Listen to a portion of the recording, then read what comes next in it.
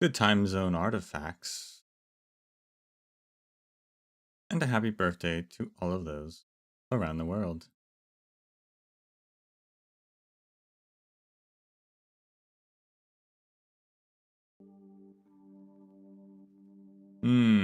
I can't say today's the best day ever. I don't know how it happened, but somehow, some way, I've got spoiled on multiple things in Arknights. Both for this current event and things in the future. All within minutes of each other, really.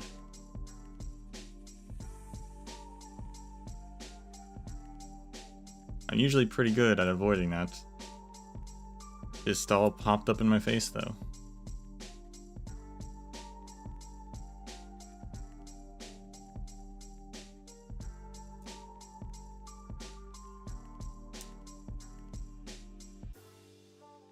That's okay. I'll survive.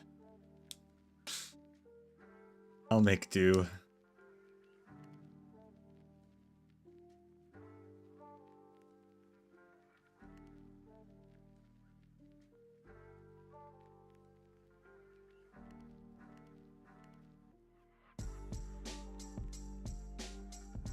In other news,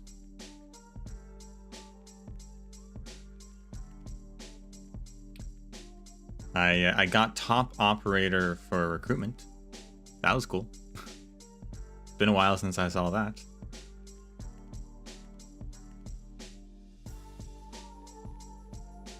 I decided to gamble and just use the tag by itself because I didn't like the other options. And I got Shining from it. Always like getting a new character, so that's cool.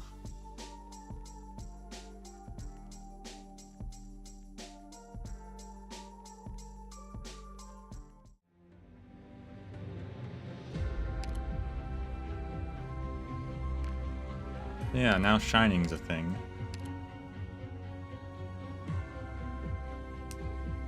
Yeah, I definitely needed more healers, but still. Cool, cool.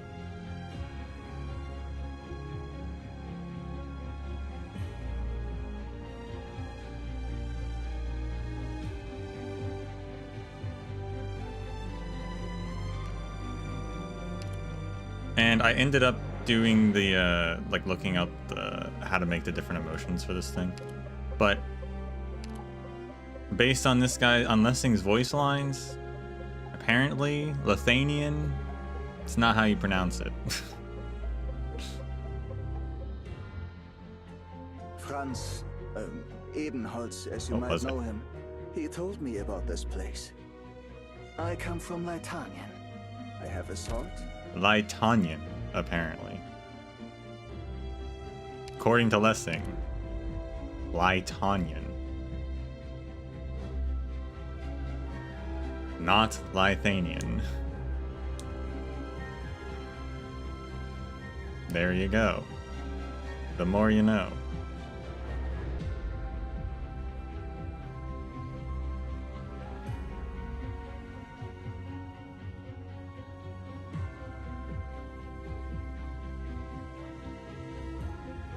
Guess we'll correct ourselves.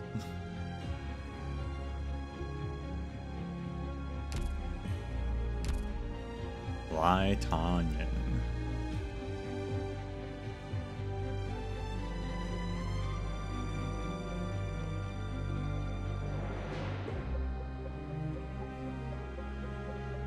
And yeah, I think that's it.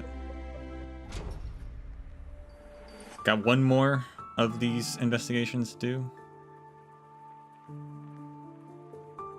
I've been skimming them. I don't think they're giving anything actually useful to like lore or anything. So I'm not gonna bother trying to like. Honestly, I don't even know what it is that's happening. But it doesn't seem particularly interesting or important.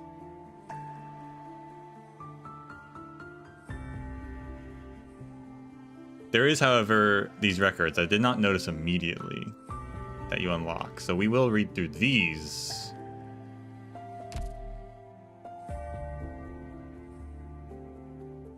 Once I get them all. I did not notice them at first.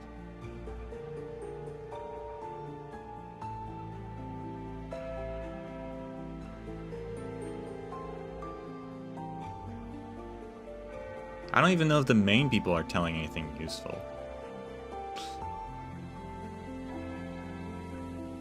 I don't know.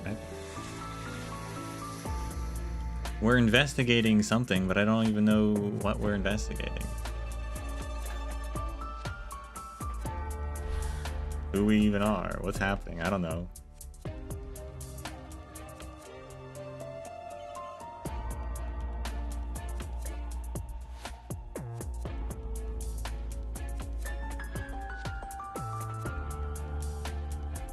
Like, maybe it's the concert because they're talking about, like, did you hear, like, what did you hear that day or something? But, like, we're gonna see what happens in the event, so I don't know if that's the case. I don't know what the point is.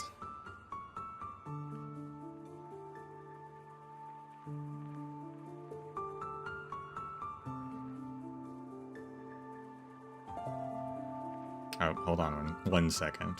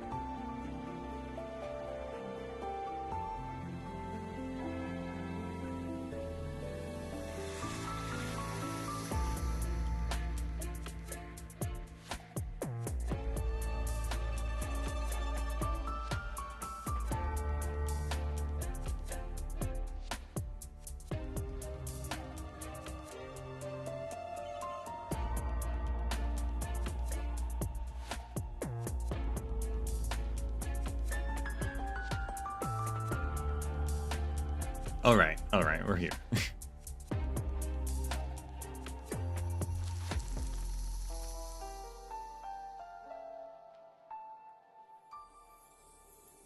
So, last time. Actually, I lied. One last second.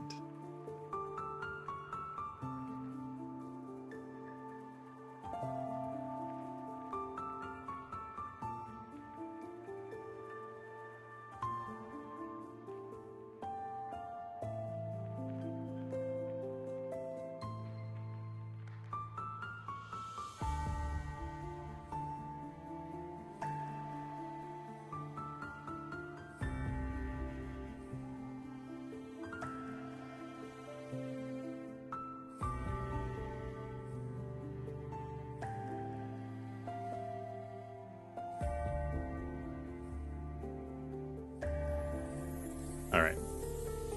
I realized it was getting too dark inside the tower. I need to turn on some lights.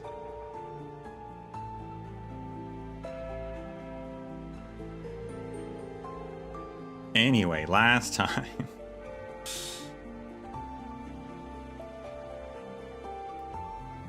Back in Ludwig's Universität,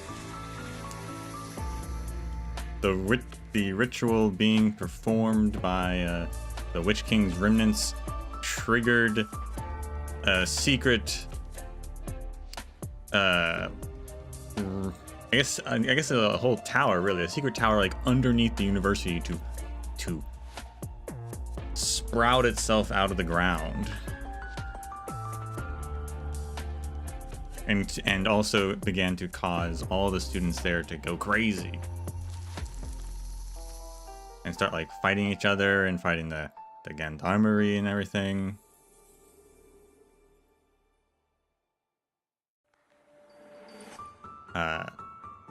Brant, with the help of some Spirecasters as well, had planned to destroy the university pretty much in order to stop the ritual, but Michael, I believe it was Michael,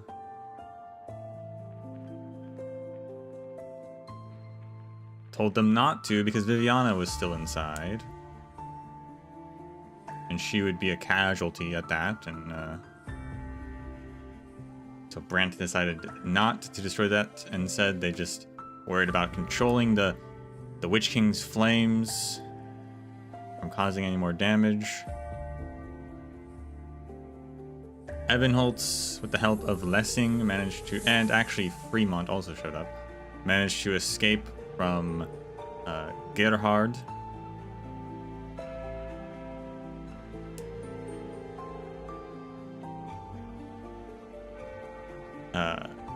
Federico confronted Arturia, but she revealed that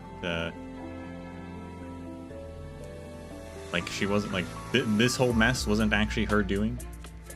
She was just here to collect the emotions of Brant, to learn his tale, his emotional backstory, and craft it into a song.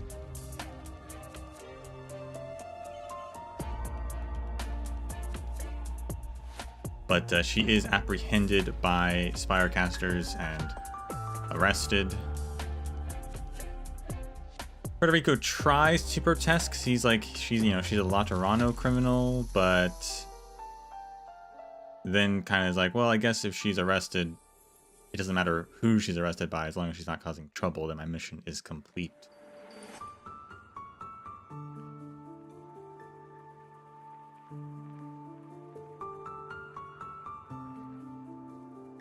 And so the university gets saved, the Witch King's spire is destroyed.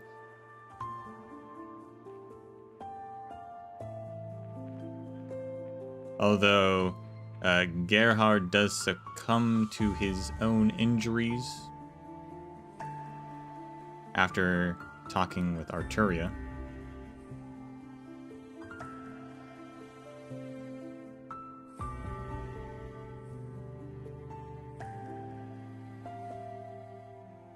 But despite supposedly all of the remnants being wiped out and the university being saved, people still have a weird feeling that something else is going on.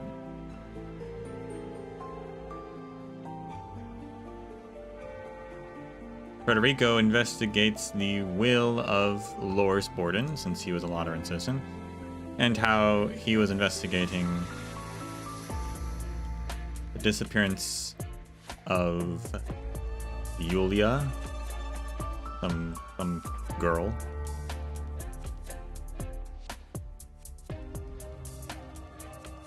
And during that, he encounters Michael, and they get to talking about what's going on and the ties to what's happening with the remnants, and also how it ties into what Arturia is doing.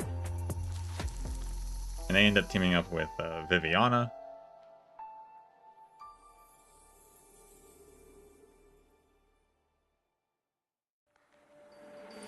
Because they believe that the upcoming Das Kaiserin Fest and the playing of the Guldengestats is a trap by the surviving remnants to do, to cause chaos, to do whatever they want to do, which usually involves trying to revive the Witch King, right?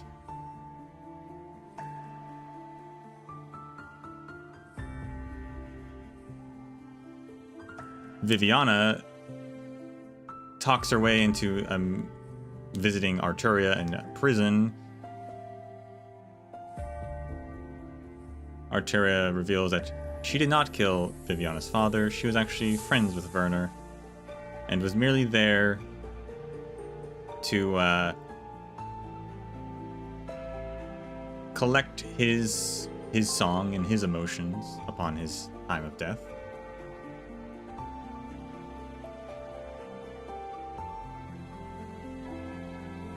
Meanwhile, Michael goes to Grimlock to warn her, to try and convince her to stop the festival, not play the Golden Gestats.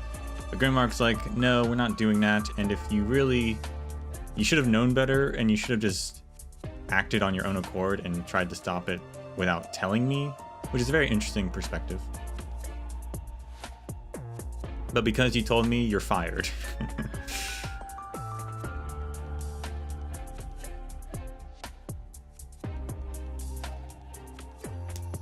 And then Ebenholz and Lessing also show up at the festival. And of course, the festival was a trap. When the Golden Gestats begins playing, the remnants take over the song. It's revealed that Cora, the concert master, was technically working for the remnants, but also technically it was she was like a double agent sent by Avignata to collect all the remnants, to like spring the remnants' trap, to make them think that their plan was working.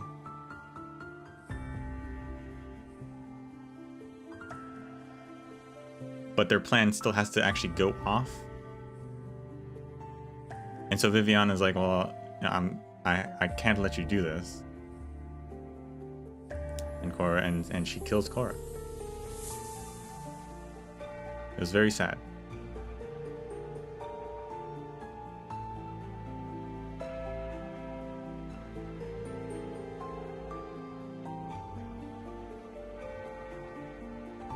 Cora's whole thing was that it's the Golden Gestats. It's this song. It's this giant ritual, right?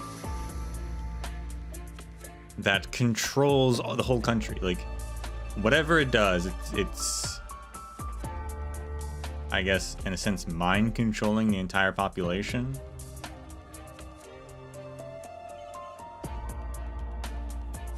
The Witch King used it to control Leithanien, or Leithanien. I can't even, Leithanien? I can't remember what it is now.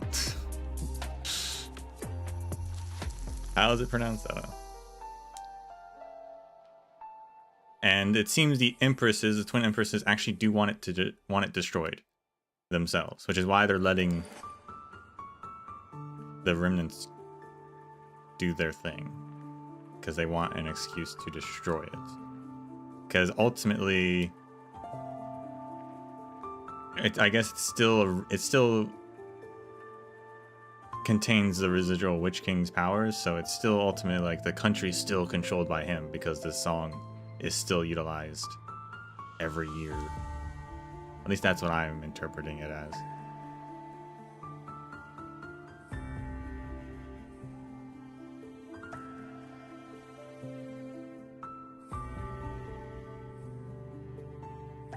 I think that was everything.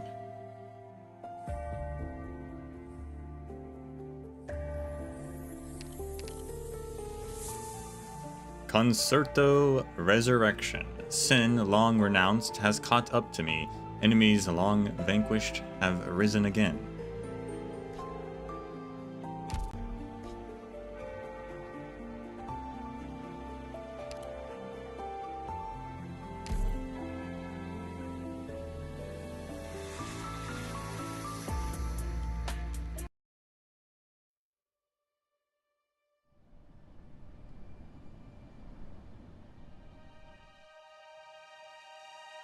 The clouds above Zwillingstürme are floating so freely.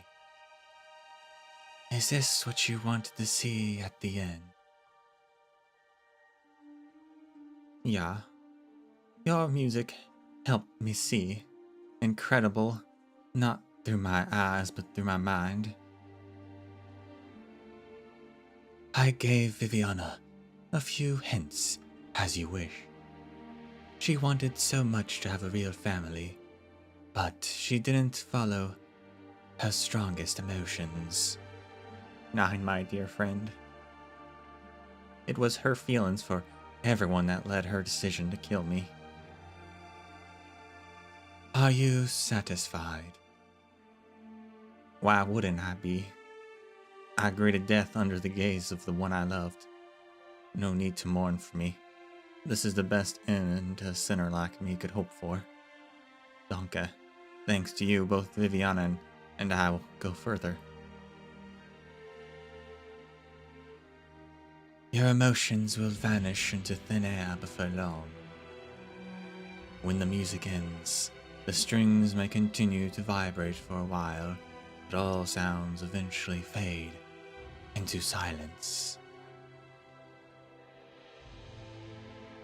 No one can keep a cloud around Arturia. The soul is frail.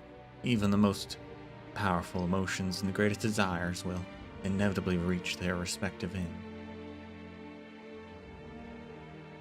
Even for the strongest of souls. Is that not what you're here for? I'm leaving all my emotions and memories to you. Did you find what you were looking for? Yes, perhaps. I'll know soon. Goodbye, Arturia. I hope you find your answer in melody.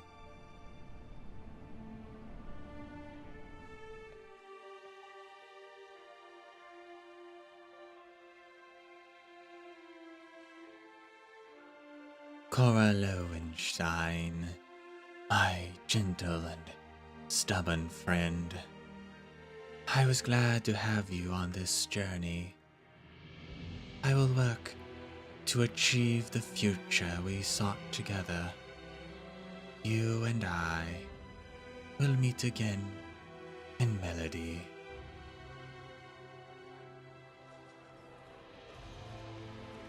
Arturia was just friends with all of them.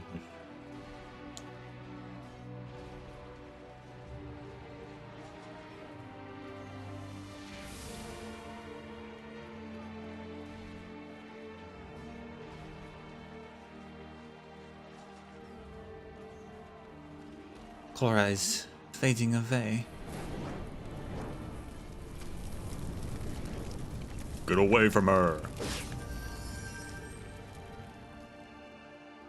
Helreina, Cora. There's no need to explain. You made your decision and put it to action. As for the rest, this isn't the time to speak of it for neither of us.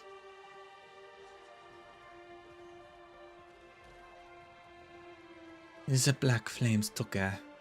It was similar to what happened at Ludwig's Universitat. They were both Erkofshorn's arts, but not quite the same.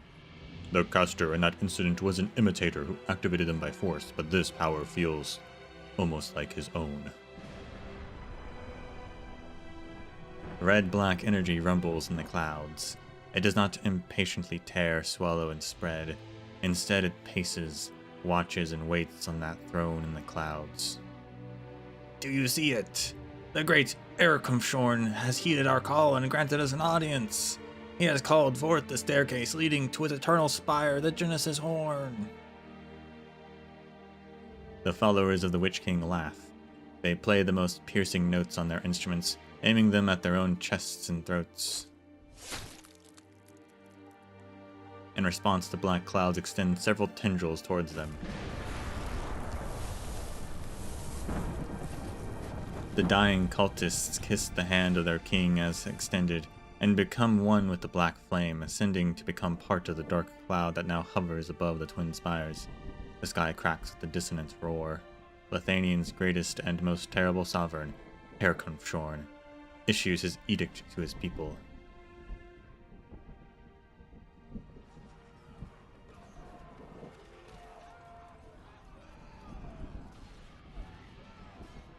Erkofshorn is really back. We have a problem. Bound by the arts inherent to the movement, the people continue to play. But the altered golden gestalt now only feeds Erkofshorn's power.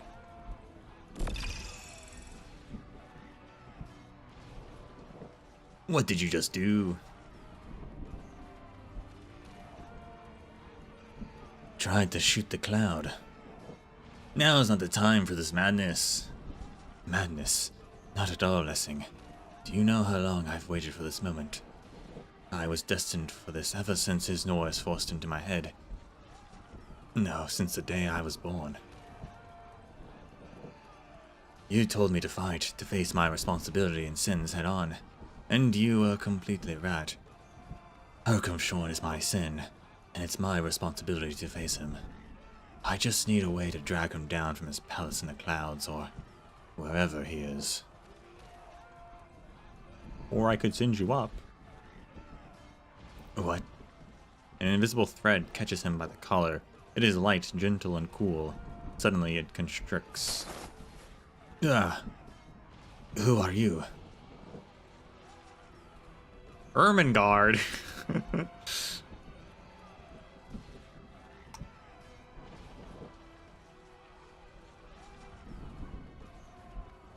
Rude to yell at someone who just saved your life, don't you think? I think she had an accent, right?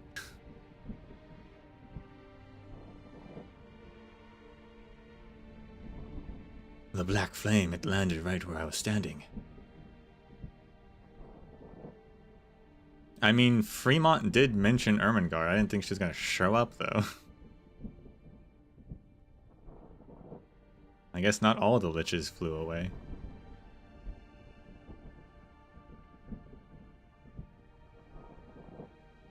Listen to Lessing and stop shaking your wand at the cloud. He can be a little stiff, but he's more reliable than most. That was often sudden, Ermengarde.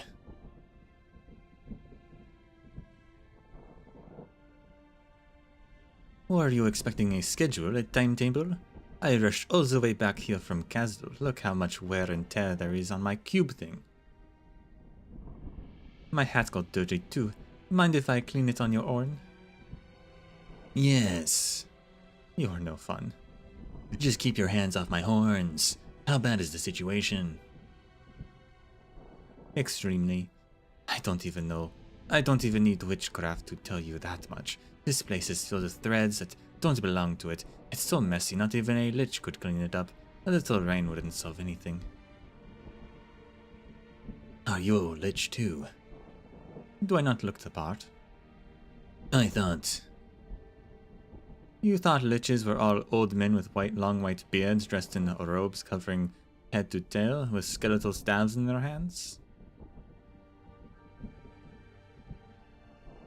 I thought liches would have more refined vocabularies. What happened to the old man?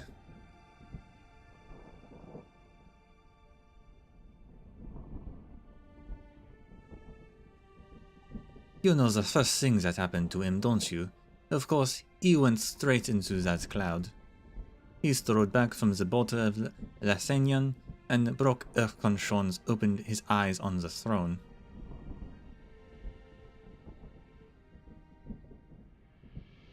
And pulled all the threads too. I'm sure even the liches of Castle could hear him cursing. How many of you are here? Everyone who could come. You do realize how inconvenient this is. It's like you are planning to move and had loaded up all your scrolls and talismans on your truck, and then the next day you hear that your old home is getting blown up. I mean, can't you Leitanians keep things together for even a single day without us?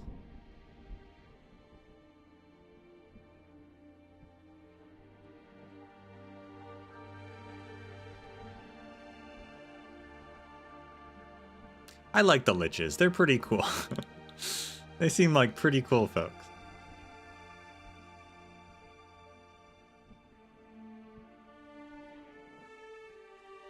The liches are back again. This is a serious situation. The Genesis Horn is about to descend.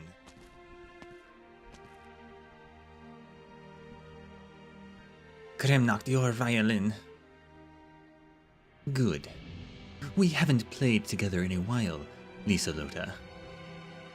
Yeah, the ensemble performance should be coming to a close, as is the custom, and then it's our turn. Herkofshorn, the calamity that Leithanien has always been destined to face.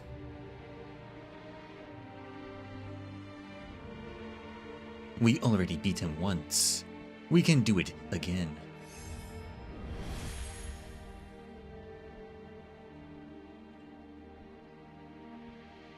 It's the Kaiserinnen's melody. Grimmacht and Viganada have made their move. Do what you need to, Viviana. We'll do our part as well. A golden light floods out from the Gestatzvacha's sword and armor. As the light engulfs him, the other Gestatzvachas respond to the Empress's melody. Beams of arts shoot towards the sky from every corner, drawing closer together and joining up. The sky is covered in black, but even a brighter cloud rises from the ground. Under the golden arch, the sounds of an organ gently covers those beneath the twin spires, while the violin's passionate, soaring notes pierce the roiling clouds like a sword. Dozens of hands weave thousands of threads, plucking at the melody in the sky and the wind, making them even clearer.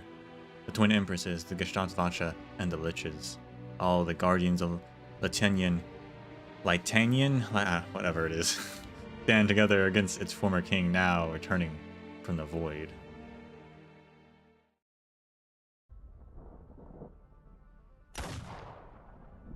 Leithanien, was it?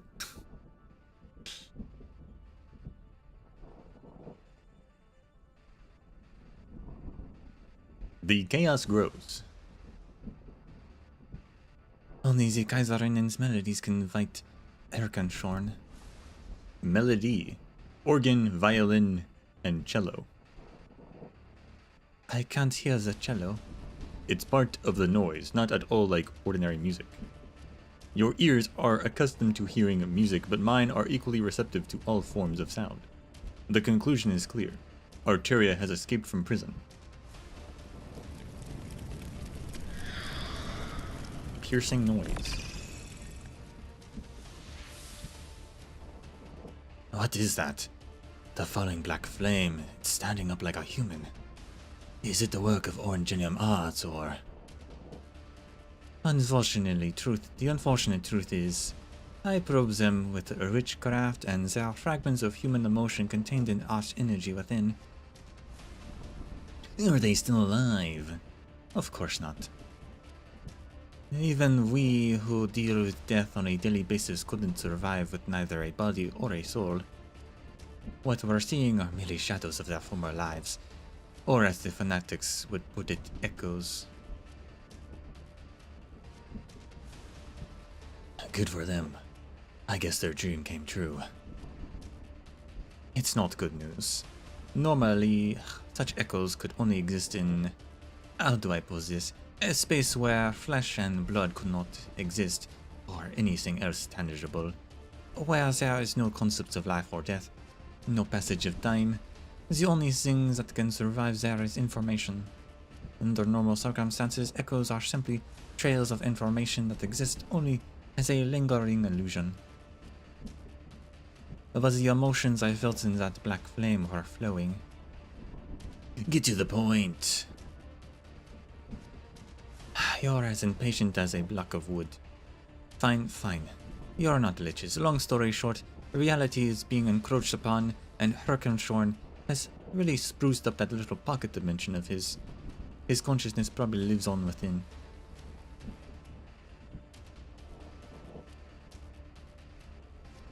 So, you said you could send us up. Absolutely. But are you sure about this? Like I said, no one has ever been inside other than Erkenschorn. If he can exist there, why couldn't I? Might as well try. To be young and daring. After dealing with boring, depressed old folks and that mercenaries from Castle for so long, I forgot you Leithanniens could be interesting.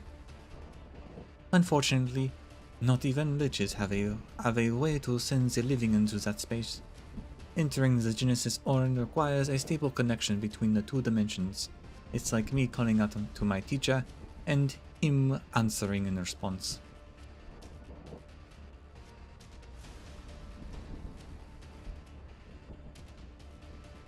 Could the bleating of these masked loonies really wake him? Absolutely not. The old man spent over a decade trying everything he could think of, from ancient Sarkaz witchcraft to the latest Leithanien arts, all to no avail.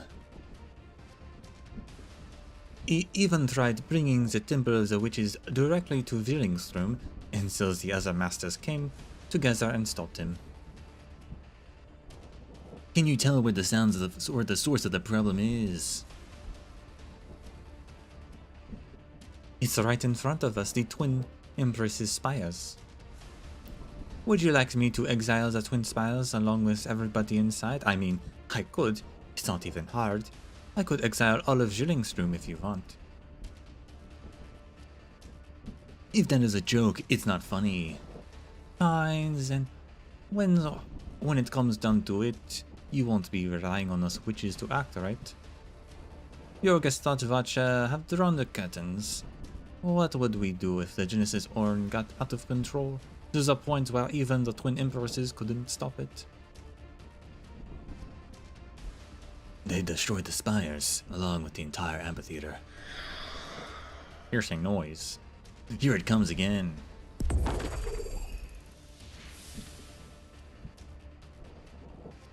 The women to the remnants of the Witch King. They just won't leave me alone, even in death. Ermengarde and I will take care of the matters here. Go to the Twin Empress's spires and find the path into the Genesis Horn. Take this. What's this? A cloth knot? No mementos, please. I don't need them. It's a communicator, not a memento. The liches use threads to communicate with each other. I don't know Sarkaz witchcraft, so I have to rely on physical objects. Pull the knots lightly like this, and Ermengarde and I will receive the message. You better. Don't worry, he'll be fine. Maybe a little mortally wounded, but I can fix that. Now go, and do what you need to, Ebenholz. Everything I need to protect is here below. Besides, someone needs to watch your back and keep your escape route open. Alright, I'll try to come back alive. I know you will. You too.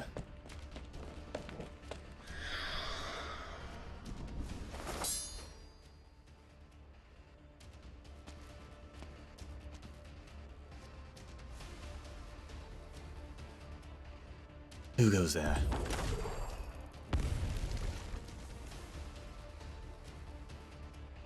A Sancta and an Imperial caster. Hello, my name is Vivian Drosta.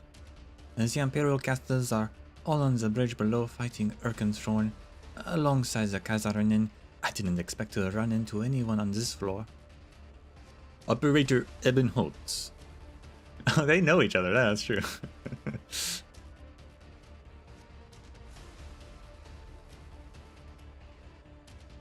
Wait, you're also from Rhodes Island. Huh, what are the odds? I am an executor of Laterano's notarial hull.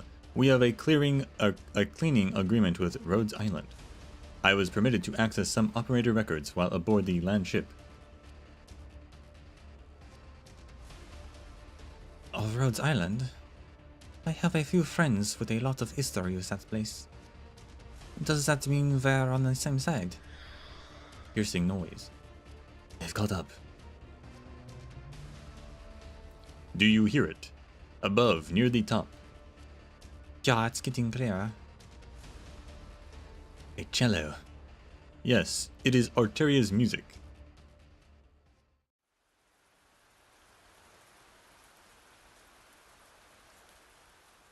A grayish rain falls on the balcony, flowing backwards before it can touch Arteria's strings and forming a cloud before her. Or rather, a smoke ring. I knew the arts of those Capernae couldn't stop my smoke ring.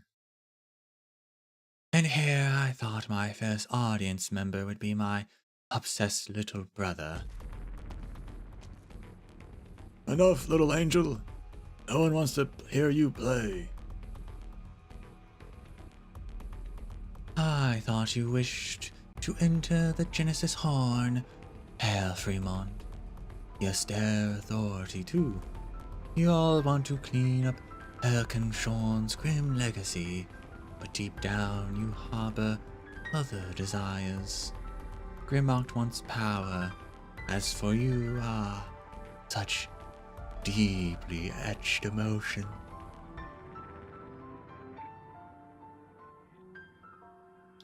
The Witch King's closest confidant, a glass of ideologies, a joining of hearts.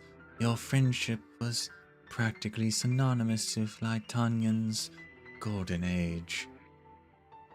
And doesn't your parting ways make the reunion of old friends all the more alluring? What are you, Blab? Are you reading my mind? Not even the King of Sark has dared borrow my scrolls. Watch yourself with your doing so, Angel. The music of your heart simply resonates with mine, just as my music reaches the ears of many. I can't choose not to hear the whispers of your heart. So that's your little trick. Your music was the key. Erkenschorn's true melody had nothing to do with that score he scribbled down. The soul of the traitor would lead them to the Genesis horn. Simon, Loris, Brandt, Gerhard, and Cora. I found the Witch King's final words buried in the depths of their emotions. Good for you. You got to hear his dying ramblings. Would you like the medal from Leithanien? You can take it and scram. Later on back to Lauderano. A gray cloud appears beneath Arteria. It explodes and engulfs the Sancta in her instrument. Sorry, Herr Fremont. I cannot stop. I must see Erkenschorn. I want to play him. I want to feel the life he led, his thoughts in his last moments, and the intense emotions that still echo in the skies above Leithanien long after his death. I want an answer. Your parlor tricks only hasten your death, Sancta.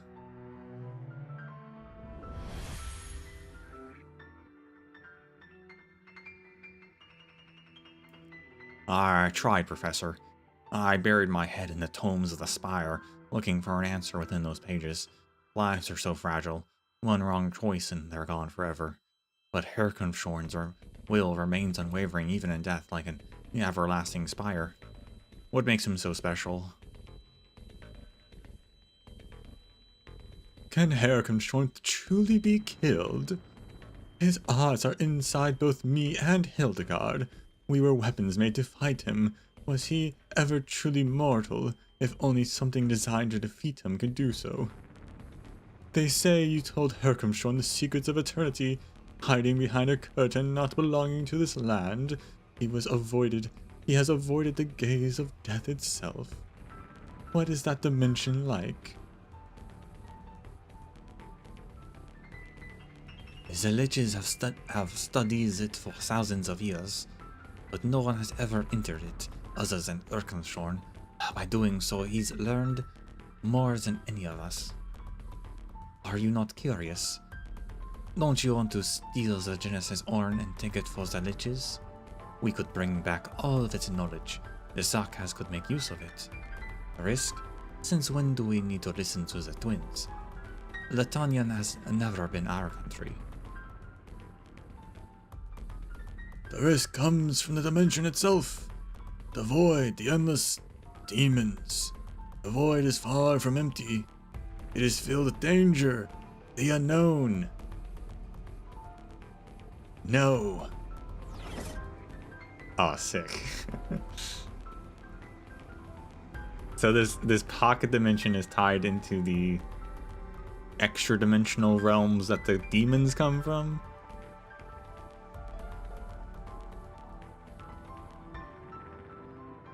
Enough.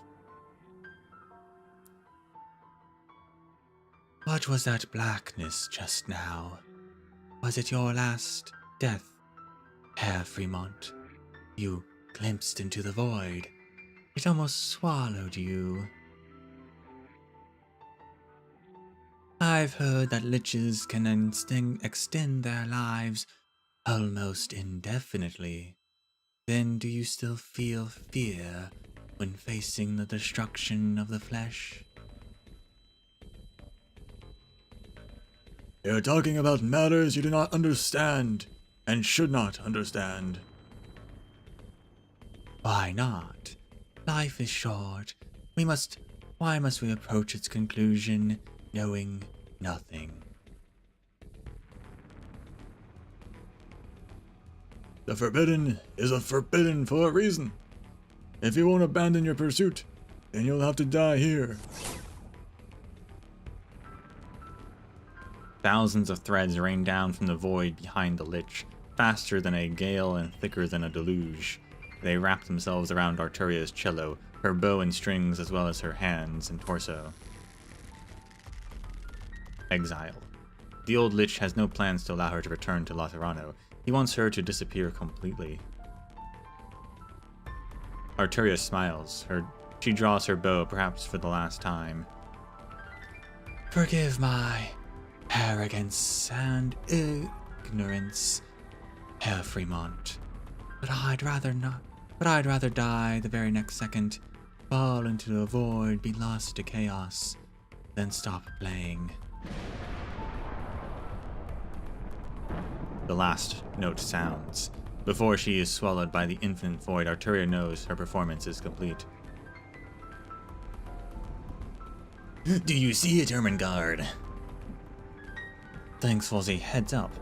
There are so many threads that my soul was almost shaken from my body before I could see clearly. That's the Genesis horn. Looks so much like the Witch King's legendary spire.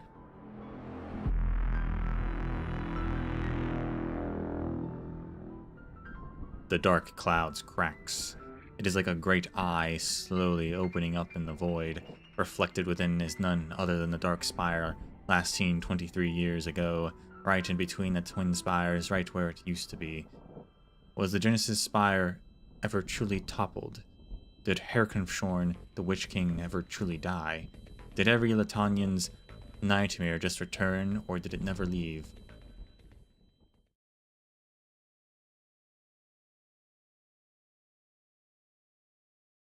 The sound of the cello is gone. Arturia. Herr Giallo? The knot is moving. It's a warning from Lessing and the Lich. This place isn't normal. Extinguish your candle, Frau Drosta. Don't use any arts. I have no idea what's going to happen next.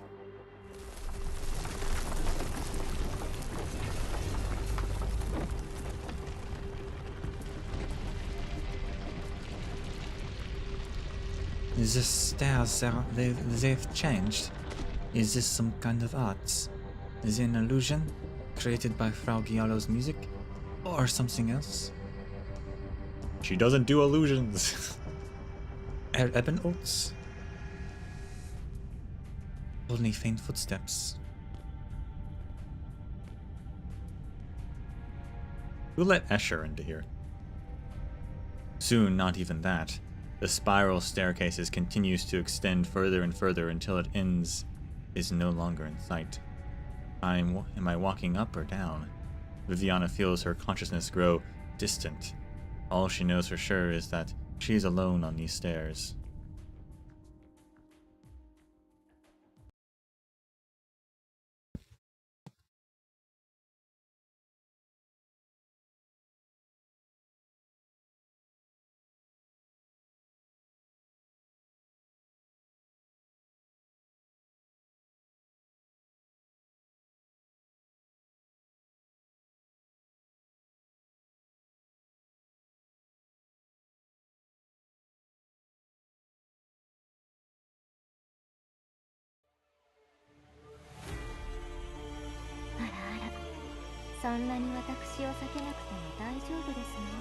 You know, I've been thinking about it with this event. But if you think about it, man, the past, like,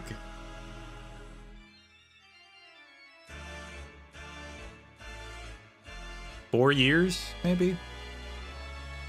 In Arknights? Like, in universe 4 years? Have been crazy.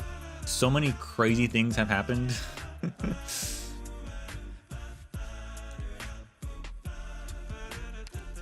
No wonder Calcit's concerned the world's gonna end soon. Orchestra Cellist, more likely to get attacked by your units, gains a shield that blocks and partially reflects 10 instances of damage taken when melancholic variation is active. No wonder Friston gave up. Lich King's come back. Seaborn are on the rise. Demons are going crazy. Kazdal's doing its thing. Like, all the other Farenmut stuff as well. Like,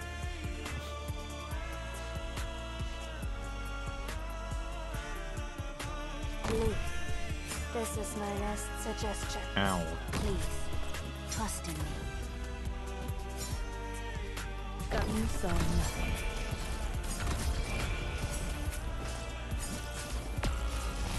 Ow. Need speed to succeed. Can your eyes keep up? Yes, the firelight.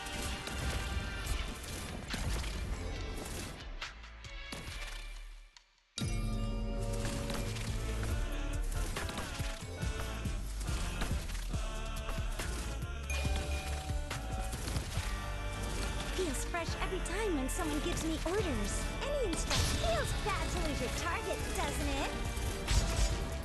I saw nothing.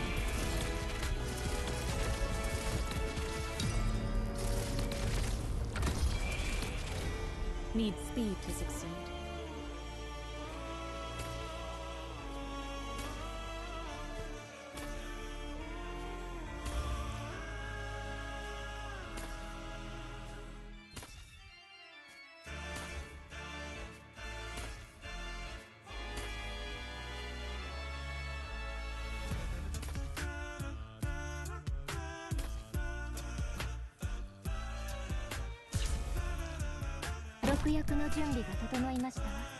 Stay calm. この毒はゆっくりとあなた方の命を蝕みますので、私のことはお構いなく。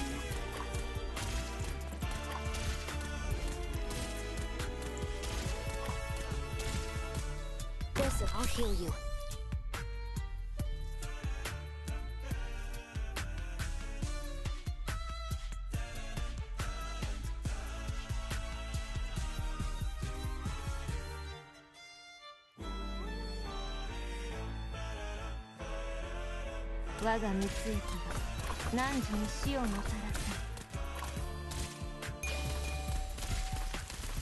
Any instructions fail like a shooting? I am Dublin. 幻覚が見える。 Thank you, Reed. Thank you.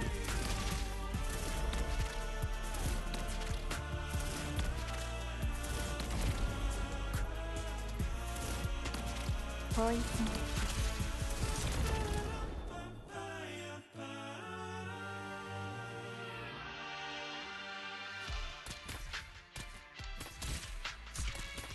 Poison. Feels bad to lose your target, doesn't it?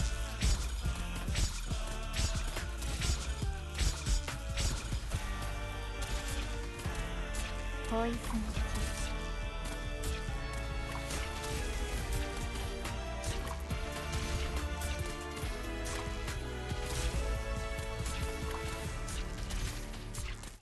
Any instructions for me? 我が蜜液が何時 Ah, losing sight? Mission accomplished.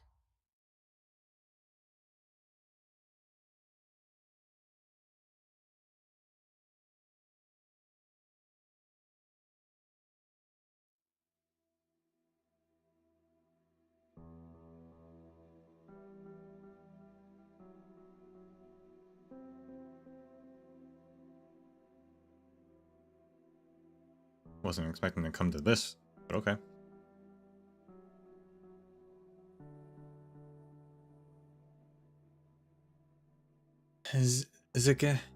The doctor will be here soon. Are you crying, Viviana? I don't think I have the strength to wipe away your tears anymore. You're too kind, too gentle. I often think back to the day we first met. I had come from Zwillingstürme to Sturmland just to take you out of Werner's spire. You huddled in the back seat, holding on to your tiny suitcase and leaning gently against my chest. I was wondering, was this little girl scared to leave her father? Scared of life in foreign Cashmere's?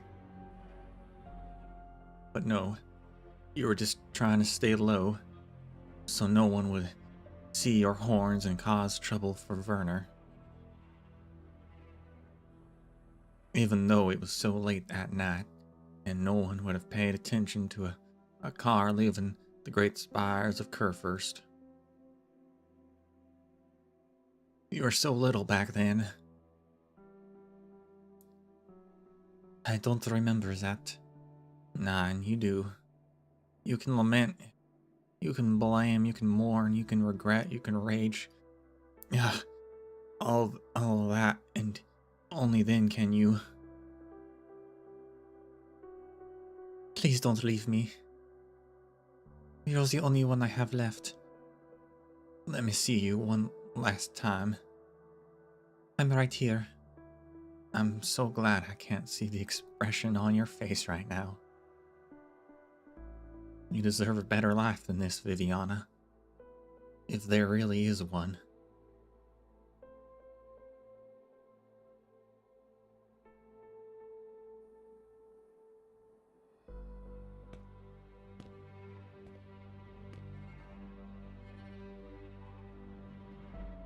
Tall as the Empress's tower is, it is not endless, or so she believes. The spiral staircase, extends before her, but direction itself seems to be torn apart by some unknown, irreversible power. Keeps moving forward, but she can't make any progress. Viviana is tired, but when one is tired, it is easy to notice that one has lost. Not in like the 22 years of her life.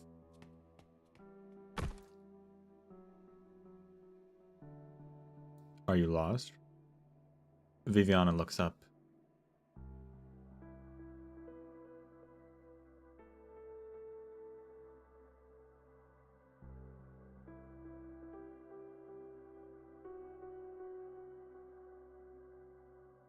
He sees a young Cabernet woman whose face is filled with curiosity and concern. Sorry, I must have bumped into you in my hurry. It's alright. Are you okay? You look very pale. I'm fine. I was just thinking about something.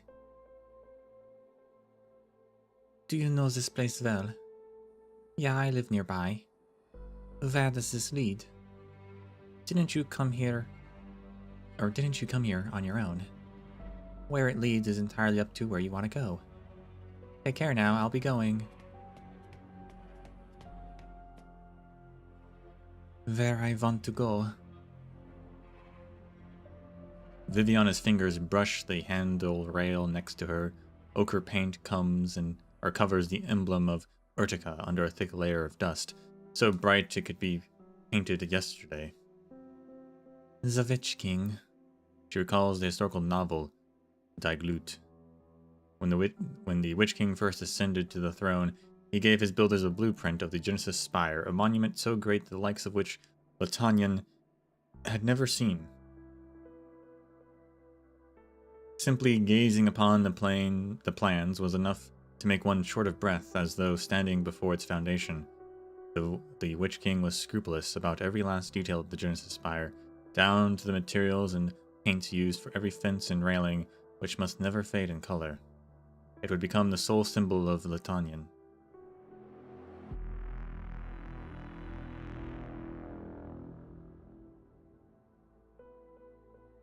Has the Genesis Orn truly descended?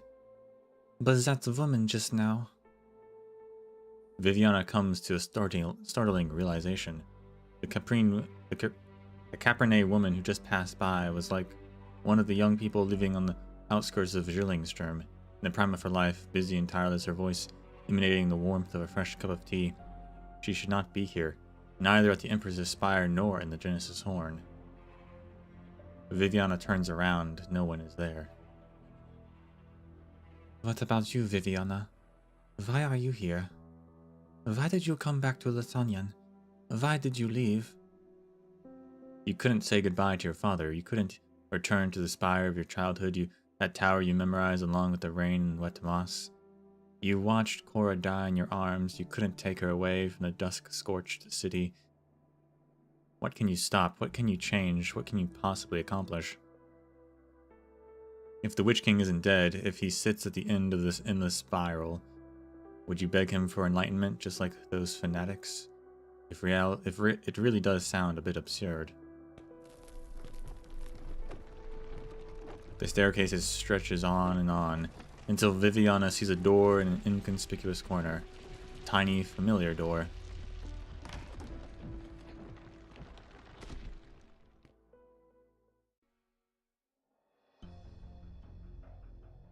Attempting to turn left at each intersection to ensure progress through continuous deviation. Unsuccessful. Attempting to descend.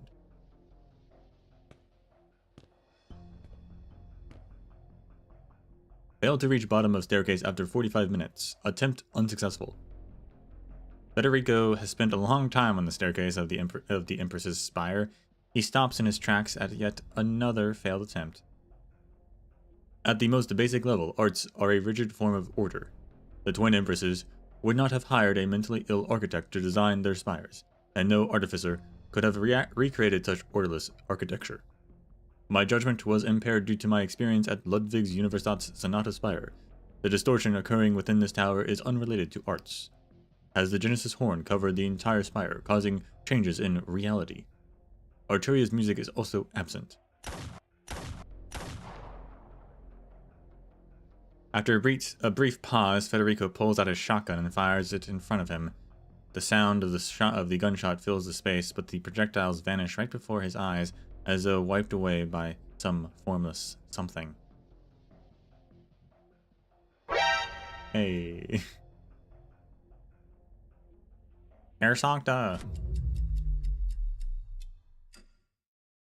As he hears the sound, Federico sees the projectiles again, now moving with a slow and clear trajectory, like a rock skipping across the water. Ripples spread, and everything beneath the surface is revealed. You. Put away your gun, please. This is... Put away your gun, please. I do not require you to repeat yourself. I have heard something similar from everyone I met on this mission. Of course you did. This is Zwillingstürme, not Laterano. Loris always liked to talk about Laterano. He said that when the Sancta go out, they bang any buildings they don't like and bang the buildings they do like even more eagerly. Jan and I used to think he was making things up because he didn't like his hometown very much. Anyway, look around you. Why is Eula here, though? Zwillingstürme is an old city. Any brick or tile could have a score or poem etched on it by drunk artists from a century ago. This is... Federico quickly assesses the site before him. If this place is the Genesis Horn, where the Lich King, where the Witch King's legacy is kept, Arturia's final destination, then it is difficult to believe that his bullets could have broken through some sort of barrier and brought him here from that strange staircase. Federico examines the woman before him. The anger on her face is no more and no less than that of a citizen performing her civic duty to stop a rude tourist. You understand me, Herr Sancta? Put away your gun, please. Excuse me. We are clearly not on the streets of Zwillingstürme, but you seem unaware of this. You have mentioned a Loris and a Jan. assuming you are referring to Loris Borden and Jan Schuler, please tell me your name. Julia Schuler.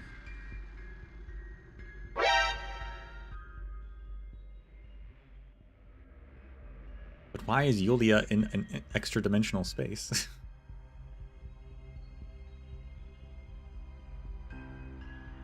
This is inside the Genesis Horn, the Witch King's resting place.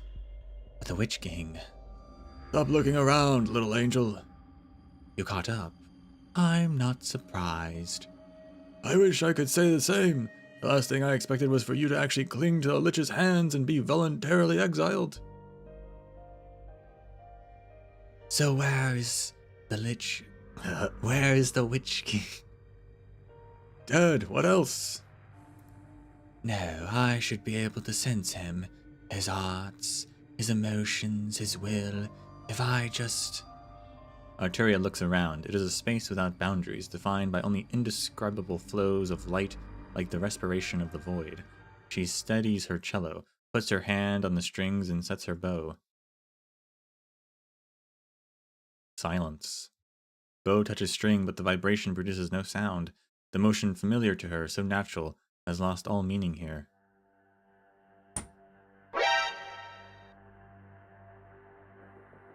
Finally noticed. I can't play. I've lost my music. Is it because of the Genesis Horn? Or the rules of the Witch King? Arrogant, foolish, witless. That pretty halo over your head is shedding light on your pale face. I wish I could do the same to your brain. Where do you think you are right now? Inside Herkevshor's coffin? A treasure trove of the poshers of Sargon? A witch's pocket? Magic pocket from a Victorian fairy tale? That aren't fairy tales?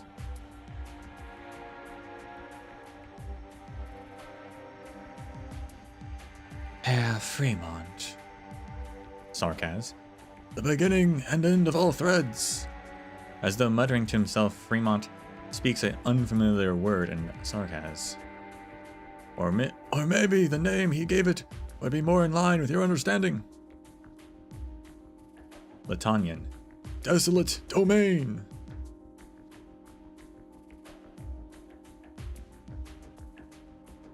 Kagerreich. What you're seeing is the other side of the real, a dimension always in flux. Any rule, any reality disintegrates before it in an instant. Through the long eons, the liches have caught only glimpses of it, and despite Ericumshorn's life work, the best he could manage was to create a tiny, volatile bubble in its infinite void. Arteria does not respond to Fremont's anger. She simply touches the strings again, the unbroken hush. There is no disappointment or fear, only confusion, an emotion that only flashes across Arteria's face before she looks up and smiles. Perfect. So the Witch King didn't prolong his will through mystical arts, but instead created his own retreat in Kargerreich. This pocket still exists, so he must be here.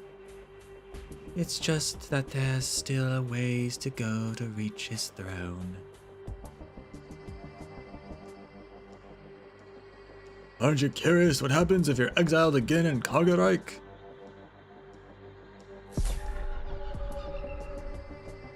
Arteria realizes that the shadows are growing.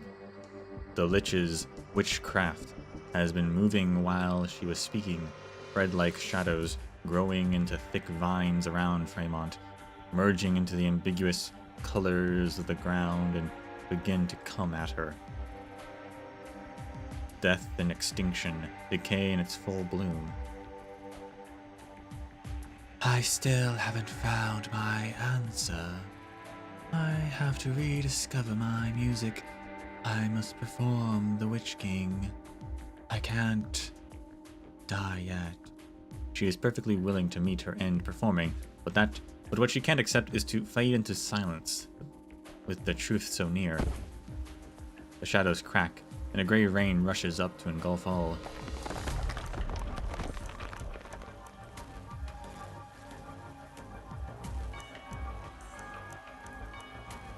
the Witch King's musician. Diviner Uterm rings. Go to the Genesis Spire. The performance begins. New music, new arts, protecting Vinduin against catastrophe and the cannons of Gaul. Herkuf Shorn. Reality is unstable here. Was it caused by the exile? No, it was like this before we entered Kargarike. Herkuf Shorn's power is diminishing. Genesis Horn's collapse is accelerating.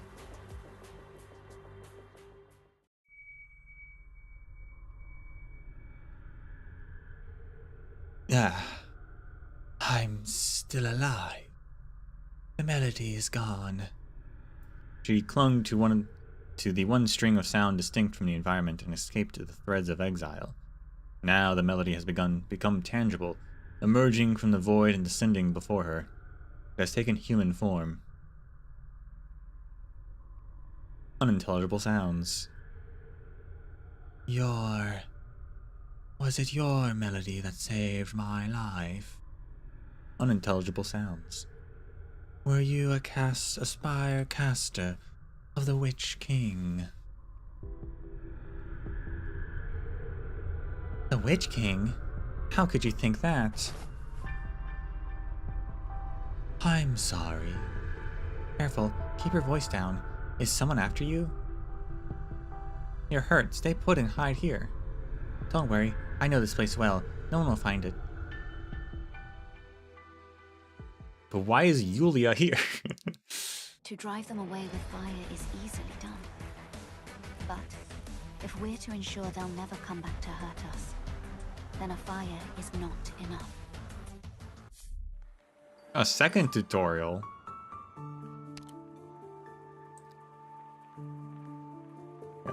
I did not expect this to tie into demon lore.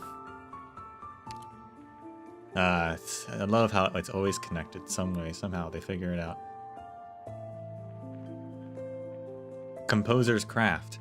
There is no order to be found within chaos. You must grasp whatever little you can. Aspect of creation and annihilation. Annihilation absorbs all incoming damage and transfers it to creation. Creation converts all damage absorbed by annihilation and releases it frontally as physical damage.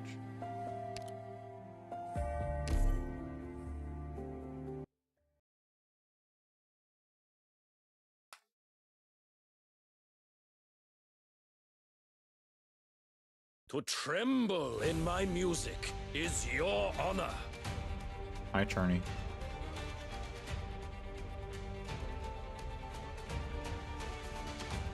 I like how Charney's not in the event, but they keep using him for the tutorial.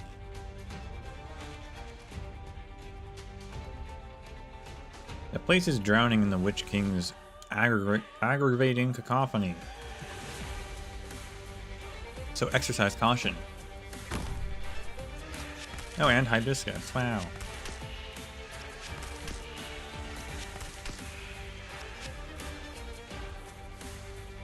This is a tuning node here, but it's protected by a screen. I can't hit it. Well, why did you deploy there then? That's a pretty intriguing phenomenon, actually. The arts and sounds absorbed by that location appear to have been silenced.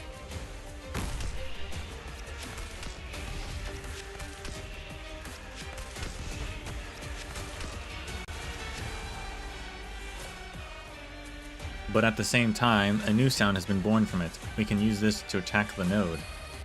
Fascinating. It seems like the energy absorption phenomenon is disappearing.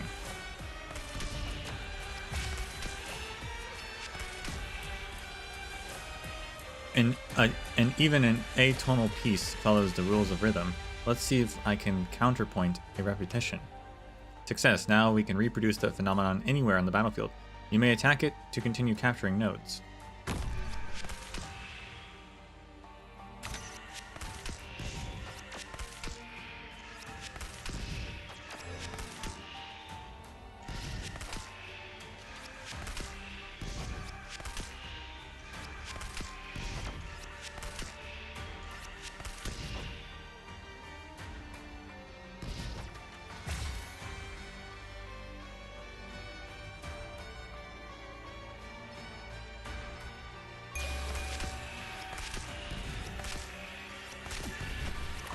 Shall I close? Shut up, or else! It changed locations. It would seem the laws of creation and annihilation are indeed quite unstable here. We must seize the chance at the opportune time. Furthermore, it appears that no matter how we attack it, the sounds it produces deal only physical damage. You can try attacking enemies with it.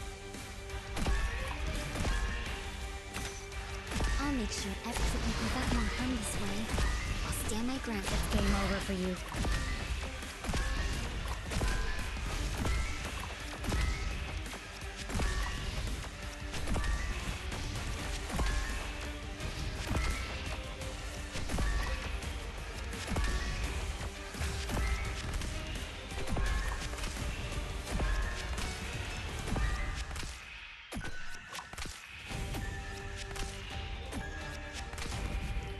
Mission accomplished.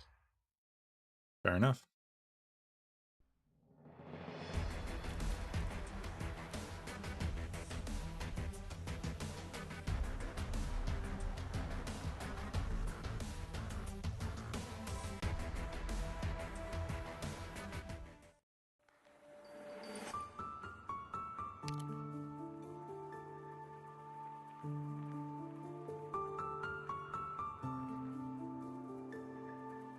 There are too many, Nocturne Unseen Spire.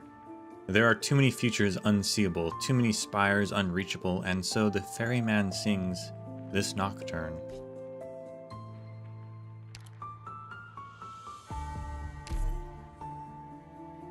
Yeah, I guess we'll see more of it in EX stages and stuff. But we still have a few levels.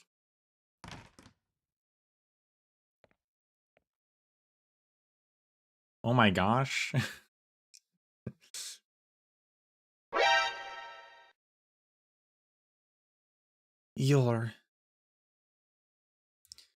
It's tiny Viviana.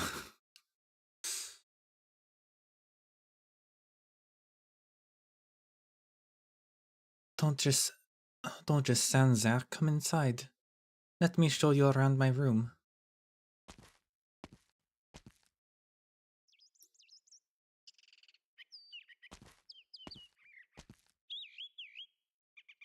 What do you think?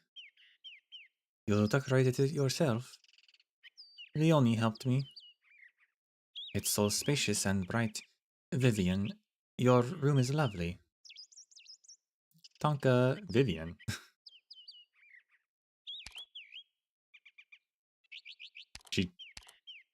She added extra A to her name as an adult?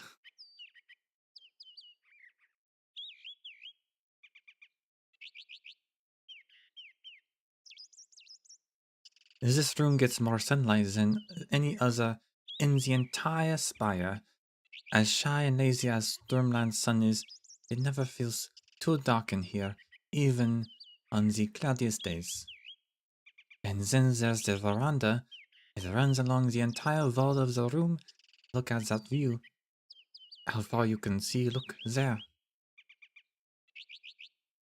As what?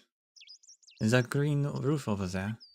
It's the Glenlosia Botanical Garden. Muti took me there a few times. It was so many plants we don't see in Stormland, or even Greater Leithanien, but I love its roof the most. Some Bolivarian claw vines worked their way up there.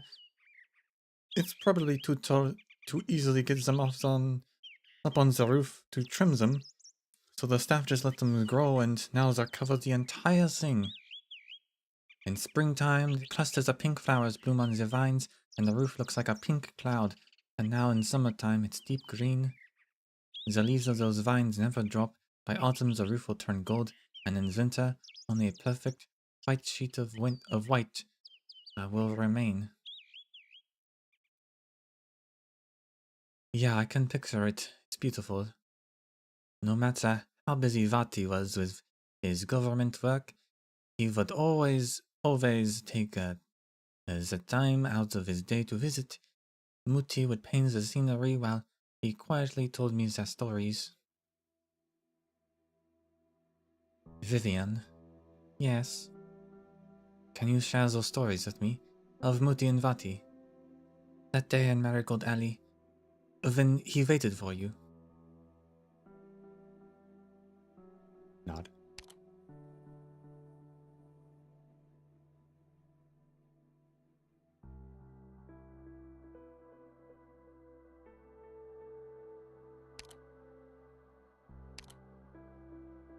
The day in Marigold Alley when he waited for you.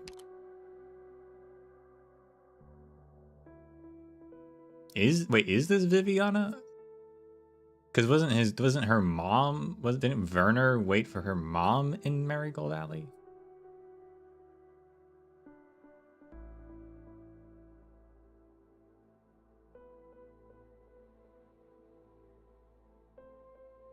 Vati said he was determined to say goodbye to her, but once he saw her, he couldn't bring himself to turn and go. Vivian, if two hands are destined to join, then let the hands come between them. Ugh, so cheesy. Anyway, Vati brought Muti back to Stormland. He stood right there, beneath the spire, telling the Vatis and Bigwigs that if they didn't show Muti proper respect, he'd never return to Hochberg Spire again. Nor would he succeed the Kurfürst. And did the nobles succeed? They did. All because Vati stood below the spire for 3 whole days.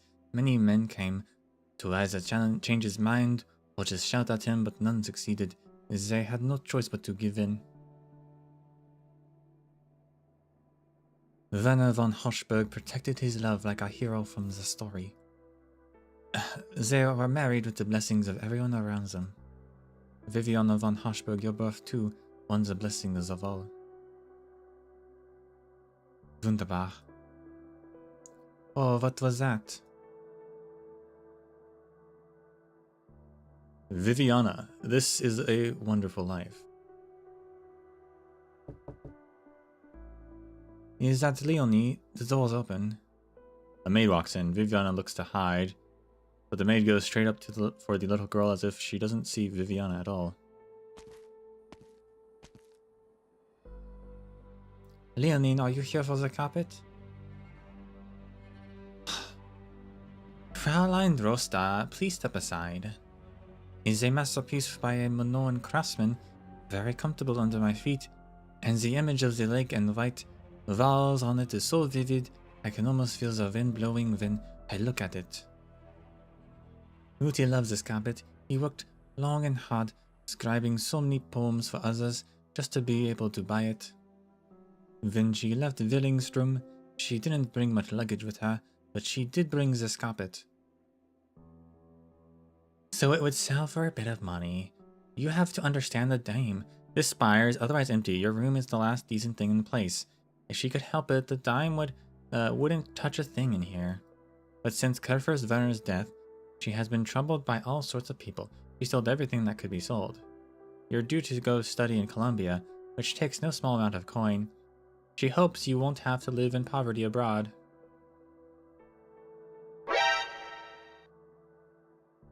Oh, but I could always not go. That won't do, Fräulein. You ought to leave Sturmland to leave Leithanien. The dame said as much as the Kurfürst 2 years ago, but it was only recently he gave the nod. You ought to set out soon, lest he changes his mind. What about Muti? Can't she come with me? The dame is a Kurfürst beck and call. She must remain in the spire. I should speak to Uncle Schild. Fräulein, he may be your parental uncle, but he's now Kurfürst of Sturmland. Just 2 years after the late Kurfürst Werner took the seat, he was assassinated while touring the domain. His marriage to the dame offended a lot of people, and some have speculated it was Schild himself.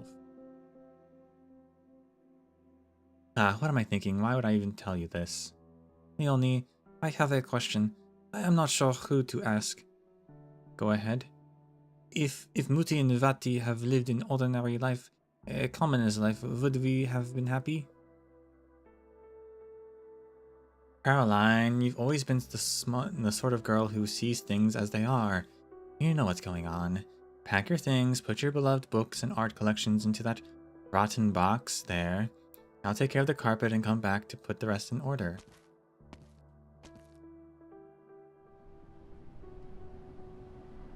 The Alafia girl looks out at the city below the veranda. The wind is her only, the wind is her only company now. They say the roof of the Glunosia Botanical Garden is beautiful. But what's there to appreciate when the night shrouds all?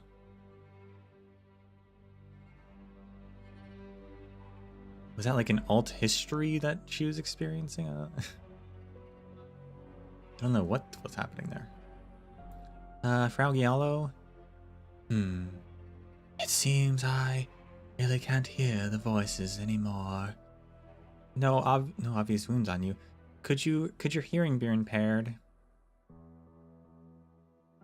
No, it's just quieter than I'm used to. Even as you're standing right in front of me, I still feel so distant from you. Oh, is this a little better? Maybe I should speak louder? No, that's not it. Let me take you somewhere nearby to rest. The ones chasing you should be far away by now. Come, I'll help carry the cello. Why are you gripping it so tightly? Your fingers are turning white. How would you know? She has gloves. It must be very important to you. It is my eyes, my ears, my voice, and my heart. I'm ashamed to admit it. There was a time when I was even afraid of it. Oh? It took me some time to learn how to get along with it.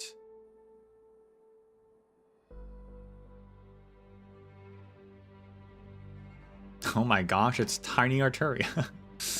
And Federica.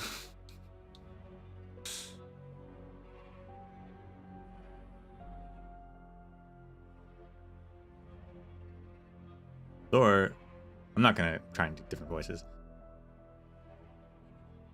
Soror? Soror? Soror? I'm not sure what that is.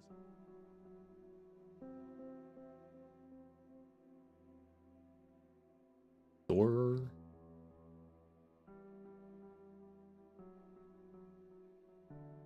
Yeah, okay, it's sister. Figured it was sister.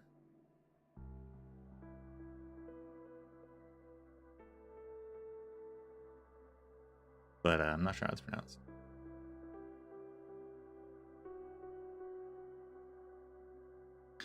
Why are you still sitting in a dark corner with the lights out? Amatia Luciana doesn't know you've come back. Why did you skip cello practice after rowing in the park?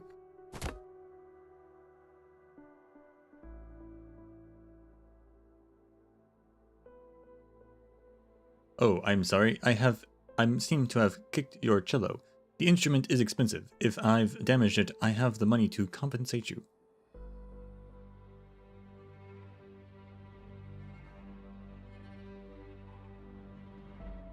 Fede, take it away from me, will you? Hide it anywhere you like. The study, the attic, in the storage. You can even throw it away. Why are you crying? You played another piece you hadn't mastered yet. I don't know. As soon as I draw my bow across its strings, I hear voices. So many voices. They're real voices trapped in the bodies of men and women. They want to come out, and I should help them. But they're too loud, too chaotic. So many crying voices, laughing voices, whispering voices, voices furiously complaining. They all surge together. They're so loud, Fide. I can hardly breathe. Are you unwell? Should I get Amita Luciana? Interesting to note, Arturia's halo was more put together as a kid. It still looks like I can still see a gap between some of the pieces. So it still was like made of different separate pieces, but it's less separated, right? They're more condensed. Less jagged. I just need some quiet. The room is quite quiet, except for the isolated sobbing in the corner. Two black halos look at each other, their cold, faint light being the only words they share. Just being quiet for a while, just so my head doesn't hurt so much, just for a bit. I will get used to the voices. I just haven't mastered the skill yet. It didn't take me long to learn how to row a boat today. All I had to do was row it through the thick fog to the island in the center of the lake. As songs come from the far shore.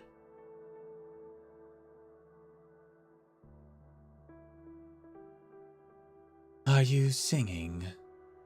It's a folk song, popular with buskers in London streets. It's got a nice sound to it, but I'm a little tone deaf, so. When Jan would come home after being bullied, I'd comfort him with this song. Thank you. You mentioned the street just now. Oh yeah, Karl Schmidt Street. The people of Zwillingstürme also call it Marigold Alley.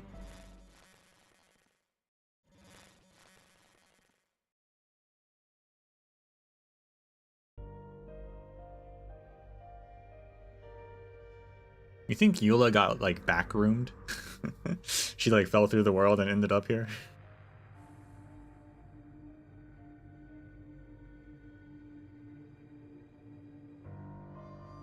Senora Schuler, you haven't answered my question. According to the records of the Zwillingstürme Gendarmerie, Freyr Finn engaged in combat with a suspect to stop a kidnapping on Karl Schmidt Street in the autumn of 1085. The Baron was injured and unconscious for a period.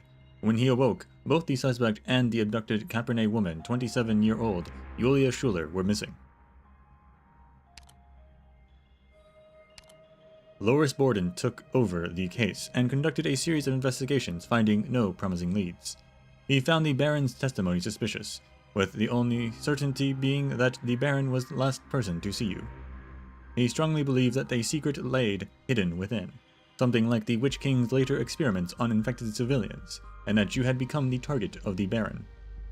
But under pressure from above, the Gendarmerie halted any subsequent investigation and closed the case as an accidental disappearance.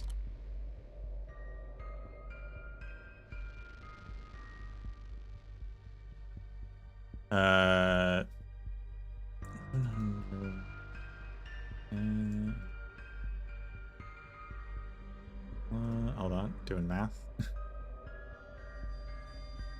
15.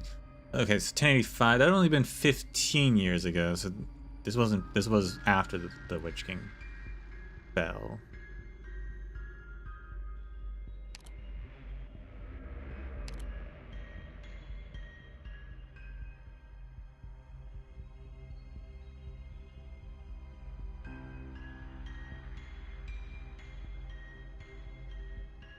I guess the Baron is Finn. Okay.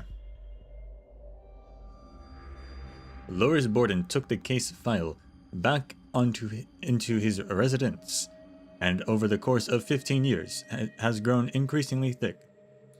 He never gave up on the investigation, on investigating the truth, and never gave up on looking for you, despite several clues indicating that Julia Schuler was already deceased. You have just informed me that this here is Karl Schmidt Street.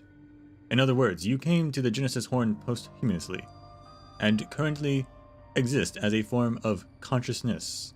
In your cognition, you have never left the scene of the incident. So please tell me, what exactly happened in the course of that incident? This is indeed Marigold Alley. We're standing in front of the piano studio at the intersection. Oh, Herr Executor, we've wasted so much time. I really have to place these arts devices in their proper places quickly. Those masked men will be coming soon.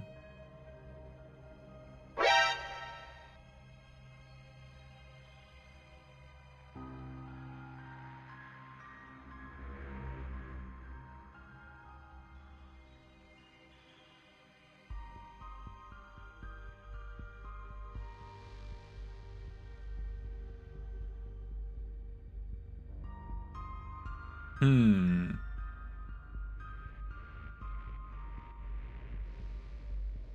I was gonna...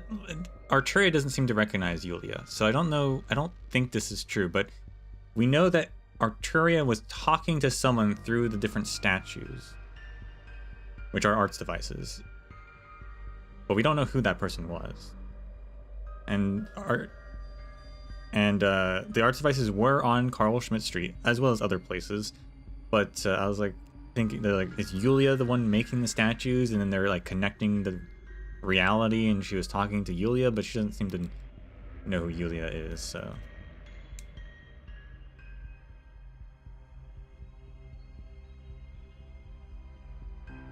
Don't think that's true, but maybe it's close.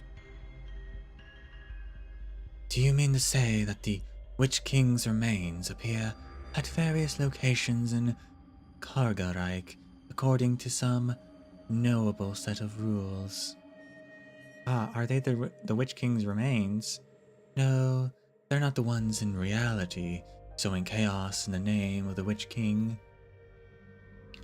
What you see here are but manifestations of the Witch King's craft, the echoes of Herkampfschorn in a truer sense. Klangenflogen, to follow the sounds, that's the way to see the Witch King. What in the world is Klagenflogen?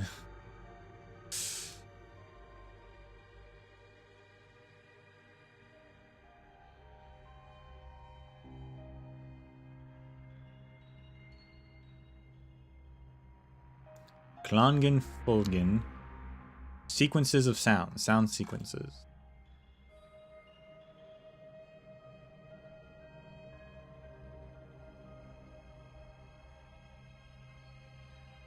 Why would the Witch King be in Zwillingstürme?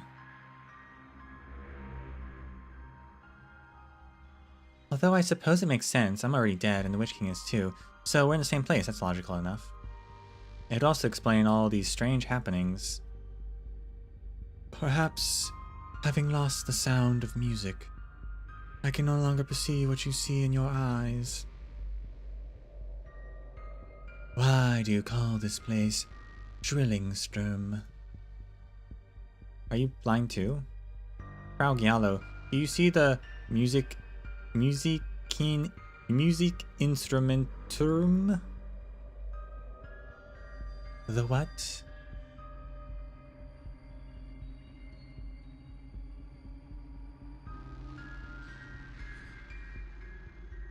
I mean,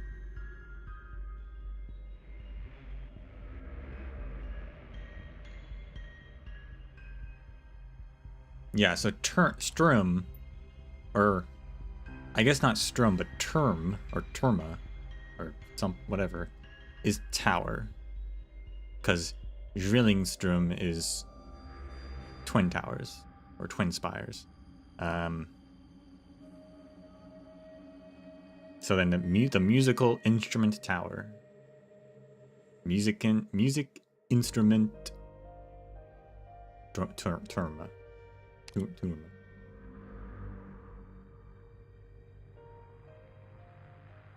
Alturia looks in the direction of the Cabernet woman is pointing and sees nothing but a vague light and shadow.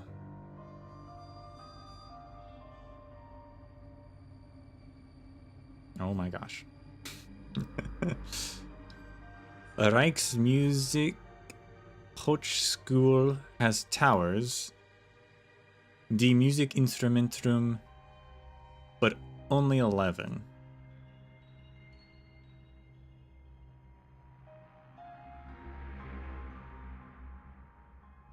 Alright, Rijksmuziek, obviously, like...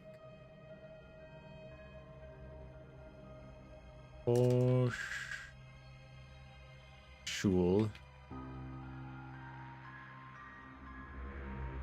Imperial, like, Music Academy, Imperial University of Music, something like that. Has towers, the music instrument towers, but only 11.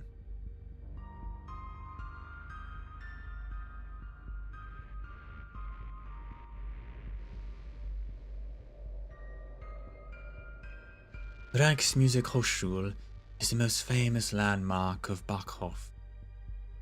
Each spire of the Royal Academy is inspired by a musical instrument and is named for it upon completion. There are 11 instruments, and when Erbach presided over his glorious capital project, a grand urban plan, he added 11 more.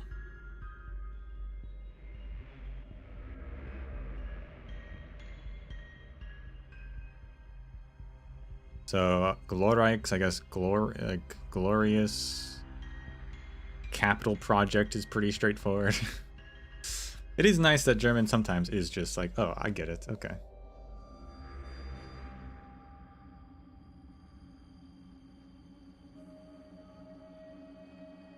"22 instrument spires corresponding to the 22 districts of Zwillingstürme, like a perfect symphony orchestra."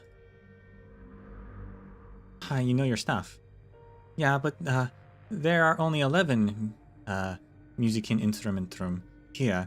This is not the Reichsmusikhochschule of Zwillingstürme, but what of the that of the Witch King's time?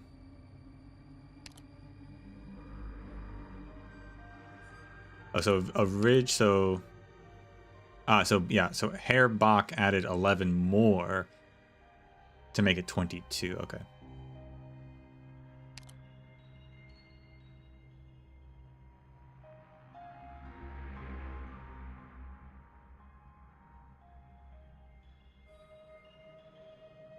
Also, the fact that Bach apparently helped build up this musical academy, like, it's actually just Bach. Right? Like, we had the name's been mentioned a few times, but I was like, well, it could just be a name, right? Anyone could have the name.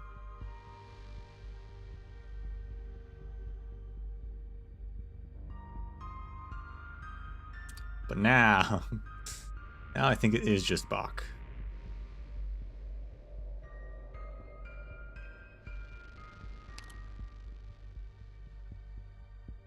And behind us is the tilted spire, circular, the color of jade. Der Schiefer Turm der Ewigkeit, the leaning tower of eternity.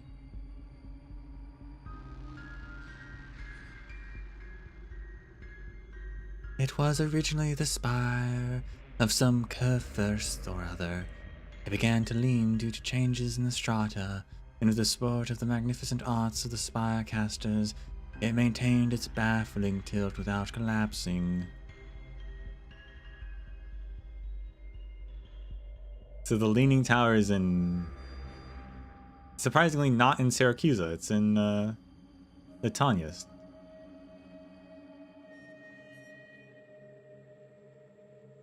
This miracle of Leithanien architecture was destroyed in a catastrophe 4 centuries ago.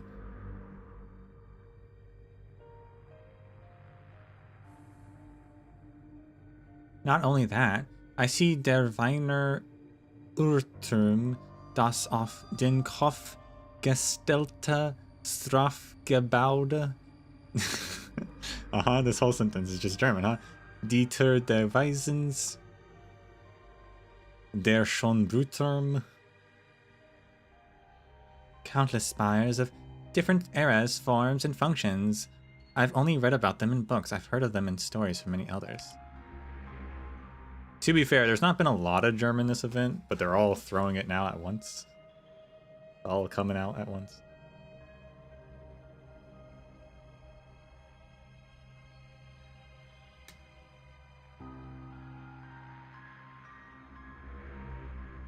Du Wiener Uhrturm is the Vienna clock tower.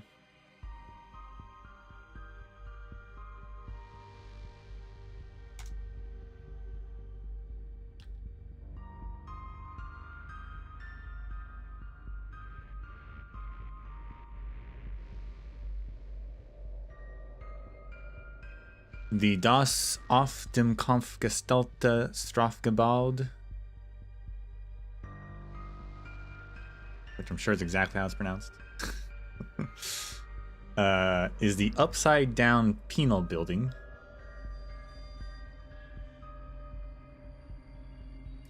I guess a prison.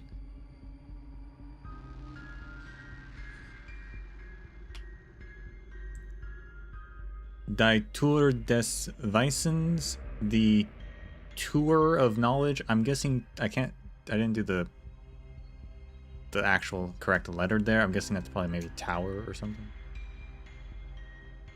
The Tower of Knowledge. Another name for tower.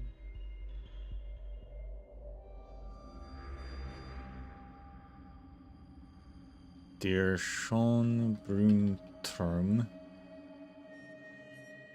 is the Schönbrunn Tower. Again, though, I may not be translating that because of the letter. Can I get that letter?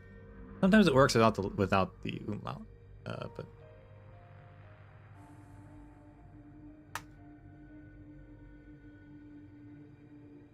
not always.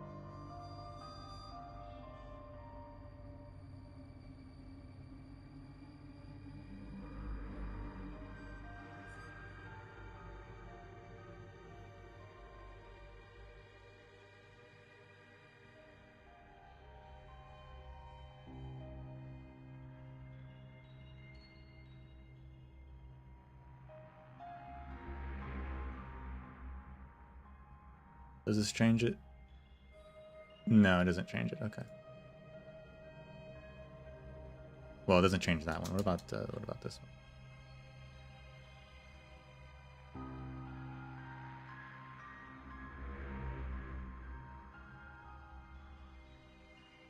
Oh, tour is door, the door of knowledge. Okay, that is a big difference.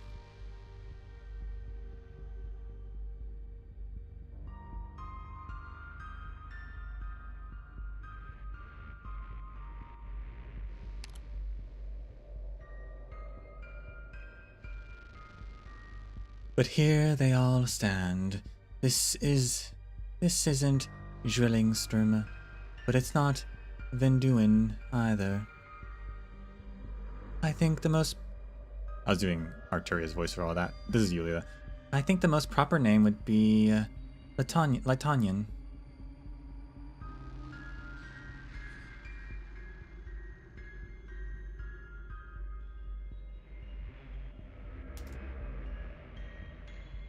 The only part that feels familiar is Marigold Alley beneath my feet. At the intersection sits a piano studio. At the end of the street is an art gallery, and right in the middle is my cafe.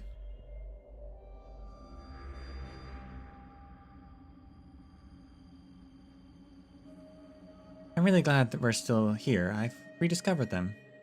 Here I can still live just the way I used to, so unfamiliar as this place is, I would still rather call it Zwillingstürme.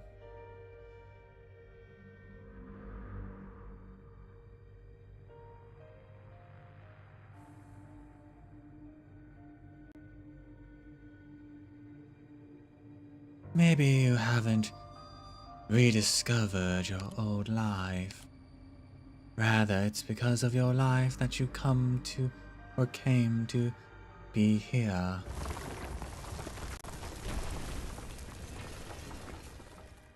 Oh, there are only 9 Musikinstrumentum left. When did the Klavierturm and the Waldhornturm disappear? I think those are just instruments, right? Clavier, is that an instrument?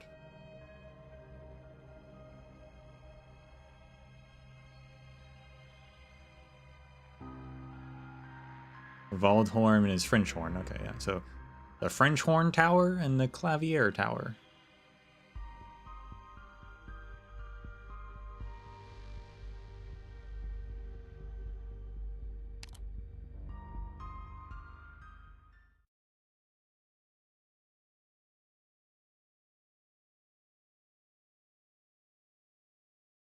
Frau Yellow, do you see it now? I skipped that. Herr Fremont was right. The Genesis horn is accelerating its collapse. Frau Yellow, do you see it now?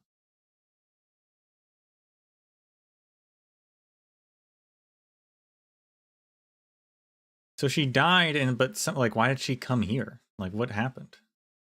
How did that happen?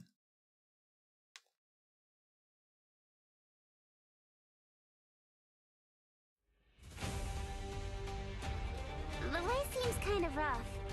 Careful, you don't want to trip.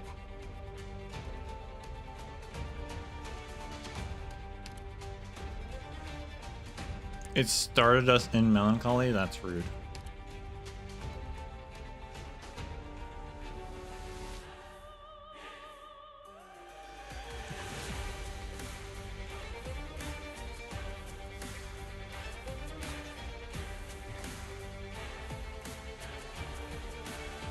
Can your eyes keep up?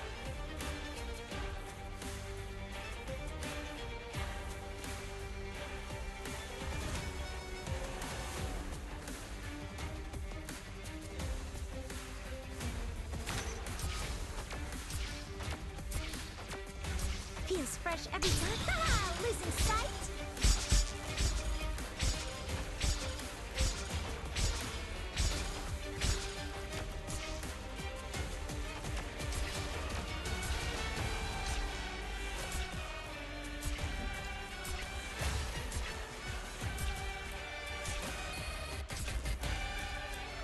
Leaf. This is known as suggestions. Why can't I activate it? Any instructions for kill like a shooting star? That's what they say.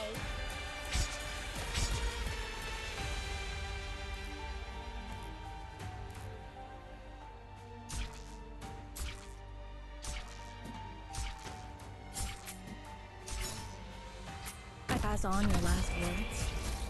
No.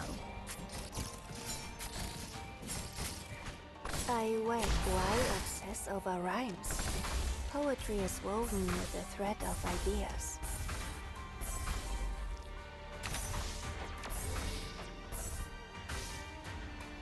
I guess I need to do both. That's kind of rude.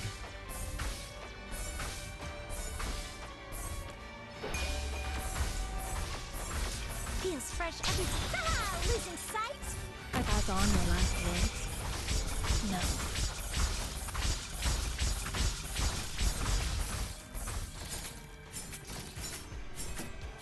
Need speed to succeed.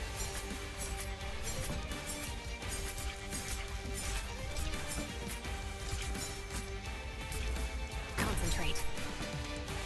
Your lives are mine to protect.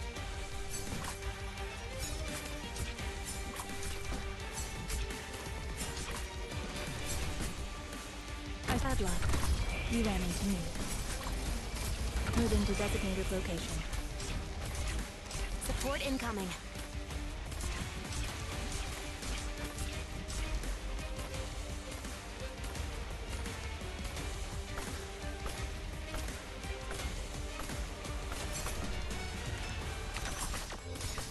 I'm prepared to fight. I live less as a Rosen. Schlichter Steingeister. Feels sad to lose your target.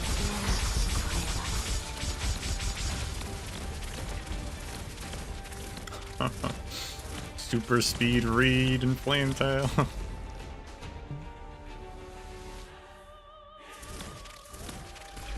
Mission accomplished. Interestingly enough,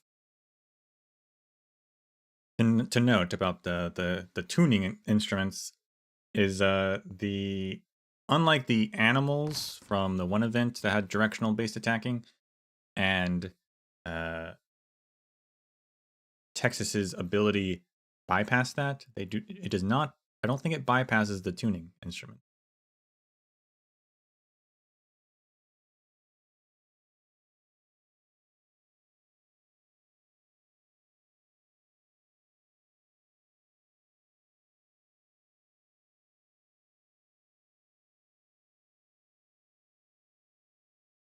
But I could be wrong.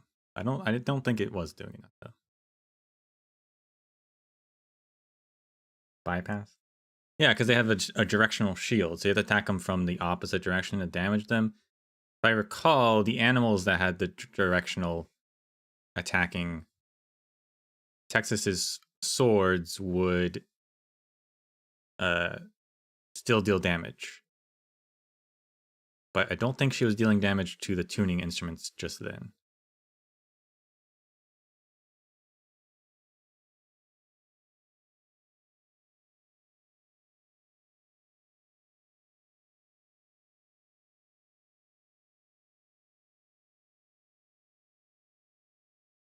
I'm going out. Would you like to come with me?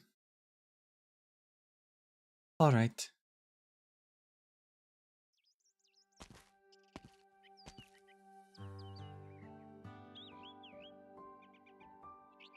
Give me a moment.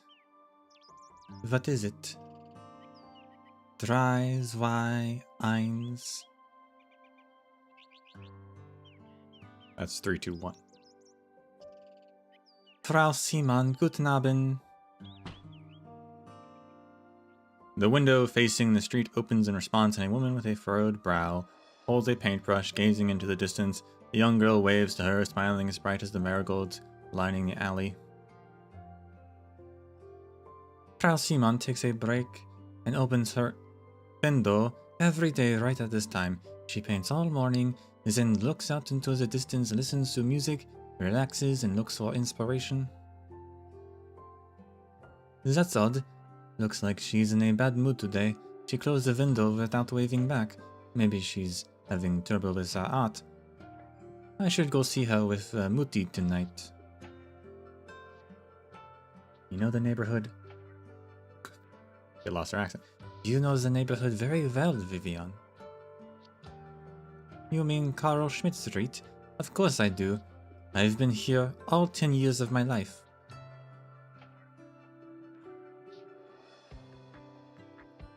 Did your parents always live here? They were away for brief stints a few times. I'm not sure why. They always came back. When you compare it to the rest of Zwillingstürme, Carl Schmidt isn't anything special. We've got a few flower shops, a bar, paint stores, and some stout buildings. We don't even have a spire. The people here are ordinary, plus a few straggling artists and nobles, but my parents really like it here. Have they ever had any trouble? Vati mentioned some trouble before, but he's been prepared for anything that since he decided to stay.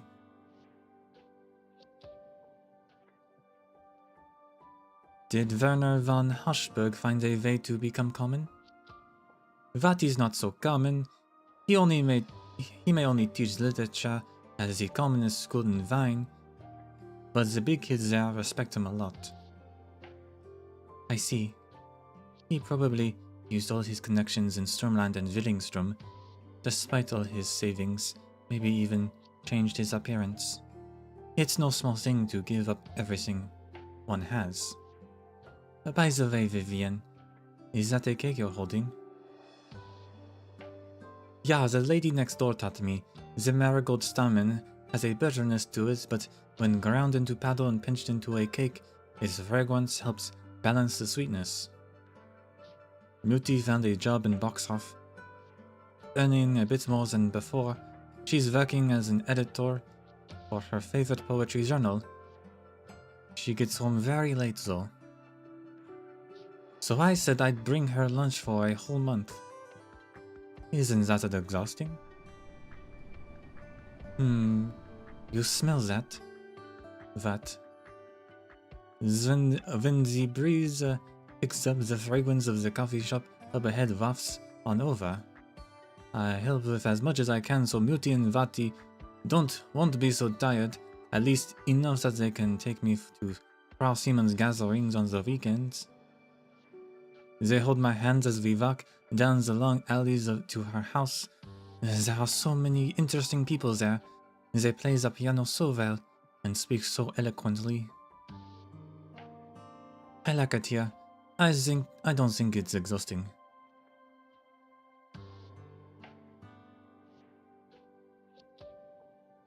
I'm glad of that.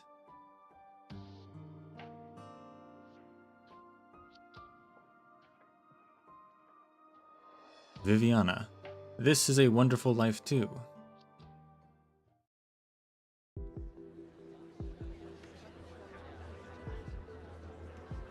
What's this? Wasn't that Lucinda? How could such a well-behaved commoner have offended anyone? Did she write something she shouldn't have? Why did the authorities come so quickly? Is there any explanation? They were gone as quick as they came. What else can we say? Be careful what you ask. It probably has something to do with her husband. Werner? I've heard he's actually the heir to the Kurfürst of Sturmland, living incognito with his wife and daughter on Carl Schmidt Street for the past decade. I've gotten along with them so well over the years.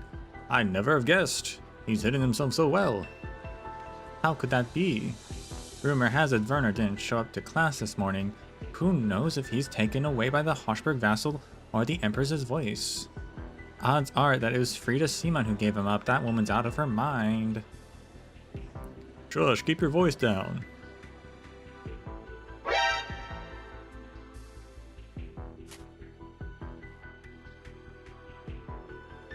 The cake thuds as it falls to the ground.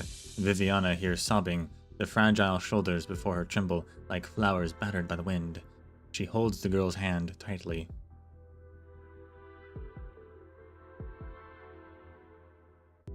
Vivian, don't look.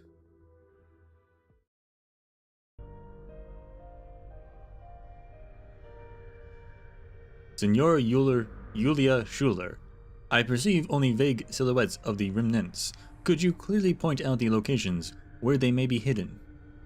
My patron firearm may be of use. I will guarantee your safety. Herr Executor, you may have misunderstood. Those men aren't here to do anything to me. When I first saw the masked people, I would keep my distance and hide, but later I found they weren't concerned with me at all. Their appearance in any particular part of Zwillingstürme usually means there's a new threat. They're more like a signal. Threat? Not a true threat. I don't know how to explain it. It's like a natural disaster beyond human comprehension. Abnormally bad weather or a waking nightmare. The atmosphere in Zwillingstürme was taken to a turn for the worse, especially recently. The clouds are heavy and even the sunset looks faded. I'm always hearing loud, thundering noises. Several times I woke to find a whole chunk of Zwillingstürme completely empty. So many prominent buildings seemingly dug away by something, leaving only an empty space where they once were, like a whole section of history had been erased. The threats erase the spires of different eras without a trace, gradually consuming all of Zwillingstürme. And sooner or later, that small alley I live in will be next. So you jumped out to prevent me from using my patron firearm. You've been protecting this place. Yeah, I've never seen you before. I've had a powerful premonition this time. A premonition? Such feelings are usually nothing more than psychological indicators. Without backing in logic, it is difficult to take action upon them. But the Witch King's remains have indeed appeared. Herr Executor, when you live in a place for 5 or 10 years, when you become a part of it, you develop senses like a foul beast, and you can smell the storm before it comes.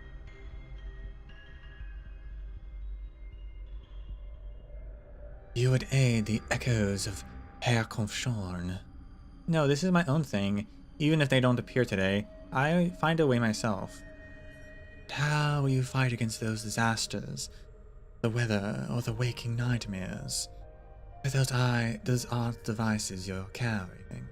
The truth is, I've been going to different places at around this time each day, especially to those blanks and edges where buildings have vanished. That's dangerous. But I collect enough devices from those places. They seem to have some sort of echo device that collects art's information. Frau Giallo, if the masked men are truly echoes of Herr Schorn, then these echo devices must be what the Witch King used to deal with his enemies. They'll surely come in handy. Are you going to renovate the street yourself? Marigold Alley is on the outskirts of Bodenshof. Very inconspicuous. No one comes here deliberately except some tourists, painters, and wandering poets.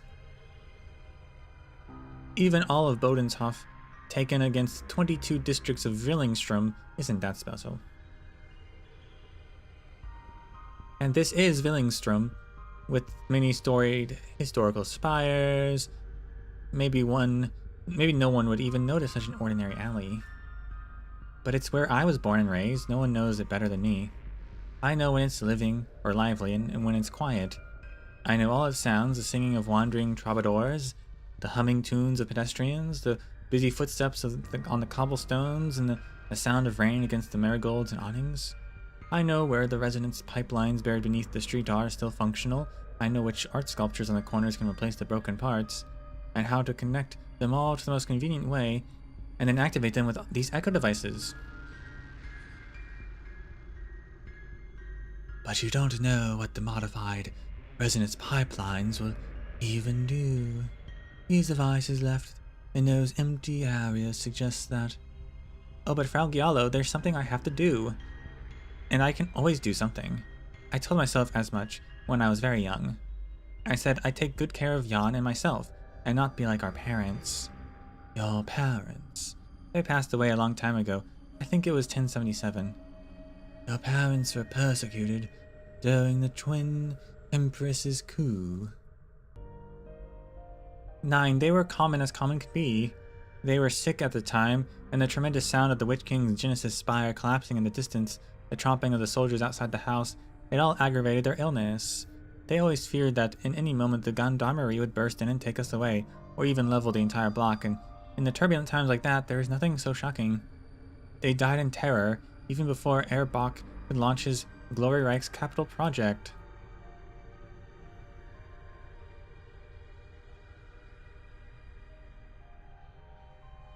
Then a terrible clamor drowns out everything else. We only hear the voices in ourselves. We find our fears and worries magnified. Julia, forgive me for not being able to better comfort you. That's alright. I just wanted to say but I can't let myself lose the courage to live as I have been. Maybe you still don't see our surroundings clearly. We've walked all the way from the gallery at the end of the street down to the cafe where I spent almost a decade. I started working there just to make ends meet. The owner is kind, letting me and Jan live in the shed behind the courtyard. I turned it into a proper home and even set up a little space for Jan to practice his arts. The boy is gifted, you know. He saw casters using arts to repair sculptures on the streets, and he watched for only a few moments before going home and spending the whole night turning his room into a sound control space. I've talked about it with Loris, and we'll send him to study arts at the Ludwigs Universität. Loris intends to make a career in Zwillingstürme, and once he's done, he'll give Jan a recommendation. Later, when this cafe was about to close down, I used all my savings to buy it for myself. I became the owner and the waitress, and even worked on making my own special blend of coffee for its grand reopening. Danger is unpredictable. Life is tangible. You only wanted to protect it.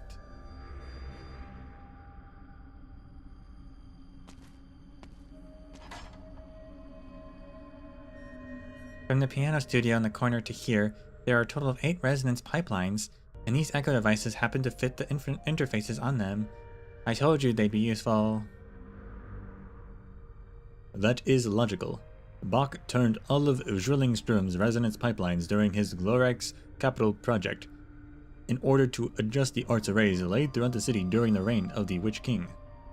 We're just a few steps from my cafe now. The reconstruction project for this half is almost done.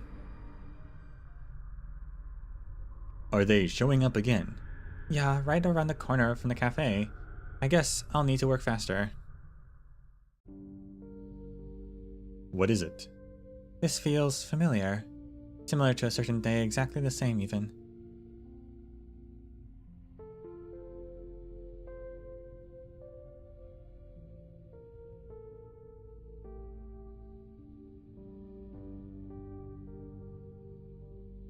It was the day I first opened the cafe. I stood by the door waiting for Loris and Jan. They were a little late. I knew the two of them wanted to do something special for the grand opening. They were a little too obvious about it. Loris went to order flowers in another part of the city and specifically asked me to wait for him in the most conspicuous part on the block. He didn't even realize he'd left the order on the table when he came to try help the day before.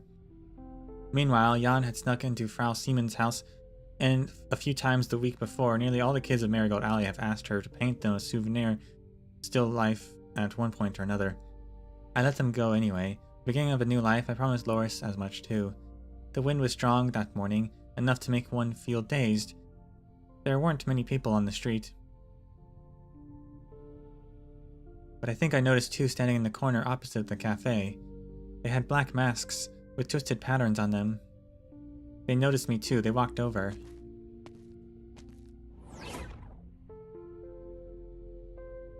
Dude, they kidnapped her on her grand opening? Oh my gosh. The Witch King's remains. That explains why you perceive the patterns in the Genesis horn as manifesting a concrete form. This was your only connection to the Witch King during your lifetime. Loris's speculation differed wildly from the truth, yet you just happened to be at the scene while the Witch King's remains were taking action. The city council had no intent to protect a noble man. As one involved in taking action against the remains, one can imagine Freiherr's Finn's ultimate fate. But early in the reign of the Twin Empresses, Zwillingstürme needed to disassociate the entire case from the Witch King and his remains. They halted the investigation, concealed the truth of the matter, and hastily closed the case. That was the most efficient approach.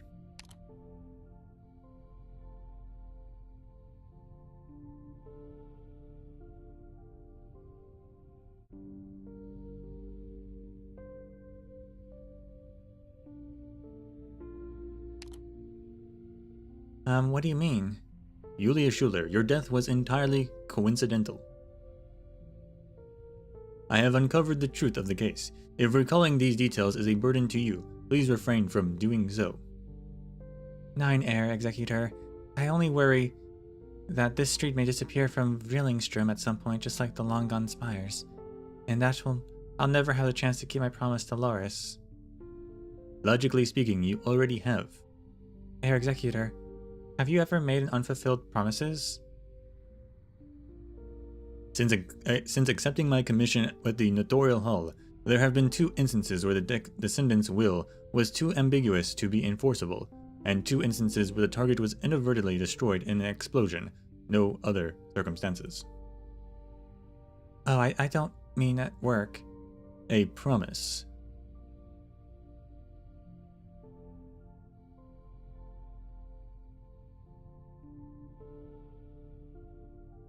Ida, what are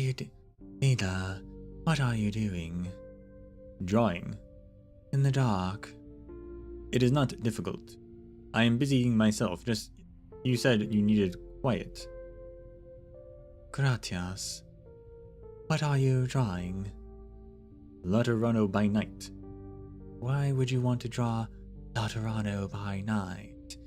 Because the room is dark. Soror, the nasal tone of your voice has grown lighter. You've stopped crying. You said you would gradually master your playing. I believe in you. Everyone says you have a talent for music.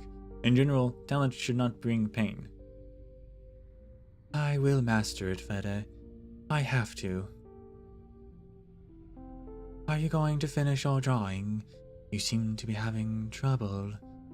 Well, I've completed the overall outline.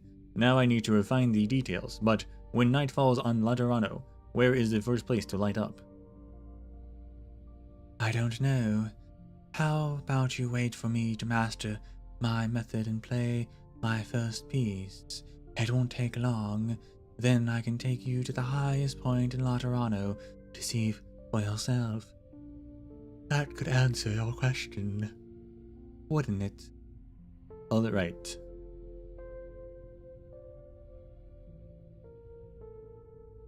To me, a promise is a form of contract. When I made that contract, my cognitive abilities were not yet fully developed, and I was unclear of the obstacles she faced, as well as the painful meaning behind overcoming those obstacles. In undefined chaos, she herself was the first victim of her music. Therefore, understanding the full extent of her changes and preventing her from continuing to spread chaos is the responsibility I must fulfill.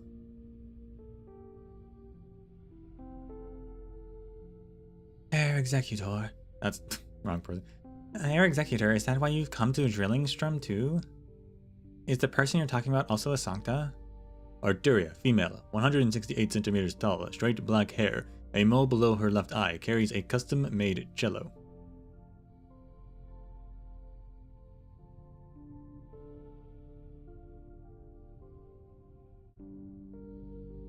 She arrived here before I did. Have you seen her?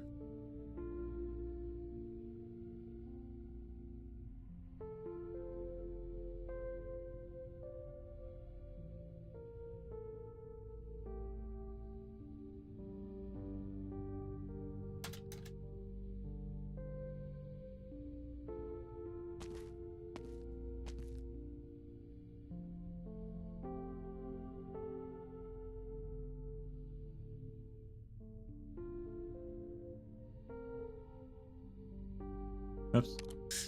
Frau Giallo, you may not want to follow me any further. Why not?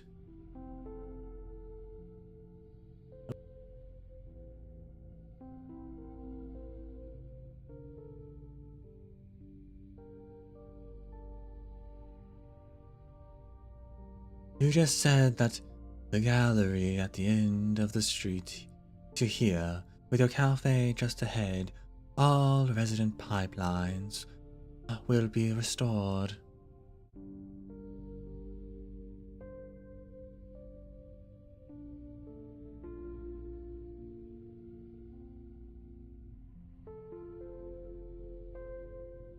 What is it you're keeping from me?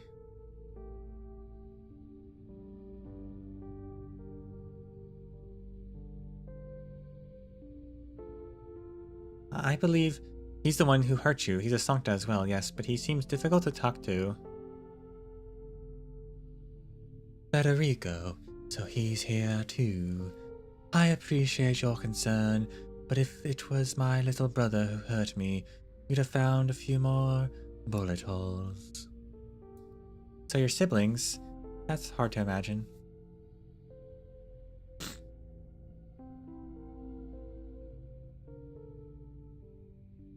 Federico will definitely catch up to me.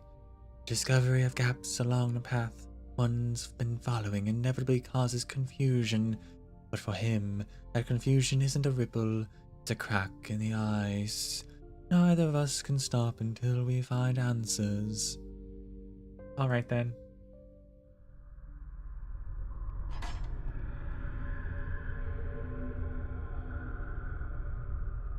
Yeah, this is the last bit. The piano studio in the corner, the gallery at the end of the street, the beginning and the end, all the resonance pipelines converge here.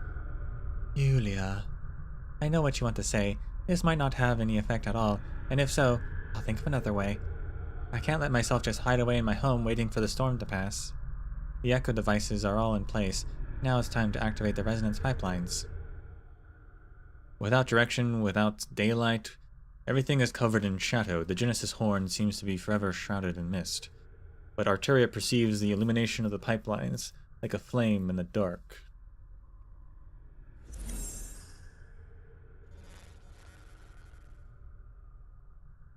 Rolling out from the two of them, from near to far, the surrounding scenery gradually becomes clear. She sees everything as clear as in Julia's eyes, a street lined with marigolds, countless peculiar spires. The place is not chaotic, it is one that exists beyond time and space, a grand construct. At the same time, music flows into her ears. It is the music of all Marigold Alley, and also part of the grander movement, a composition that belongs to Herkonfshorn. Julia, my cello is silent, but I've heard your innermost thoughts. They're touching. Allow me to express my gratitude. Arteria bows to the Cabernet before her.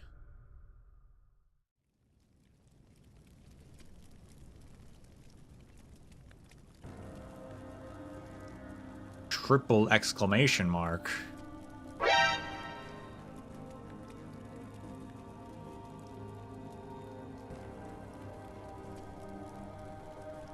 So, the most common soul and the most powerful are both written on the same music sheet. An eerie winged sculptures prostrate on both sides of Arteria, supporting towering stone pillars at angles defying mechanical exclamation. No, the pillars are suspended in midair. A palace, solemn and majestic, befits a king. At the end of the steps, a man stands motionless, with his throne. The red curtains sway and cast layers of light on him, veiling the monarch's countenance, but the infamous twisted horns belie his name. Oh, snap. I've seen you in so many fragments of history and legend. I've crossed paths with you in the memories of so many, including the Liches. But it wasn't until I saw Yulia still alive that I caught the faint sense that this journey would really lead to a meeting with the man himself. Allow me to introduce myself, Arteria Giallo. Salutations, Otto, Dietmar Gustav von Urtica, Herkonfschorn, Your Majesty, the Witch King.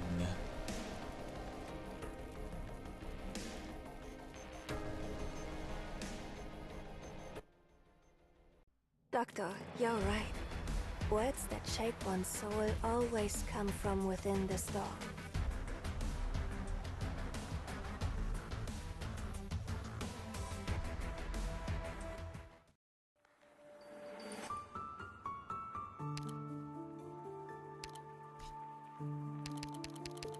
The cellist wants to be their king's trusted henchman. He lives to earn their king's favor, for which he is willing to play obsequious tunes.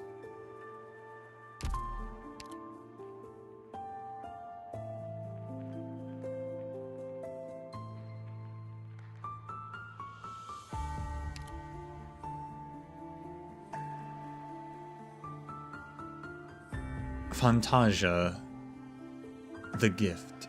Written by Ludwig, Kurfürst of Einwald, may all questions be answered in the end. Tuning notes. I guess there's no more chaos because Yulia fixed that.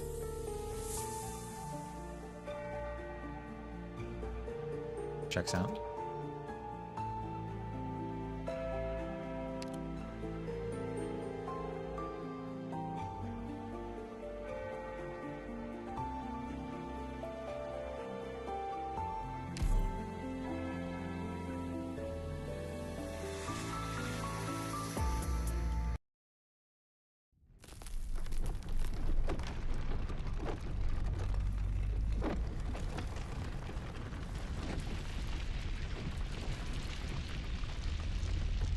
Giallo. Frau Trosta. Ebenholz is unclear when he got separated from the others. Crumbling structures fall periodically from above, and the stairs beneath his feet spiral endlessly. He can only move forward. He's alone. Indefatigable.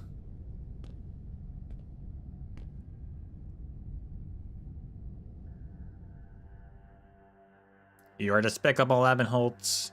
You've interfered in our judgment, wasted our time, hindered our cause, and you're practically the worst sinner there is.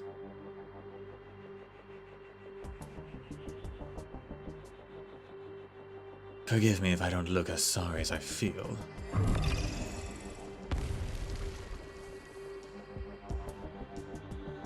So you would join us for an audience with His Majesty now? Or would you seek to prevent his return to the mundane world? You do not have what it takes. You could not do it. That should have been clear long ago. We should have known. It's obvious. His Majesty's blood is so strong, his soul so tenacious. The voice of mundane was but a byproduct of his music, and yet it alone had brought you to the knees in pain and with the pain it inflicts. You were born weak, far too weak to live up to any expectations. That is to say, you're the ones forcing those wretched noises in my mind. Then, in the end, it is me who bears responsibility for all of this. Ah, you should be thankful, Ebenholz. Should they have known from the beginning the voice of the mundane wasn't the key to His Majesty's inheritance, Would the twins have granted you the title of Graf Urtica? No, even before then. You'd have died in the cradle. You should take pride in your title. But more than that, you should be ashamed of it. Yeah, I feel the same. And so begone.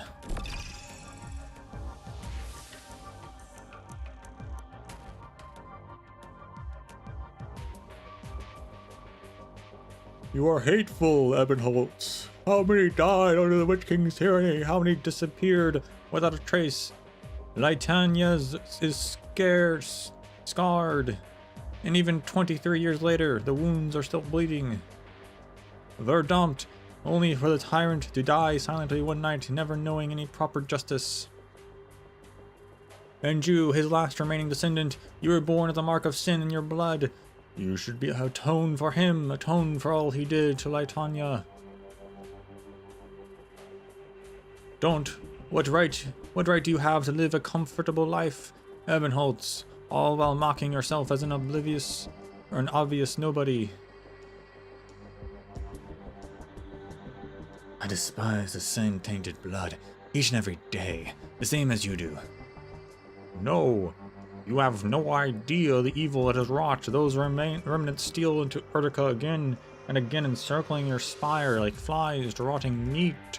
My youngest son has only just joined the security forces when he found their trail. His corpse bobbed in a ravine for 3 days before they found it, all while you hid away in your spire.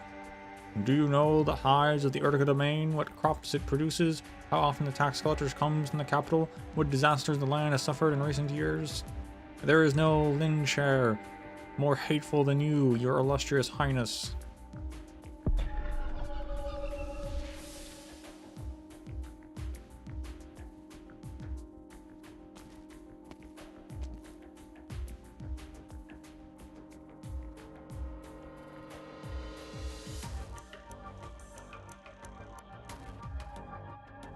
Stop, go no further. The braver you are, the more ridiculous you look. You're pitiful, Ebenholtz. Do you remember Gertrude? Before she died, she left some real nasty curses. She cursed Weisheim, Leithanien, the Witch King, and she cursed you. Her curse was, word for word, may the madness of Ebenholtz's blood haunt him forever.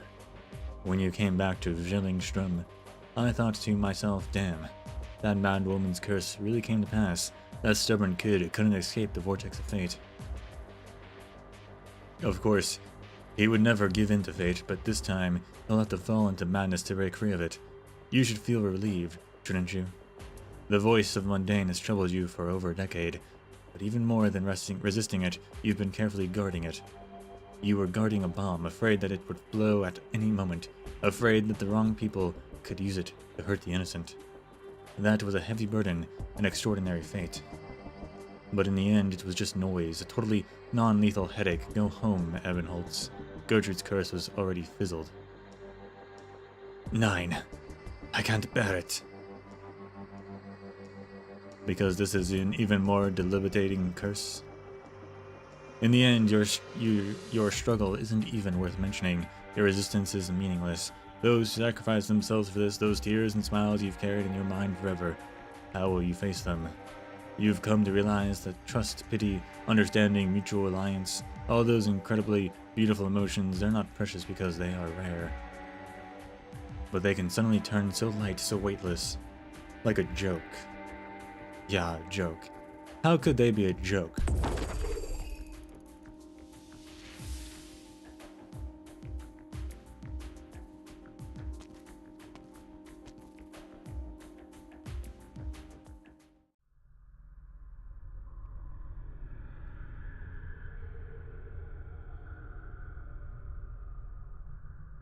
He looks to the spire. I knew it. I knew you'd be here. You've been dead for so long, but you still fantasize about how this wicked spire about letting this wicked spire descend upon Leithanien again. You won't succeed.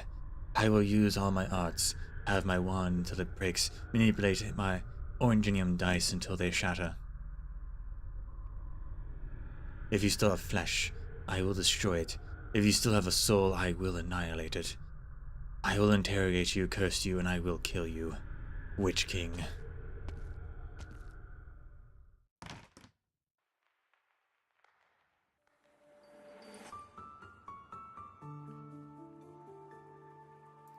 Brands, do not touch the notes in the air. The witchcraft I've integrated into the melody here, which have deleted, still contains a terrible power that will last until it completely dissipates. Calm your emotions. Evade the will of the ancients from a millennia ago. Do not let your mind be distracted. Ebenholz tightens his grip on his wand, but cannot say a word. He has read all about the Witch King. Not too long ago, he was even imprisoned in his room. He knows his history. The notes flow slowly about the space. The melody known as Siracusa is leaving the movement that is Leithanien. He hears what sounds like the booming of loud thunder, pouring rain, and surging wind. The will of Leithanien has turned into a power that matches heaven and earth, washing repeatedly over the small room. Even standing at the door, the surging energy presses firmly against his heartbeat. Oh snap. The man at the center of the room does not turn to look at him. He is focused and proud. He's a reef that stands above the turbulent waves. Ebenholz cannot help but suspect that he has come to the wrong place. This looks more like the fateful night of a certain composer, or a most passionate lecture by a historian. There is no hatred there, no destiny, nowhere to place his anger. Ebenholz suddenly realizes one thing: he has never truly seen the Witch King in all his life. Not even in his most terrifying nightmares.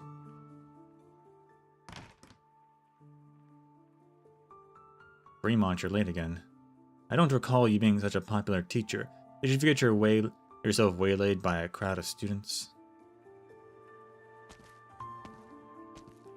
Oh my gosh, he's young.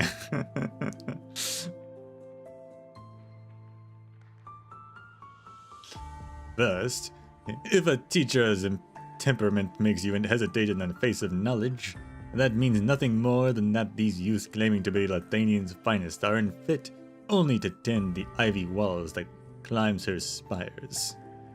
Secondly, it is Ludwig's Universitat, not you, that grants me my scholarly stipend each month. I am not at your beck and call. Or should I not talk back to His Majesty the Great Hercom Short like this?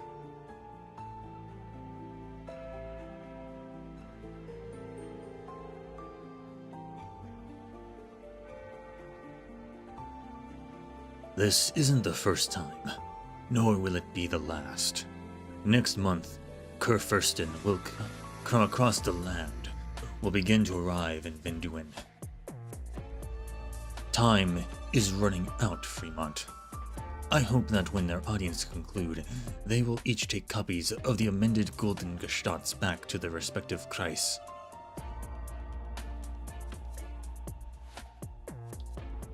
You've known far and wide as an exceptional monarch, even called a once-in-a-millennium ruler by these sheep and deer.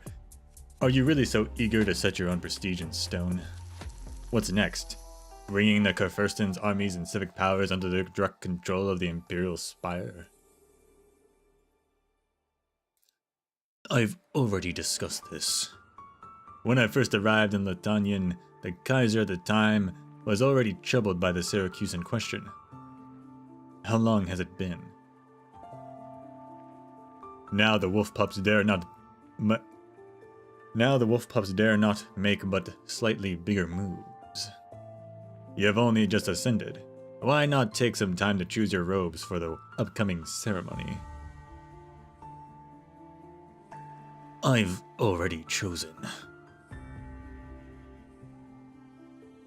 Are you still worried that amending the Golden Gestats and the accompanying policies could plunge the realm into unforeseen turmoil? I don't care what happens to Leithanien, but moving my library would be a tremendous pain. You've been studying the movement ever since you became Kurfürst of Einwald. We both know precisely what it is, and why no one dared consider amending it for 1,000 years. The three main sections, the tenfold melody woven into one, it is a truly superior piece of witchcraft, created by the arts masters of a prior millennium. It is the supreme will of Leithanien, infused with the power of countless sages into the creation, contemplation, and protection of this land. It is as close as we could possibly come to eternity. Eternity. Setting aside the Minoan philosophers musing on the questions of whether or not a man can step into the same river twice, I think only the liches are particularly fond of using that word.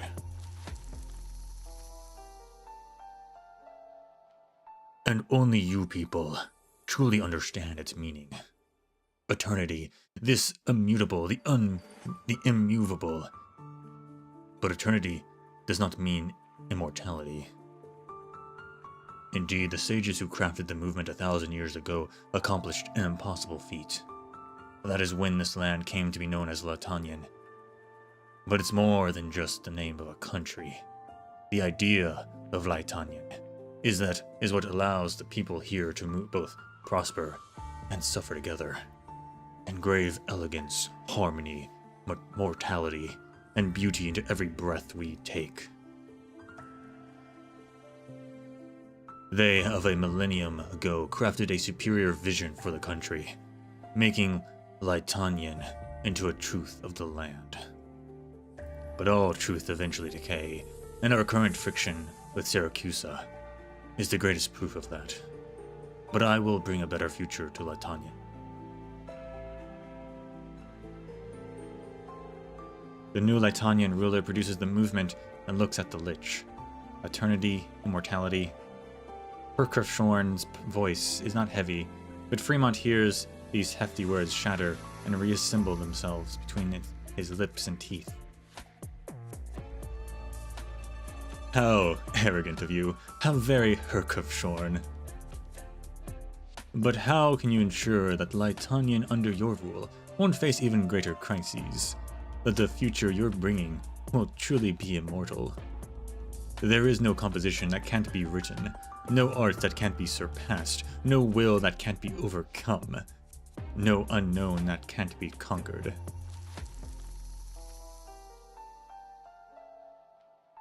Immortality lies in renewal.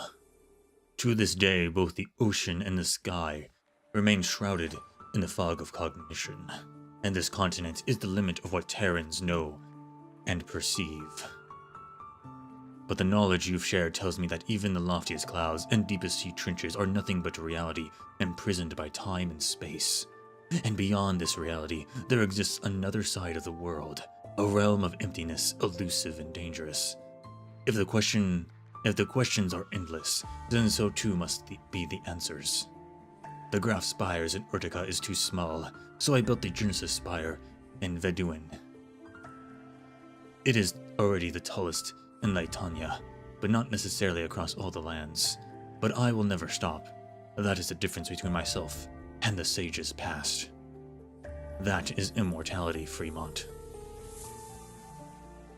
I hope that when you build a new spire, you'll make a few extra rooms, so you won't need to use my own secret chamber just to modify a piece of music. I will. Now then, let us begin. I'll go activate all the resonance capture devices. It will all be clearer once we dismantle the melody later.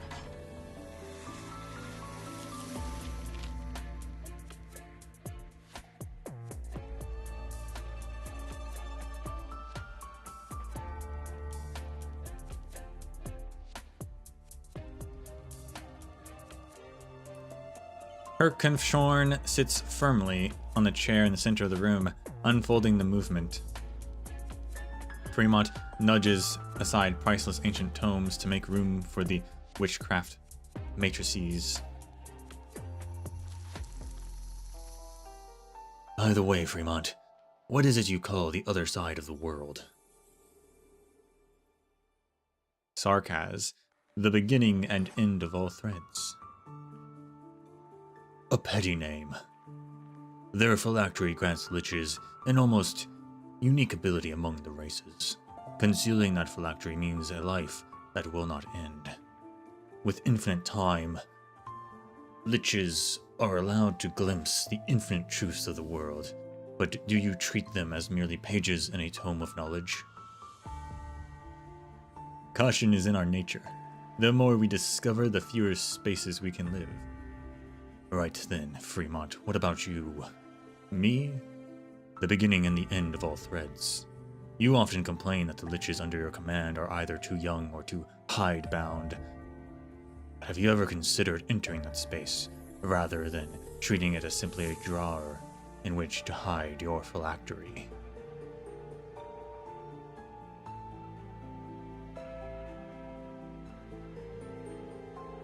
A terrible chill sweeps over Fremont. A faint but dazzling light blooms atop Herkonfshorn's scepter. He has already begun to play the golden geschots. Fremont's hand has not yet stopped either. Lich and Capernae, king of the royal court and Kaiser of Leithanien, they have always moved in tactic agreement. Even in the tensest moments, the two could insert discussions on various topics, philosophy, music, and sometimes even the climate and cuisine of Leithanien.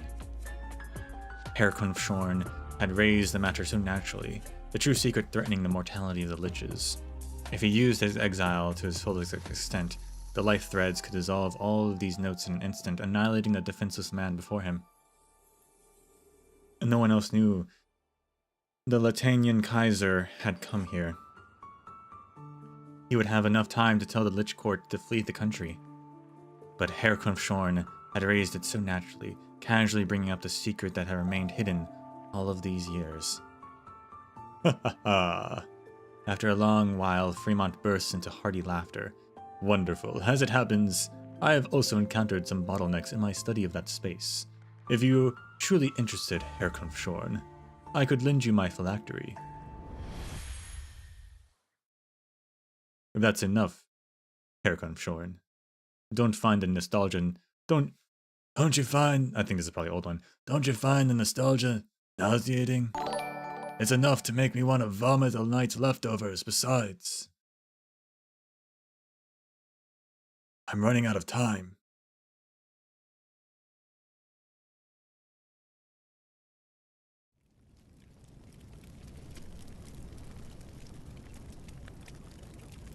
Oh snap, he's got a beard now.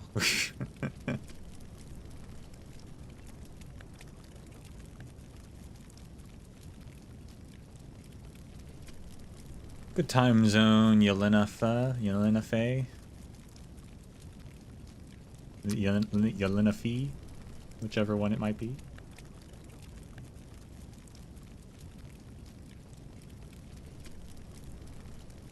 So he grew old.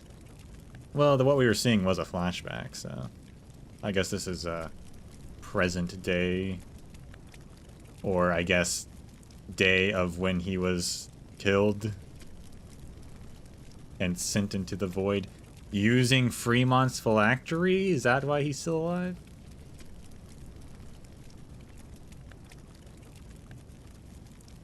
Do I have a built Ifrit? I do. Yeah.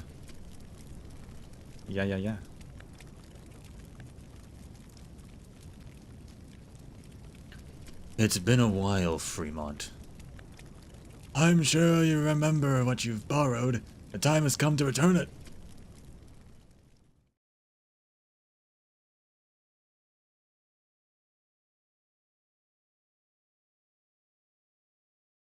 Yeah, okay. So he used the Lich's phylactery, Fremont's phylactery. So Fremont, for 23 years, didn't have a phylactery. He's lucky he didn't die.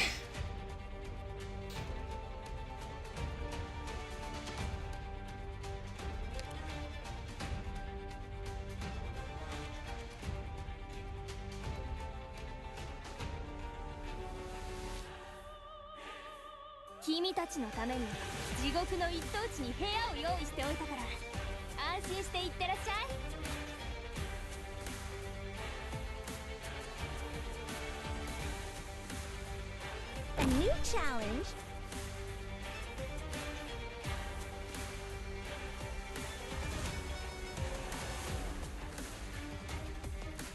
lives are mine to protect.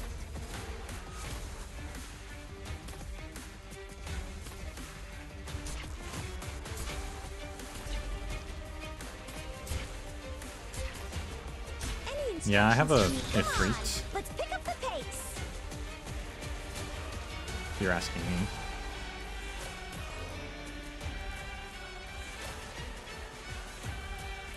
Pass on your last words? No. Need speed to succeed.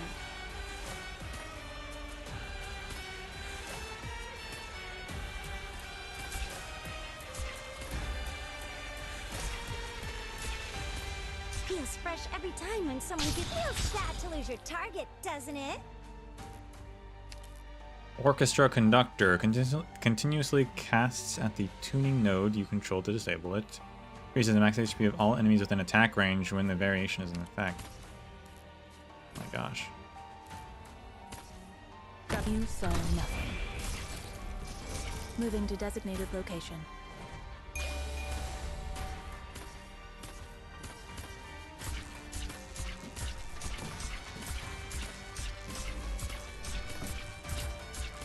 Any instructions for me? Feels fresh. Feels sad to lose your target, doesn't it? Yeah, I should have a free spot to add you. You saw nothing. Moving to designated location. This is no arena. No I am Dublin.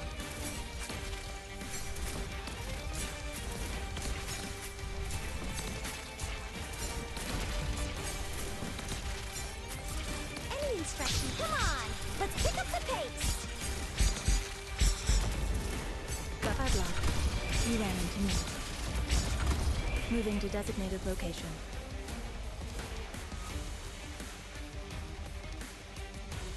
a solo to you.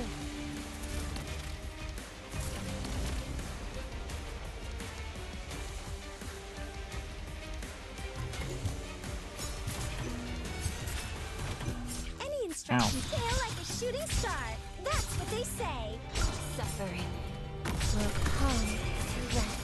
Bei Listen, Lastgeister Rosen, schlichter Kleingeister. This will keep you quiet.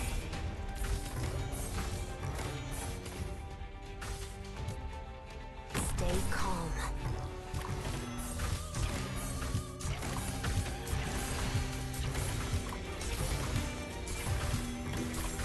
Any instruction feels bad to lose your target, doesn't it?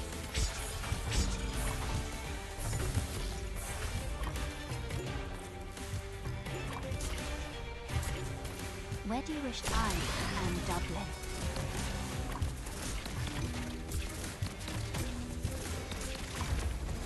Mission accomplished.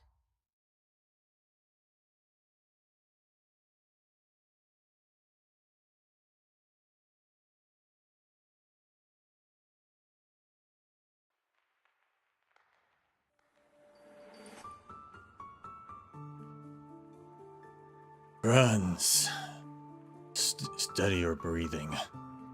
You're going to crush the oranginium dice in your powder into powder. Their former owner, Bielefeld, was a rare great caster of earthen hair who lived a century ago. He once used the dice to control the wind and lightning in the central valleys of Gaul, masterfully sinking the indomitable flagship of Corsica I and ruining the enemy's formation in a single stroke. The battle of the four emperors. Indeed, it was a delightful victory. The Gaulishman couldn't even manage to cobble together a complete banner. The lamentations of the fleeing and the cheers of the victorious alternated, like a grand duet. Unfortunately, we lost Bielefeld in the subsequent attack on Lingonay. I saved those dice as a tribute to him in his honor. If the will of a caster wavers like the grass in winter, how could he ever hope to control the wind and lightning? Ebenholz remains silent. The Witch King's tone is calm, even gentle. It was a feeling not unlike he had discovered a child who had stolen an old item from his home, stopped him, and explained the item's provenance after the necessary scolding. How long have you been gone, Franz? Gone?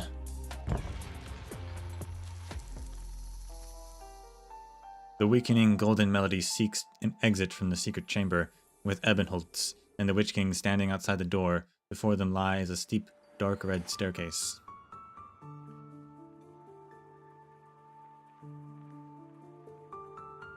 This is the Graf Spy in Utica. A series of changes have taken place since the Weissenheim incident, and he had been gone for over a year, but he could never forget the place.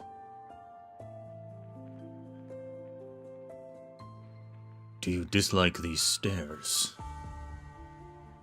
These carpets, blood red engraved in dark patterns beneath the pristine handrails.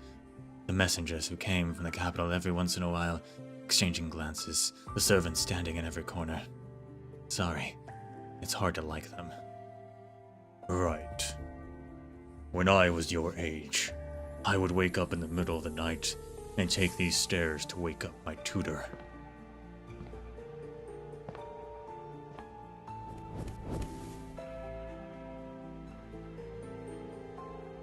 The Witch King ascends the throne. The sound spreads far down the long corridor as the lamps along the walls light up one by one, illuminating the path beneath the feet of the spire's owner. Between the lamps float interconnected intricacies of witchcraft, the tutors sent by the empresses who intended to perform poorly. So many a night, Ebenholz would sneak into subtler corridors to practice. He unconsciously followed the Witch King.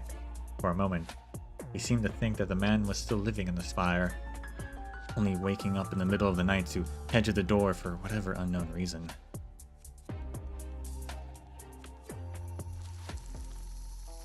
The short-horned Alafia opened the door. I didn't go in. I stood in the doorway and asked him. Over the course of 3 months, I reviewed the 634 scores collected throughout the ancient spire, all composed by famous musicians and grand casters. I took the melodies apart, including those that were incomplete or unplayable.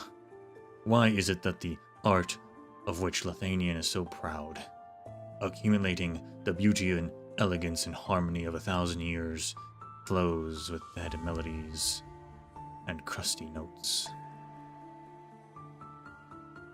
I turned this sculpture by the door into a sandbox, quickly deducing the situation for the next century. Iberia would form an alliance with the sea. Victoria's steel knights would spew steam. Boots coated with mud and blood would tromp into foreign lands. The Gaulish irises would bloom in the deep forests of Einwald. But what of Leithanien? The country's horns and fangs have rotten, nearly right out of their heads. First with Syracusa, then with Sturmland. Moss and vermin infest every nook and cranny of the spire. Why do you turn a blind eye to all of this? 9. Why do you not know of it? The short-horned Alafia was still half asleep, but more detestable than the sand still sprinkled, unwiped in the corner of his eyes, was his long silence, the fear and emptiness he tried to hide. He claimed to be the most knowledgeable man in Utica and even all of Einwald, but he couldn't answer a single question.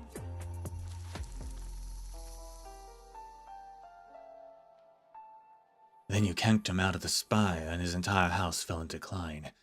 I've heard the story. Just for that, you truly are unreasonable.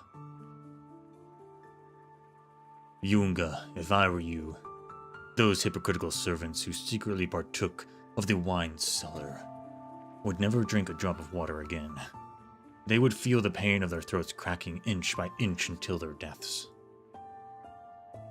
As for the teacher who tried to mold me into useless rubbish, he would find himself impaled by arts dozens of hundreds of times stronger than his during one of those perfunctory demonstrations. His expression of fear could be frozen into a fine sculpture.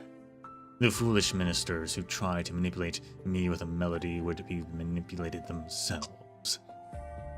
And the obvious contradictions between the twins black and gold could be exploited.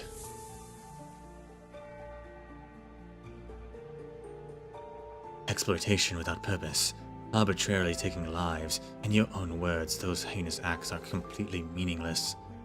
Witch King, the purpose of a stairway is to lead you to a higher place.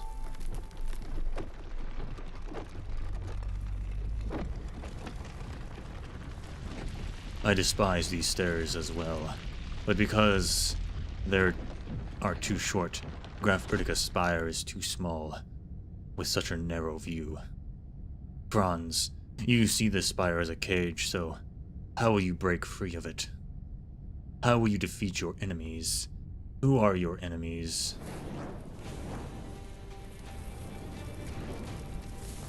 You are despicable Ebenholz. You are hateful Ebenholz. You are pitiful Ebenholz.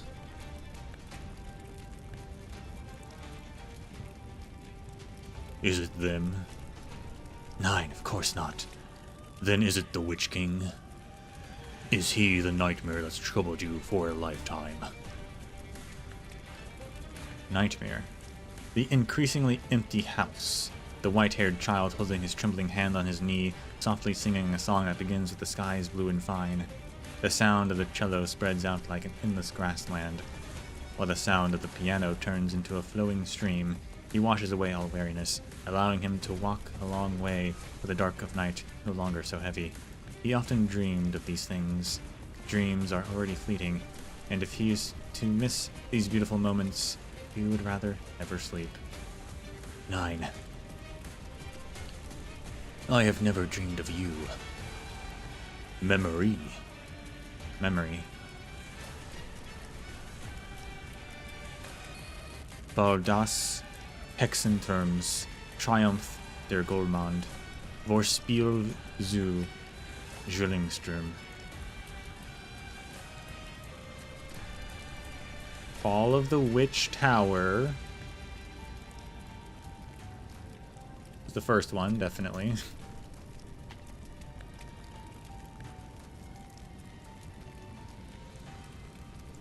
Triumph of Goldmond. I don't. Gold Moon? Triumph of Gold Moon?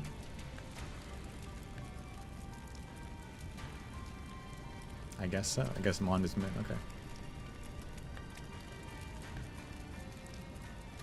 And Vorspielzu is Prelude. Prelude to the Twin Towers.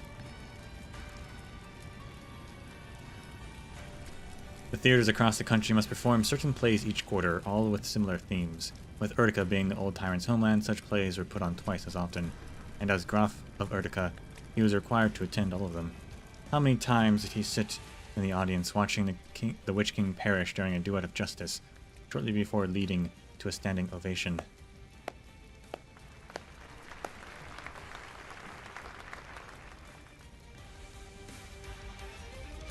Statues on the streets, illustrations in books. He has seen countless Witch Kings. Without expectation, or without exception, a mysterious light surrounded their twisted horns, and even their voices had a strange tremor. A sinister effects were added to them. They were quick to anger, cruel, bloodthirsty, with grotesque and exaggerated expressions under their masks. Not one of them, not a single portrayal, matched the appearance of the man before him. The ambitions of the masses need adornment. Their desires need release, their hatred needs relief. And you, Franz, the larger the shadow that obscures your fate, the more your failures have to stand on. Every one of you is happy to imagine such a Witch King for the purposes of attribution. Imagining, you say? The cruel decrees, the inhuman experiments, the fires of war, all the suffering you inflicted, the countless innocent lives lost, all of it. Do you call that imagined? We're talking about you, Franz. You've never made the slightest effort to represent the people you now claim have died.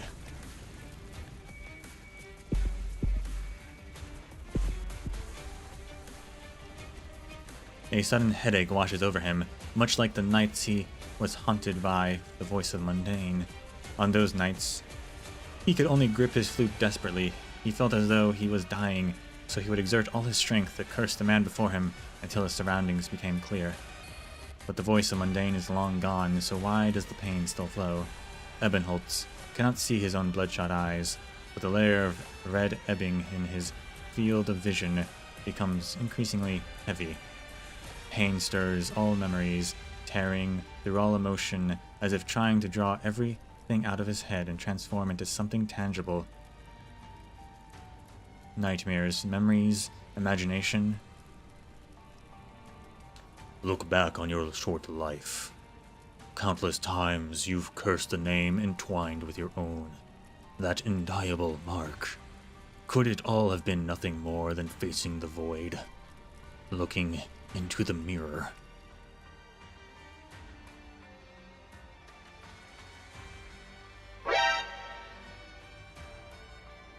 The Witch King is dead.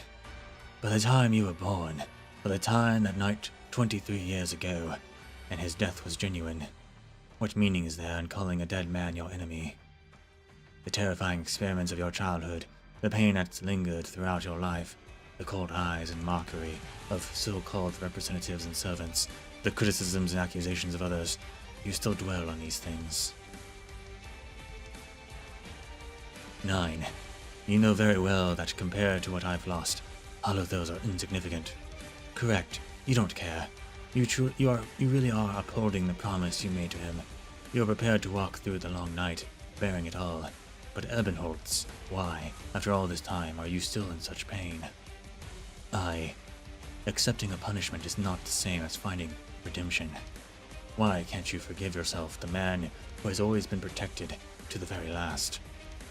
Why can't you let go of the sacrifices they made for you? Why do you continue to indulge in self-flagellation until unable to move forward?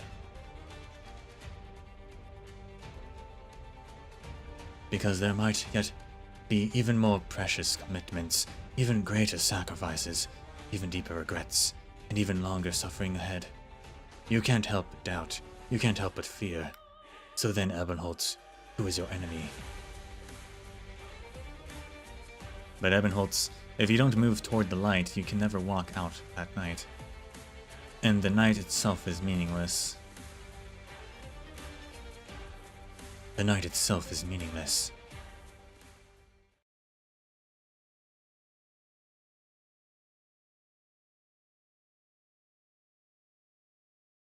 Sehr gut, Franz. Very good. You have defeated your enemies and broken free of the spire that was your prison.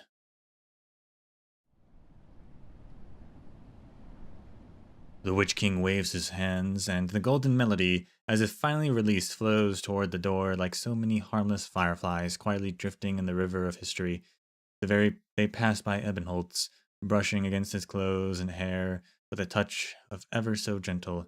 Ebenholtz suddenly feels a baffling sensation, as if the Witch King had patted him on the head. Ugh.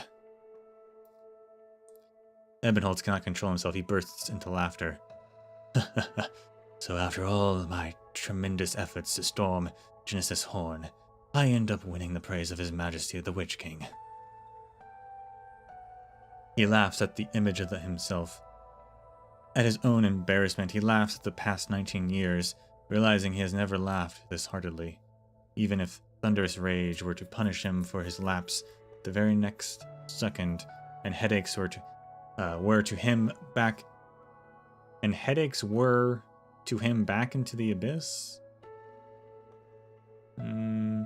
Okay. Or even if he were to shatter into pieces, he wants to keep laughing. But nothing happens.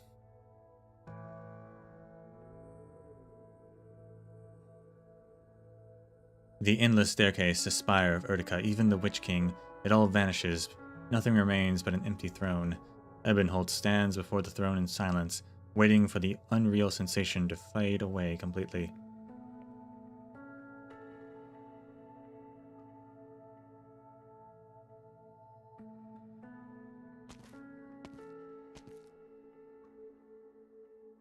You've been watching long enough, Sancta. In his laughter, I felt a sense of melancholy and liberation. The character at the center of this drama finally confronts all that he's been through, whether scripted or in life. If he finds a new goal, he carries on steadfast. What about you? You were the first to enter my pavilion even before Fremont. Leithanien. The pavilion, my palace. Thanks to Yulia, I got a glimpse of what it looks like. It reproduces all of Leithanien has ever taken pride in. The spires that join the millennia, the knowledge, the art and power, accumulated over generations, undiminished by time. There is nothing else like it. An immense project beyond human capability.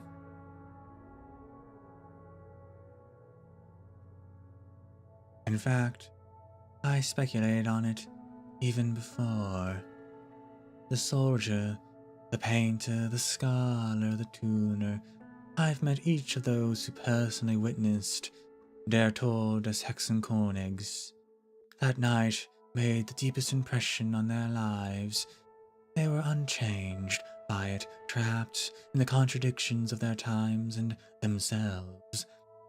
Through them I reconstructed the last melody you left in the mortal plane, hoarse and cacophonous, impossible to interpret through conventional music theory. This melody couldn't possibly point to a legacy to inherit as your followers had expected. It was never meant for the mortal plane. The echoes painstakingly collected by the people of Leithanien are the bricks and mortar of this place, another form of construction material you left behind. They would ultimately be found by themselves, but who could uncover their purposes? Fame, honor, wealth, and individual a house, a class, these shallow motifs run throughout all melodies across all lands. The meaning of music has always been so narrow. Sancta, unlike those foolish ministers, you come from the so-called Holy City and are unconcerned with Leithanien's past and future. Nor are you a lich, unaware of the existence of the Kargareich. You do not walk the path that Fremont does. And so why are you here? Before I explain my purpose, I have a question. At this very moment, as we stand here, are you only a strand of strings trembling in rigor mortis, a patchwork of flickering lights, subjectively colored by emotion, one of the countless fragments of consciousness? Or are you the fully intact Witch King I meant to play for you? The physical rules underpinning sound cannot be realized in Kargareich. However, the place I stand does not acknowledge the rules of Kargareich. The loss of sound is your own limitation and has nothing to do with the pavilion. Music is your eyes, your ears, your heart, your everything. You think you've lost all perception, yet desire is stronger. You are dull, yet interesting observer. Arturia releases her grip on the cello and simply looks at the Witch King. His entries, his entire life, all he has been through, his thoughts and emotions collectively resonating through the space, filling every cubic inch. This is the palace he has built for himself. You walked in, you see what he sees.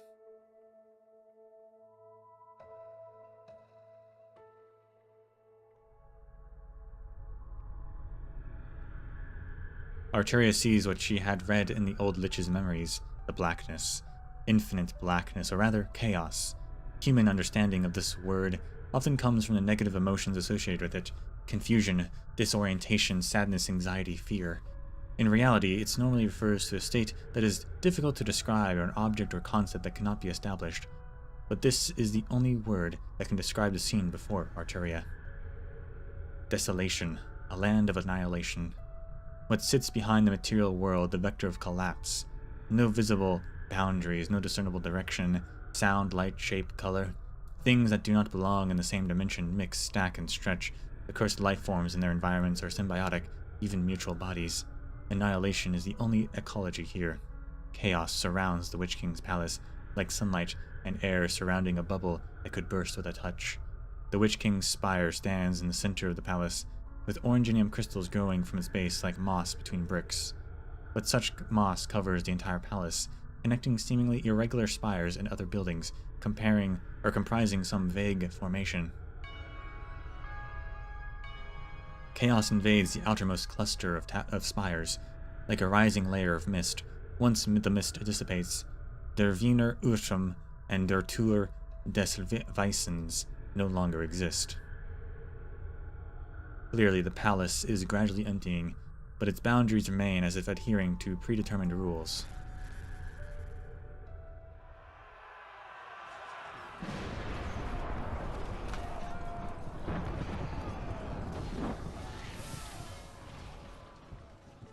My casters, my musicians, do not resist the storm of lightning and dust. In years past they destroyed the Gaullist fleet, and now they will push back this chaos. Celestial phenomena and calamities join the symphony, and Oranginium shapes new connections for you. Your bodies and consciousness will become a part of instruments and strings and troop formations. Fill the gaps, reform the lines. Kargarike is beyond comprehension. Demons cannot be captured. Incompetence is nothing but cowardice. Return all intelligence to the spire for analysis. Confront it, comprehend it, conquer it. In the name of Leithanien. Vibrate the strings of our lives until they break. The King of Casters stands proudly on his throne, with all the spires at his command. This founding of a nation occurs simultaneously with the push and pull of war, as it did in Leithanien history. Amid the unending chaos, the Witch King is the only comprehensible order.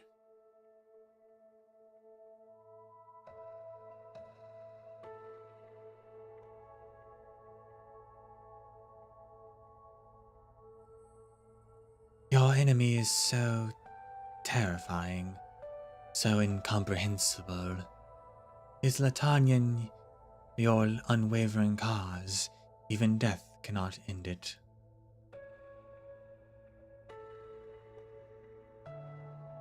Just as Fremont predicted, your palace is suffering an irreversible collapse. Do you regret it? If you hadn't become a tyrant, if the mutinous army hadn't seized your spire, if death hadn't ended your study of Kargarike, would you have had the time to make this palace more stable, unshakable by chaos? Do you ever wonder if you weren't the Witch King, if you didn't stand on the shoulders of all Leithanien? Could you master arts and knowledge beyond the reach of mere mortals? Could you surpass reality itself? Could you build your own spire within Kargarike? Your questions are meaningless, Sancta. I have no regrets, and I do not wander. I do not fear monsters, nor do I fear becoming one. Then, Your Majesty, I come in search of confirmation. Confirmation? It has been a long time since someone spoke to me of such things. I seek from you the greatest answer a human heart can seek, a future, an ideal future.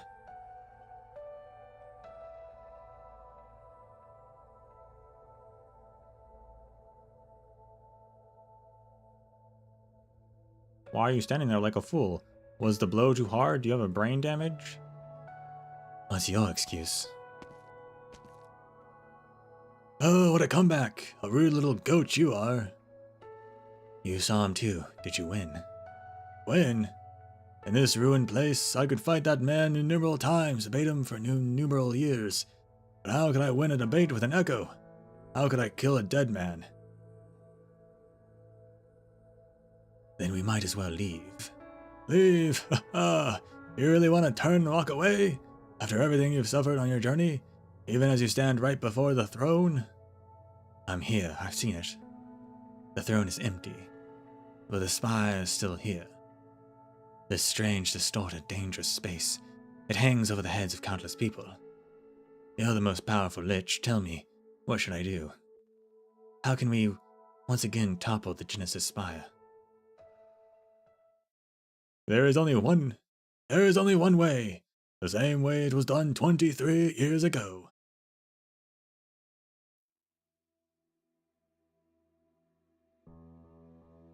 What a beautiful sunset. Lisa Loda, why are you hiding here again? I'd rather not stay with the envoys of the Kurfürsten. They speak so crudely of post-war matters right in front of us, as if we're already dead. Herr Fremont says the odds of surviving the battle are less than 1 in 10. Since the day we were born, every test we've taken has surpassed the expectations of those old men. But the battle with Herr Kampfschorn isn't another test, it's the only chance we have. Then we will seize that chance. We have Herr Kampfschorn's witchcraft, Gaulish technology, and the Lich's blessings with us. We are more perfect, more powerful than anyone else alive. But we can still die. They haven't turned us into immortal war machines. They gave us human bodies and feelings, making us like unto them, pushing us toward the end since the beginning. Let's think about something happy, Hildegard. If we really can kill Herr Kampfschorn, what would you want to do? You don't need to say it, I already know. You want freedom. Every time you pick up the sword, it's for the same reason. You can't stand those arrogant nobles, the ones who don't even treat us like people. Never could. What about you? You can guess, I'm sure. Who knows me better than you?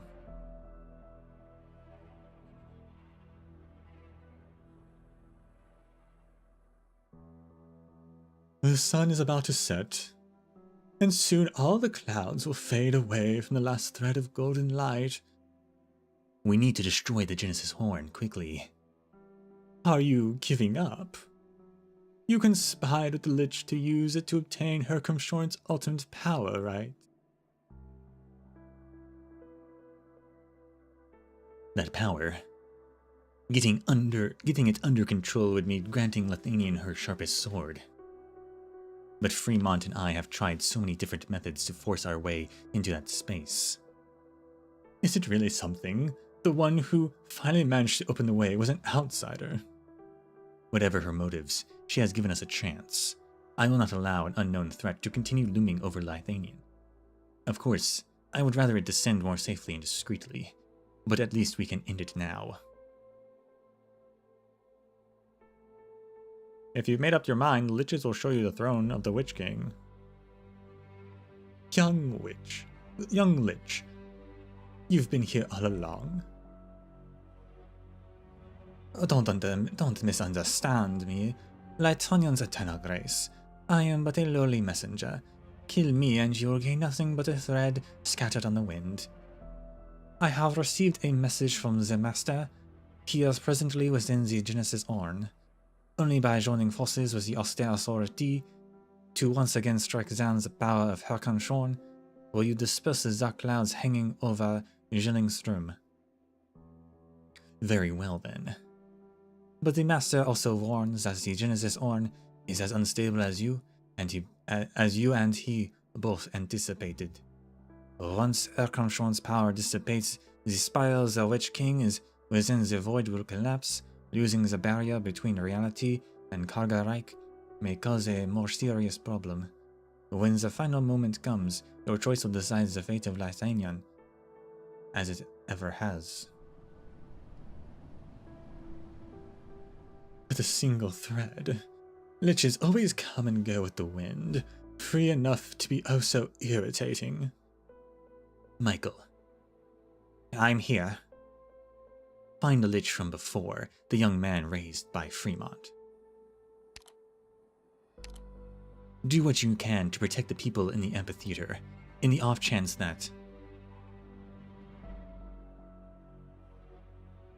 There is no off chance you and Avignata will surely return victorious. Once more, what is our mission? To eliminate any threat to Leithanien as its source. Good. The Gestatovacha stand ready. Remember your signal is my command. When the time comes, if there are no new orders, they will act. Grimmacht. Go. Ja.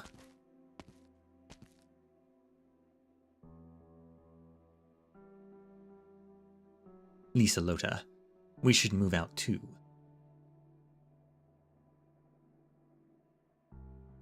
Both the Liches and the Kefesten have always talking about the fate of Leithanien. What about our fate? We've been here atop the two tallest spires in Leithanien for over 2 decades. Does Leithanien really belong to us, or are we still just her chosen vessels, carrying the fate of a country on sword and shield? Let's deal with the problem at hand first. That's the sentence I've heard too many times now. Our duet remains tacit, but this is the way we were born, no? So long as we play, we cooperate. That is the mission we have been given.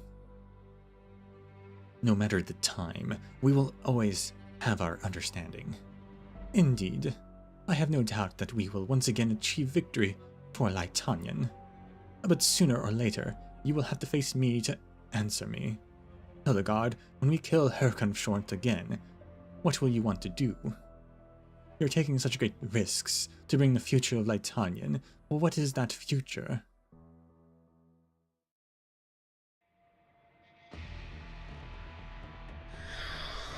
Piercing noise.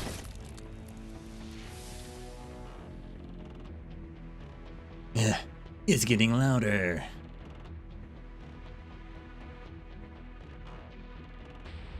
You cannot kill the echoes. They died a long time ago, and they are emerging from another space.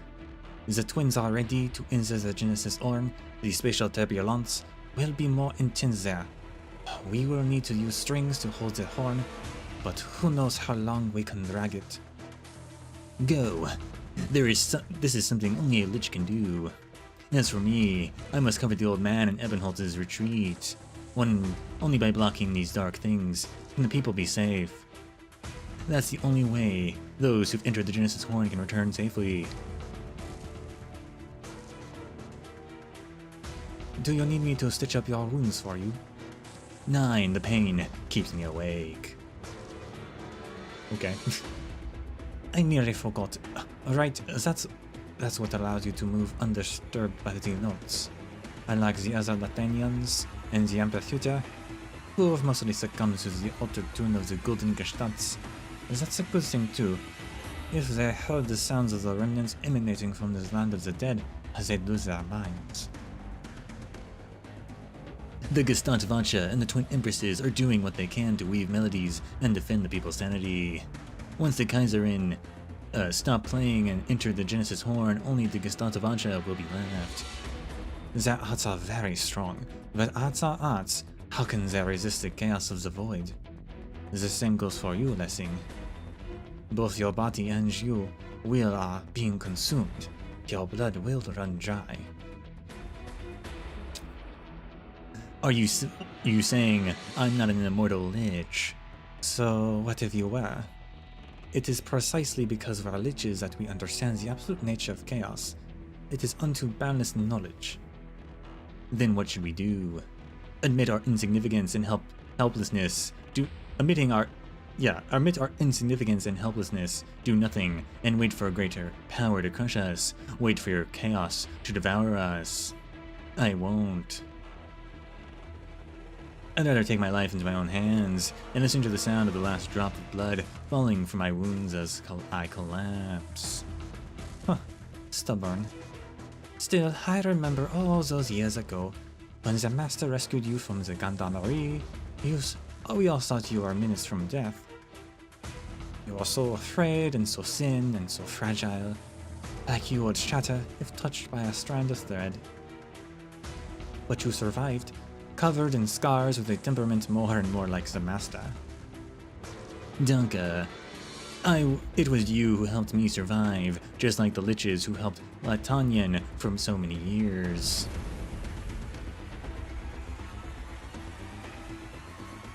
The twins are moving. I should find the other liches. Lessing, My unorthodox little brother, I listen for your voice on the wind. I just hope what I find with my threads won't be your dying breaths. Sharp noise. The dead don't feel pain or exhaustion. They surge endlessly from the cracks between reality and chaos, repeating the last howl they gave before death. Once the movement is gone, will it be just you making such noise? It sounds truly awful. He slowly unwinds the wrappings of his long sword. The cloth is long to use. The cloth is long enough to use to cover his ears. But he doesn't do that. After so many years of hard work, Lessing has grown accustomed to focusing all his attention on the edge of his blade. The theme of Leithanien will be the theme of Leithanien will be rewritten by each and every one of us. And before that is just a battle. Victory or defeat, life or death, none of it bears consideration.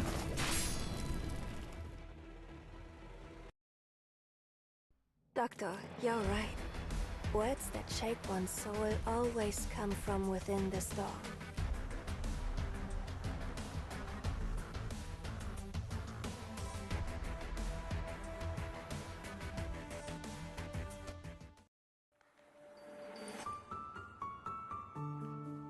Oh gosh.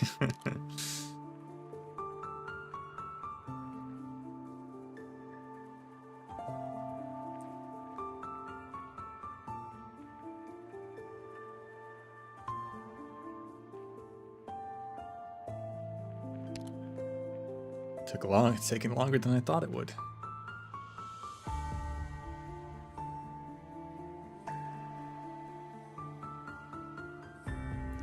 You're still there. Put your name in the chat. I don't think they are though.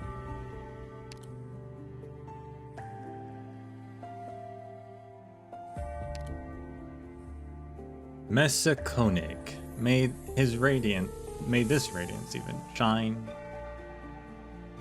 forever.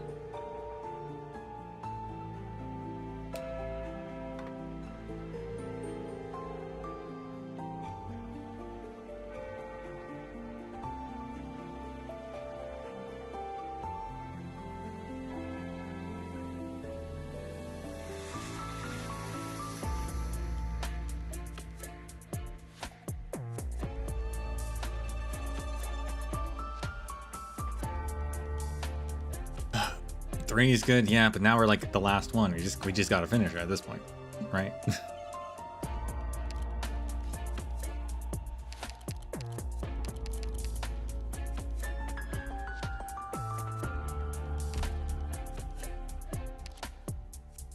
Plus, of course, the after story.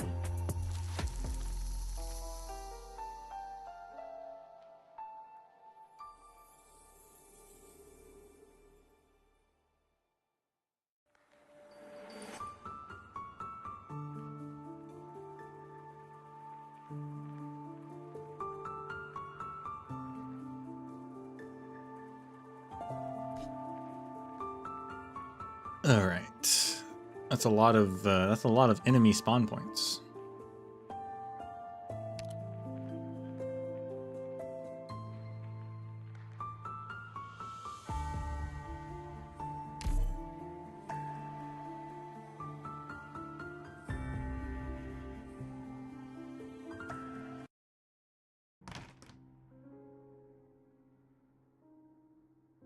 Phew, you scared me. Viviana, what are you hiding under the covers for? Are you writing a letter? Chess, Tanta Cora is about to come. She'll be angry if she sees me awake this late. Who are you writing to? Vati. I pestered Tanta Cora for 2 weeks before she finally agreed to sneak me out to a poetry recital at Ludwig's Universität. I want to tell Vati all about it. I was going to write it tomorrow, but I'm afraid it will be too late by then. By the time we get back.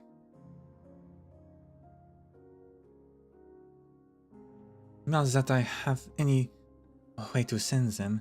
I'll just store them somewhere safe, along with all my night novels. But why?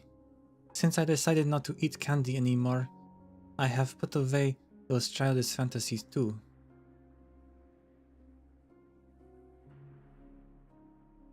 But didn't you always want to be like those knights? With their shining sword spear sparkling like the sun? Didn't you want to visit that radiant glowing country? Is that too far away? It's all just too far away.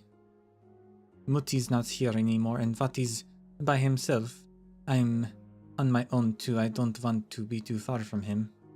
I asked Tante Cora how long it'd take for us to get to Stormland from Zwillingstürme. The fattest route would only take 2 days, so if Vati needs me, I can always... But your Vati doesn't even know you're stayed behind. He'd definitely be mad if he did. But I don't regret my choice. I begged Tante Cora to help me stay here in Leithanien instead of following her to the Grand Knight territory like he told me to. Even if I have to hide, even if he can never know. Tante's helped me so much. My Muti said she's super strong, super brave, and super gentle. But even so, I'm sure she needs people by her side too. She's always been by herself. I can't do much, but I can at least hold her hand. I know exactly what you mean. Viviana, I can't say you've made a bad choice. You're giving up on more things, but at the very least you'll have fewer regrets. It's Tante Cora. I think someone stopped her to talk. I'll go take a look. You should get back to bed.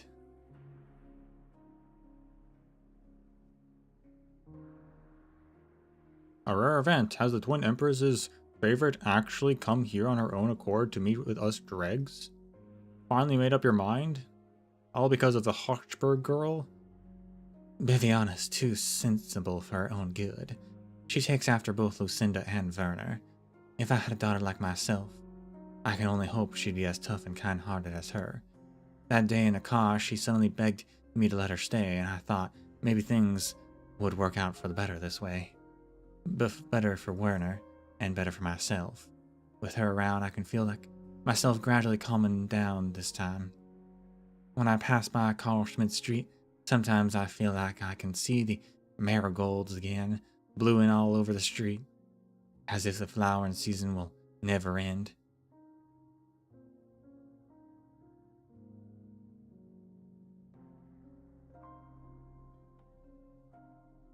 But our current situation says it all.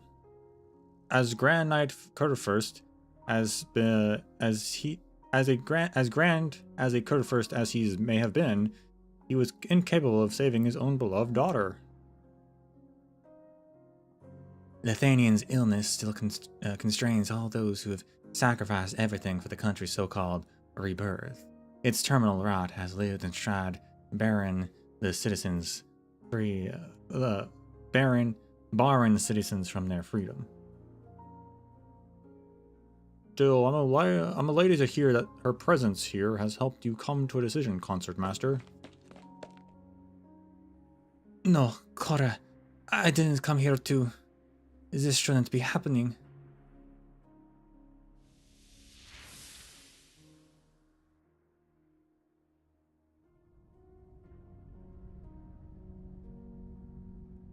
Everything before her eyes dissipates. Once again, Viviana finds herself on the spiral staircase. She had thought that an earlier solace would prevent the inevitable, so that tragedies wouldn't have to fall upon the lamentable woman behind the door, or at the very least, that she could say her goodbye before it was too late.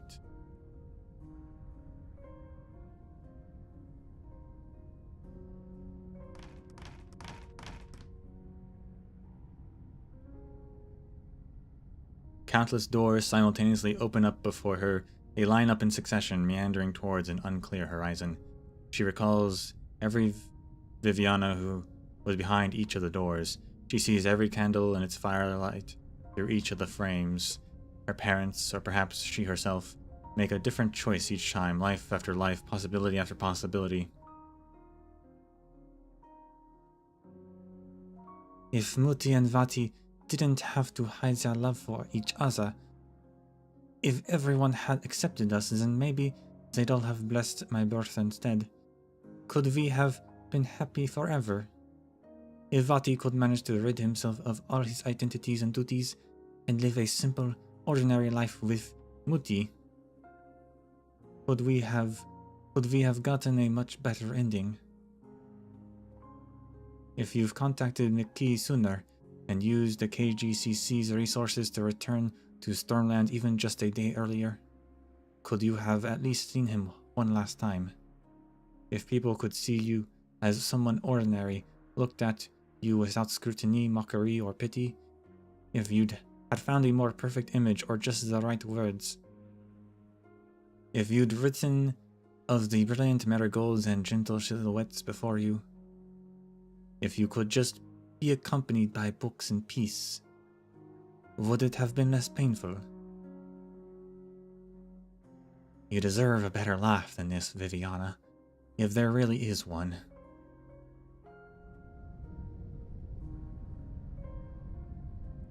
But why does every last one leave me so disappointed? Viviana hears the sound of something moving.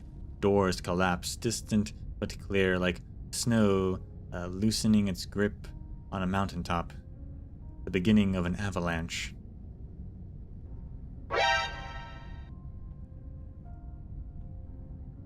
Is there such a thing as a second chance? She walks towards the nearest door, a new one, just like every other she has walked into. Will there be a better choice behind this door? A more satisfying resolution, fewer regrets? With that in mind, she has already opened the door.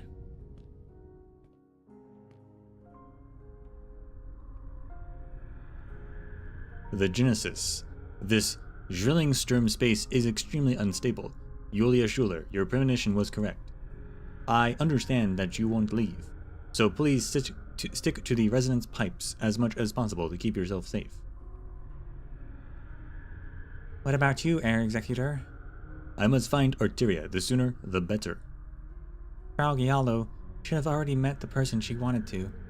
She is a dangerous individual and should come back with me to Laterano. But if she truly seeks the Witch King, then she could be in danger right now.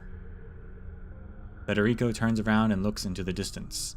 Ever since Julia activated the retrofitted resonance pipes, the scenery around them has gradually cleared up both near and far, and with that, Arteria's destination is no longer in question. At the far edge of his sight stands a gigantic black tower interwoven with scarlet and surrounded by a cluster of spires he's never seen before. Air Executor, before we go our separate ways, can you tell me how Jan is doing these days? He has encountered some common growing pains. Loris Borden left him a sum of money, but judging by his own wishes, he may very well leave Leithanien and make a living in another country. That's fine too. That boy's head has always been swimming with ideas. Senora Schuler, you appear to have more questions for me. The Cabernet woman quickens her footsteps just slightly as Federico continues at his usual pace, giving her a slight lead. Loris, is he already dead? I never said... Air Executor, you'd clearly the type to dive headfirst into your work without a second thought, but you seem particularly concerned with my affairs. You wouldn't be willingly putting your mission on hold like this for no reason. I've heard from Loris how Laterano's Notorial Hall works, and... His will. Prior to Das Katharinenfest, Loris Borden died in the sewers near Bodenshof Forest Park, while trying to prevent the Witch King's remains from inciting a revolt. His final message before death was a phone call in which he expressed his hope that someone else would take over the Julia Schuler case. For 15 years, he resented the city of Zwillingstürme, loathed his work at the gendarmerie, and treated everything apart from his final battle with indifference. His sole preoccupation was your case, and as a former citizen of Laterano, his final request, can be considered his last will and testament. That said, the case has been solved, and it is no longer possible to investigate any further. But I did find a letter addressed to you in his residence. I read it only once, but I have it memorized. I can recite it to you if necessary. However, the contents are full of rather emotional expressions, such as when I decided to get to the bottom of your case, that gross monster summoned me to his office. He slapped me in the face and said, "Leithanien expletive omitted. But don't you dare think your military success gives you the right to pick fights with everyone. Julia, I hate Zwillingstürme. I hate that I'm unable to..." Herr Executor, Loris wasn't that sort of man. Julia interrupts Federico's recital. The Loris I know was never the type to call himself a hero or anything like that. But he was the first soldier to set foot in the Witch King's spire. He was the only fool to join the Gendarmerie and silently protest the city, despite owning a title. The only officer willing to defy the nobles to protect civilians. He knew things weren't perfect in either Laterano or Leithanien, and that many things needed to be changed. But someone harboring hope in their heart will never give in to despair. Never. Julia stops in her tracks and begins mumbling to herself. Federico follows suit and looks at her quivering shoulders from behind. He does not move. The young executor listens in silence, attempting to analyze the emotions in her words. Senora Schuler, are you disappointed with Loris Borden? In truth, he was only... I'm not, Herr Executor. I just feel sorry for him.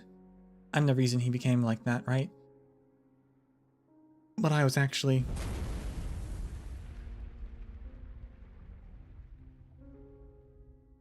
A pipe organ suddenly sounds from the distance, followed by a huge energy pulse. Federico subconsciously pulls out his gun. Going to accept his proposal. Federico turns back to Julia. An insipid mist flits through his hands, and the Caprine woman before his eyes no longer exists. Only nothingness remains as it always has been. Damn.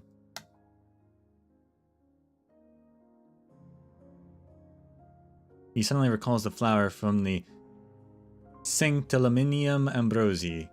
Back then, he felt that the flower could be the answer to his confusion. Now he finds himself in a similar situation, with no one in front of him. The primary difference is that he is still unable to comprehend the truth of the situation and the place he is in, a place devoid of laws and solid footing, only endless dangers and unknowns. This was Julia Schuller's second death. My preliminary deduction is that she was caught in a wave of abnormal energy caused by a violent impact to the Genesis horn. I will move to verify the precise cause immediately. In short, this too was an accident. An accident that has once again destroyed her life, and once again she was unable to react in time. Federico is an outstanding executor. He has been with the Notarial Hall for 7 years and carried the title of Saint for 2. Oh really? It's been 2 years. Good to know. He calls himself an executioner and executor, and has witnessed countless deaths, but this is the first time that he's truly sensed someone's emotion in their final moments. She lived in her own Zwillingstürme for eternity, as she loved and regretted. Even death was unable to shake her belief in life. Simple, but intense.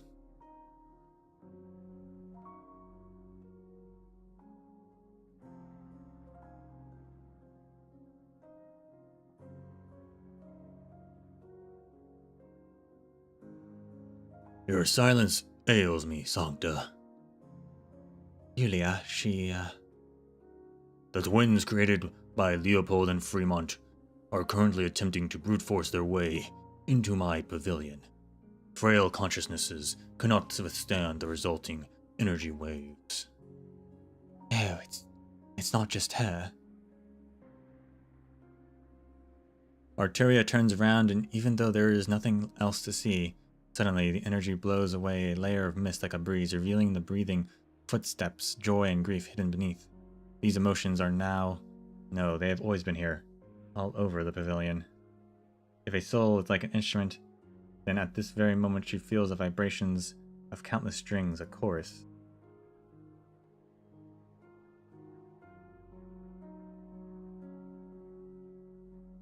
I could only see Yulia because of my acquaintance with Loris, and I had only a brief contact with her.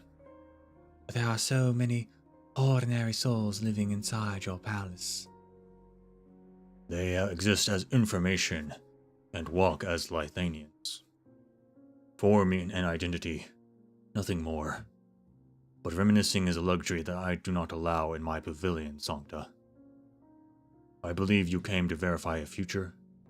I think I've already gotten my confirmation, in a way.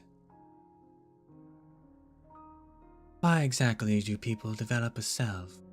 And how does one become strong enough to go up against an approaching crisis or a predestined doom? We all exist within order. Rules and commandments serve as Laterano's anchors and cables, enabling faith to traverse the entire lands and providing a target for the prayers and believers. The law is our piety. Leithanien, however, is the result of the Golden Gestalts. Through its systems, aesthetics, models, and morals, 10 different regions with no common cultural identity joined together as a unity that has lasted 1,000 years. Experienced, inherited through generations, large laws forged in writing, concepts established by convention.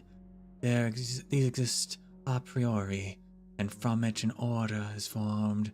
They guide how we should think, speak, and deal with ourselves as well as others. And so it becomes our instinct, engraved into our flesh and blood. But the order, as it has imperfections, it is rigid, unequal, and indifferent. It separates us. Laterano's order offers redemption to its believers, but the gates of paradise do not open for the sarcasms. It refuses to provide bread for their empty stomachs, or roofs to shelter them from the rain. Aegir and Iberia face the same dangerous ocean, but their respective orders forbid them to keep watch at the same lighthouse. Our order rebels against us, and we yearn for it still, calling for its perfection. Only order is desired. Laterano's laws hover barely above 100 words, and Leithanien's theme has long been concise. Their minds shallow, their pride false, their senses dull. They regard only the dead as eternal. By this they are timid, yet also fearless. What is your answer then, Sancta? What do you desire? Emotion. We exist in the present, a river whose running flow is our feelings, our discordant, capricious reflections of the moment we are living in. Feelings build into emotion, and emotion shapes our souls. Our emotions are varied and profound. We are the love and hatred, the appreciation and the lament we harbor. When these emotions call upon our reflection, and through these encounters we come to understand life itself. They were the torch we wielded to repel the shadow of death long before the birth of laws, religions, politics, and science. We were born as prodigies to utilize our emotions, and thus we are connected. Are you referring to the empathy between the Sancta? Indeed, language is not without its limit, and when it finds an impossible chasm to leap over, empathy arcs across an emotion's quiver. It's a precious gift to my kin, through which we can read each other's feelings, but it is also utterly unfair. Its creeds are too vague, its benediction too narrow, like a rule written only to serve Laterano's order. So you crave a true empathy. You seek an empathy from within, with a wider yet deeper range than what you call emotion, what connects everyone on all lands as one. An interesting delusion, Sancta. I've searched, I've tried, and I've failed. Would you imagine it? In a dilapidated monastery, Sancta and Sarkas had been fighting side by side against life's miseries and their own wavering faith, all to protect a hard-earned garden. But when true disaster came knocking at our doors, we found that our kin, who had understood and accepted us for 6 decades, still harbored doubts in their hearts, fissures in their faiths. We were always strangers, nothing more. Emotions are as real as the fragility of our minds. We are good at avoiding pain, experts even at muting ourselves. Conversing there helps mask our own feebleness. As a result, people cannot feel what others feel. Tragedies will always transpire as long as this barrier remains. And you and your music endeavor to unshackle people by confronting them with their true hearts, just as one would polish an instrument on sandpaper. You attempt to strengthen their souls by guiding them through their regrets. It is the duty you have long since imposed upon yourself to perform. Yes, Your Majesty, because to this day, I have been seeking confirmation. I have a future in mind. Continue. In that future, everyone possesses a most powerful soul. Our strengths are unequal, unlike yours. Where a tenacious soul can't be shaken by anything in this mortal realm, even death is powerless to wipe away your struggles, pursuits, and conquests. Others are like those Cora, Yulia, the souls in the palace. They are unconcerned with the greater undertakings and simply love the lives they live. But still they dare to fight against the turbulent waves that are engulfing them. Of course, we will persist in our pursuit of happiness, but more importantly, we will no longer avoid pain or be ashamed of it. We as people should suffer, and we will suffer. Our apathy, doubt, confusion, remorse, shame, grief, these complex emotions will no longer leave scars deep in our hearts, nor will they remain untouched beyond the realm of words. We will no longer shy away from self-expression, nor will we struggle to find ways to do so. We will understand how to live with ourselves, and live strong we will. Sancta, the results of your performances are often unsatisfactory. You should know that for most, emotions are inadequate guidelines, and wholly following one's heart will only lead to dire consequences. Crafty is the creator who, for each house built, has orchestrated a blizzard that brings it ruination. Yet you hope for your future to include everyone. An amusing delusion. No, Your Majesty. It must include everyone. Indeed, your existence is an exception to the laws and reasons that govern these great lands.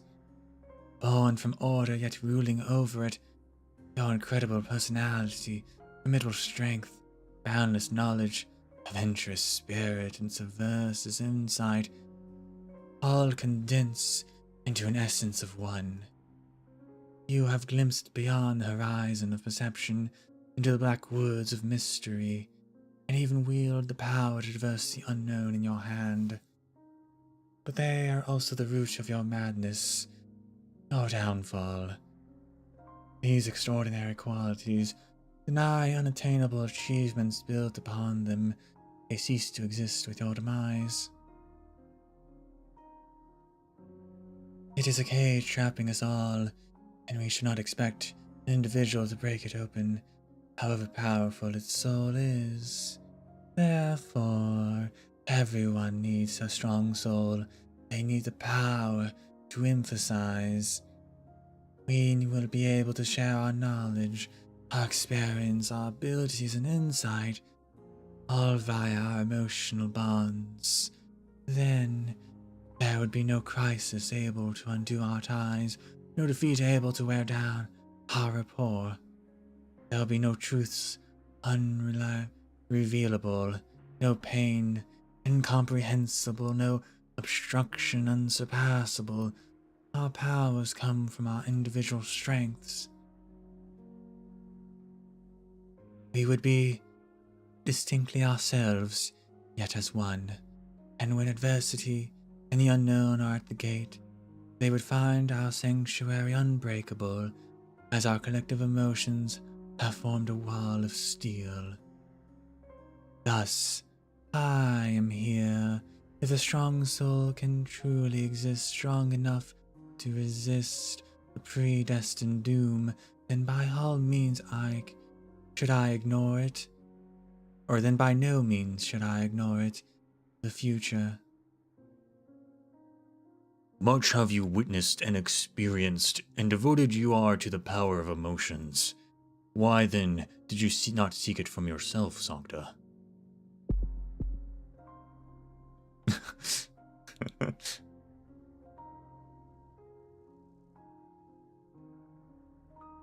He just blew her mind. Are you reading my mind? You've been doing this from the moment I arrived at your throne. Is this your performance? A performance that befits a performer like you, Pilgrim. Everything in my pavilion I command at will. They are mine.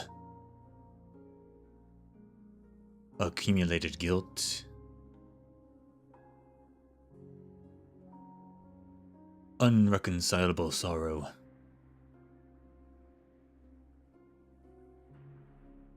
Hopeless disappointment. Powerful courage.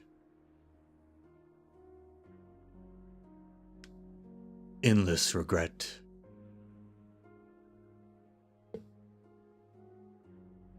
Unwavering affection.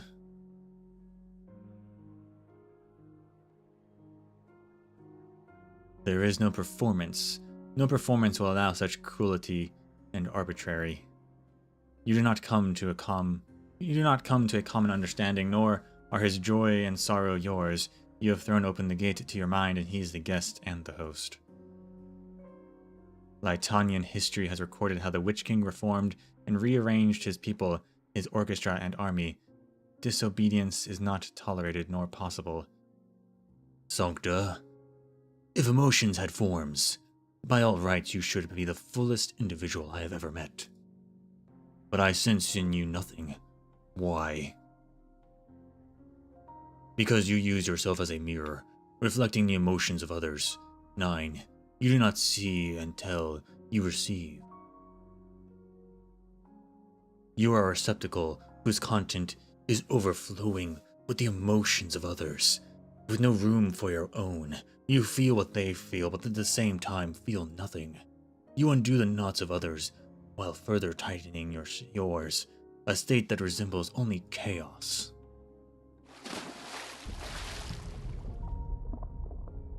Arturia feels a pair of hands on her.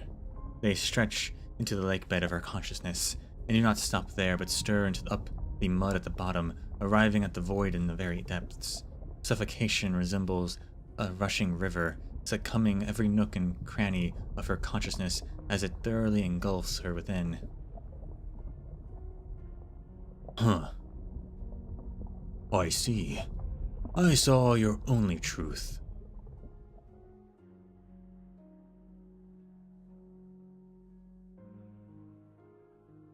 The Witch King remains silent for a long time as he stares at the person before his throne. Arturia has never felt her heart beat as fast as it is now. Sancta, the future you describe does have its value, but perhaps it will find its place in the river of time. However, you are the one person furthest from your utopia. If you are just a receptacle, just a mirror, if you cannot even see the reality you have neglected, then you have reached your end before your path has yet reached its. Your Majesty.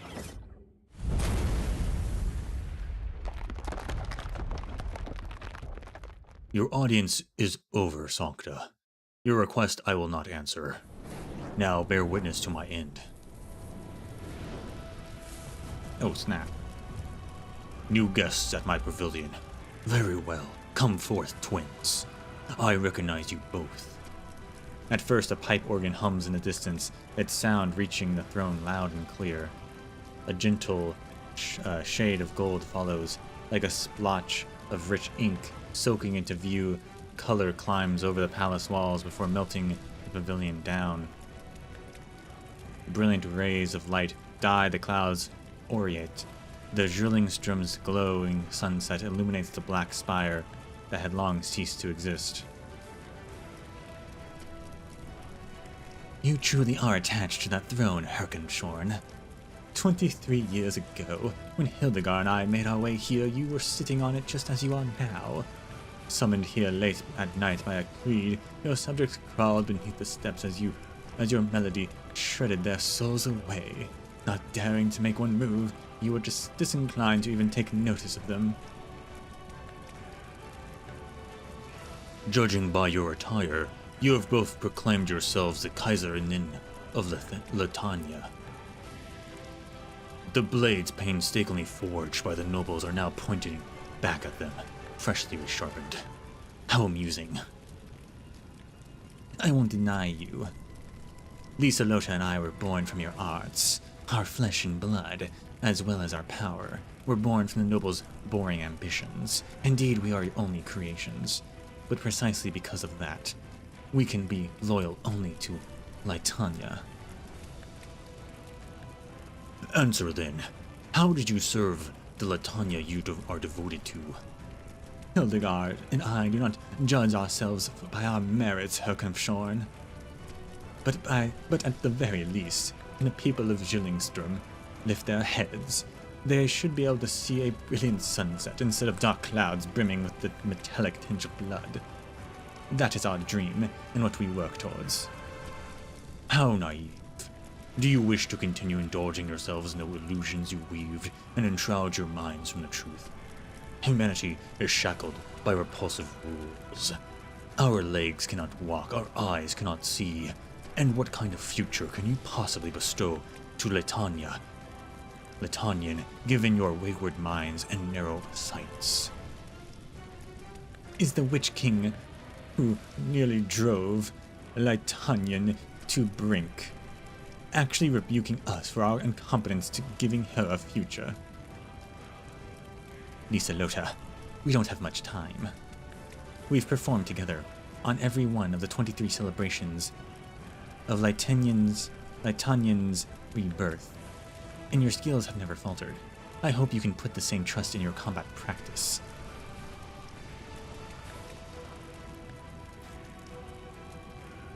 You and Leithanien have my shield, Hildegard. Oh, snap. She actually does have a shield. I guess it's her organ. Yeah, look at that. That checks out. I admire your experience, courage, and achievements, Herkenshorn. You overthrew prejudice and the old order, more firmly entrenched than the spires are now, and brought opportunity to every Leithanien. You gave the nation unprecedented vitality, and were to be revered as the greatest monarch in its history. But then you punished the country into war, or pushed the country into war, erected even more terrifying spires, and inflicted suffering 100 times more painful to the very people you had given hope to. You were ruined by your own desires. Here comes Shorn. Our widespread standards, our harmonious melodies, our arts and morals make Leithanien what it is. But you rocked her foundations, undermined her survival, and made her your own vassal. Your meddling turned the entire country into a resource to be exploited, and it is only righteous that everything you have explored or mastered belongs to Leithanien. So we're here to retrieve it. A spire that remains only as a shadow should not exist in the first place. To think it actually lingered over Leithanien these past 23 years. What did you call it earlier? Your pavilion? The palace? No matter. Today will be your last, and this place shall serve as your final grave.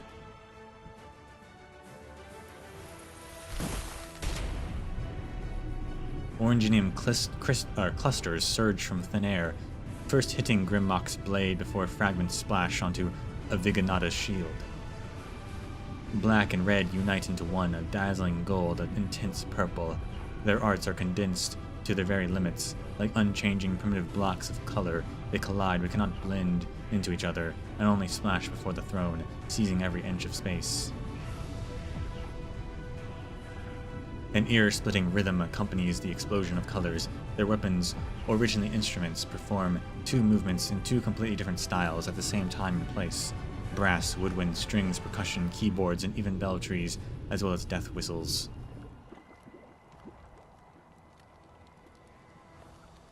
The rusty reeds beneath Sargon's golden sands, the flame-wreathed amber under the sludge, the black flow.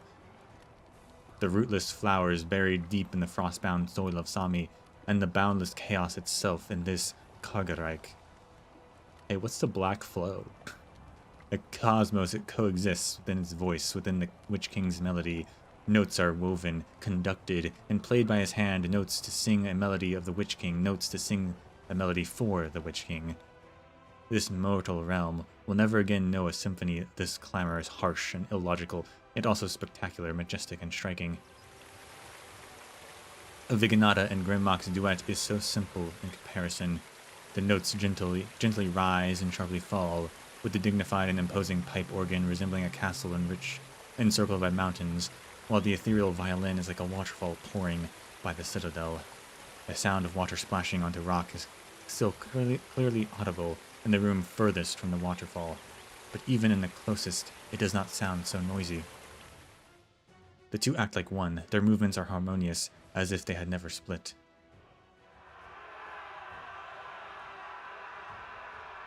The symphonies sing a war song. Two generations of Leithanien Kaisers fight before the throne.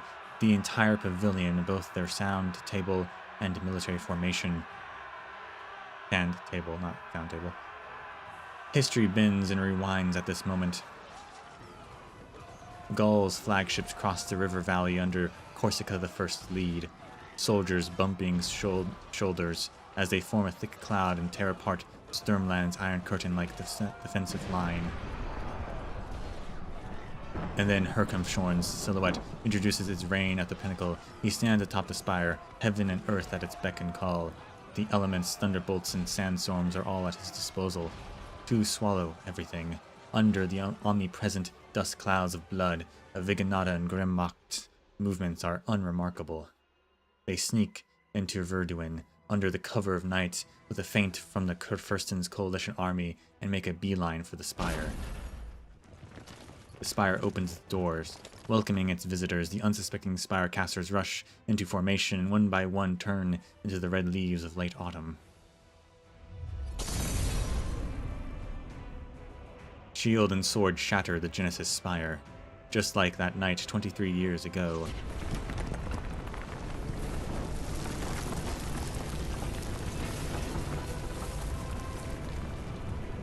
My pavilion and everything in it are disintegrating, dying. The pavilion, this imperishable hall, is not my creation nor the work of anyone else. It is the accumulation of mankind's immeasurable sacrifices. Technology, arts, evolutionary experience, every choice, every regret, every affection and every resentment, every hope and every despair, every thought and every prayer, the birth and death of every civilization, everything remembered and everything forgotten. The pavilion is humanity. The pavilion is our will. Through annihilation, the will has taken form, and from chaos, the order was given birth. A will true to reveal the origin. A will firm to conquer the source. Originium. The beginning of annihilation and the source of chaos were both mine to wield, and thus I compelled Originium to reveal the nature of its being, to present the fact of its origin. But I became aware that no matter how Originium grows, overwrites, recreates, it spreads the same truth, a truth laid bare right before our eyes all along. It says the creator who was at the source of making was also a creation. It says the dominator reigned long before its domain came to existence. It says hope is lost and eternity is no more. And what truth did I obtain but heavier chains and a more ruthless resolve at the origin, the root of all creation, undeniable at the silence of death, inextinguishable as the light of stars. Cruel was the maker, vile was the maker, sly was the maker. By his hand, our determination was shattered, but not annulled, maimed, but not overthrown. It forged our sharpest swords. It built our toughest prison. The truth is laid bare for all to see, but how can a seeker challenge the truth with their volition and sanity splintered? Let the truth be seen by all eyes. Let the reason be heard by all ears. Your determination has guided you to my pavilion. More will follow. You will see in me a nightmare, a traitor to freedom, a tyrant. But if the Genesis Spire has failed to reach the boundary with its thrust, then a pioneer must be there to step foot on a place beyond space and time. If the root of all creation poses nothing but shackles, then we shall be the hands holding its chains. If the Creator has willed the extinction of his creation, then we shall be the bell to toll his demise. Void cannot and will not be the truth. I will never allow it, nor will I excuse it. Hearken well Herkenshorn's ultimate vision, his sin, his final will. The Creator must perish. I see that your power has grown since our last meeting, twins. The portion of Erkenshorn which he disregarded long ago standing before him. But you have perceived not yourselves, and known not freedom. You have relinquished humanity. I had hoped, like Leithannien's sword and shield, to be more than weapons. Heed my audience. You have come before the throne to seek an answer, to pass down a verdict. Only a man's answer can sate his kin. Only a monarch's verdict can convict his equals. If you succeed, if you stand fast till the very end, you must see what I didn't and be what I wasn't. Hope may be gone. Eternity may be lost. Their dearth mark but the end of Herkenshorn, a monarch's downfall. Leithanien shall stand, whose light will outshine the tallest beacon of hope. Leithanien shall live, whose name will outlast the longest river of time.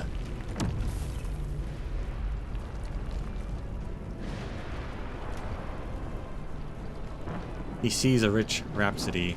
He roars with fanfare. He demands a concerto. He now thunders have joined the chorus.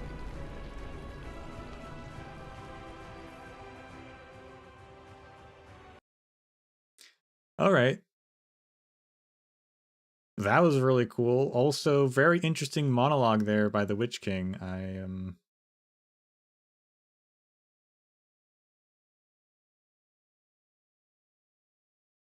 looking into the origin of Originium, eh? We can take care of ourselves, Professor. So are the You sarcasms. just focus on giving orders.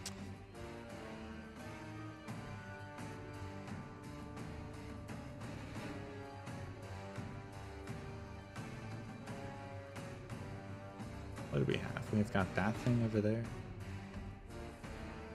A new challenge.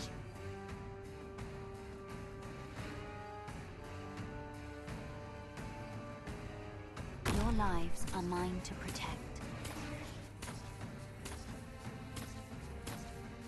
Feels fresh every. Come on, let's pick up the pace.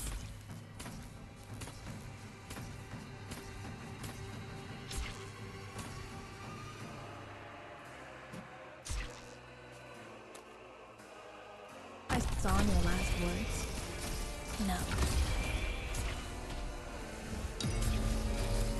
Moving to designated location. Herkonfshorn, Witch King, the long nightmare awakens. The Ursat's night gives way to dawn. Come and witness the death of the king and the death of the genesis of creation. Need speed to succeed. Feels fresh every. Ah, losing sight.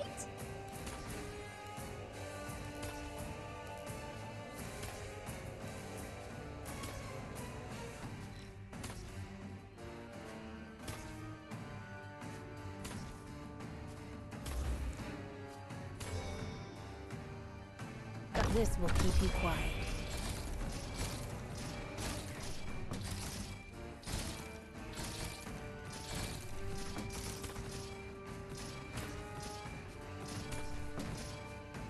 Should we shoot him? He's just standing there.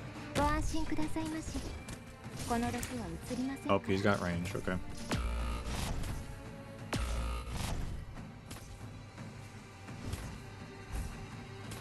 Oh, he teleported.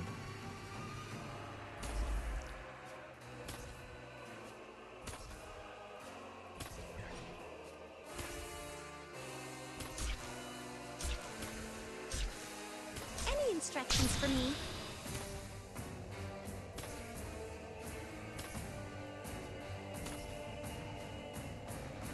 Bad luck. You ran into me.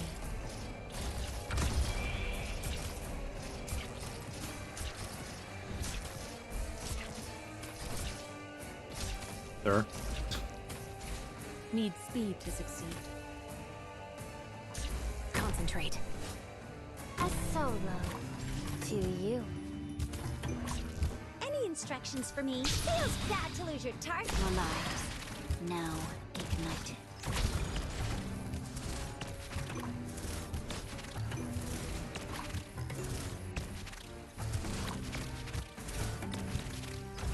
The comfort, liberty, and sunlight all around us.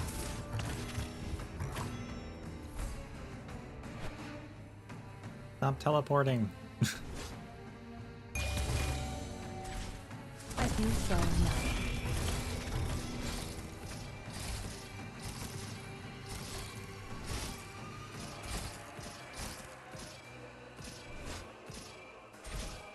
Pass on your last words?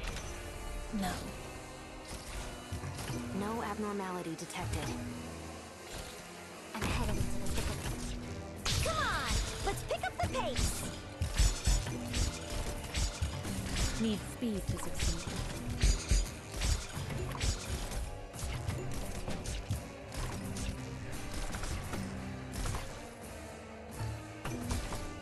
In Alright. position. Dang it. They got their Lean shields on the back. target. That's not good. Deploying. Ow. Order acknowledged.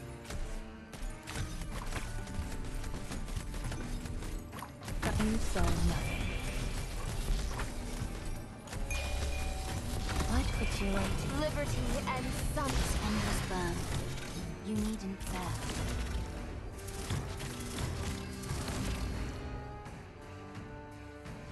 All right. I'll hear you.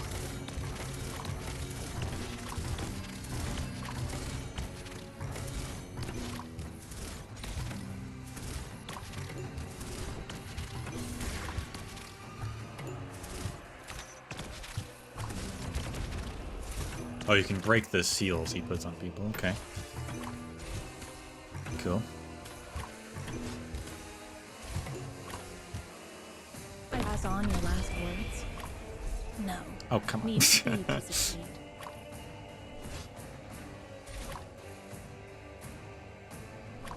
Support incoming.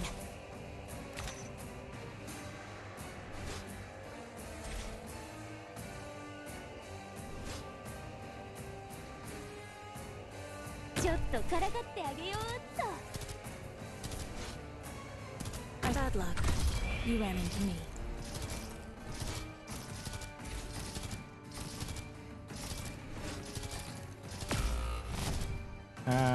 No need to panic.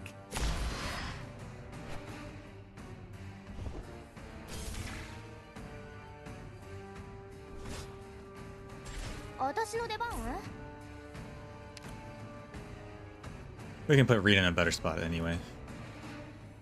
That's okay. But this will keep you quiet. Same battlefield, different day. What? What?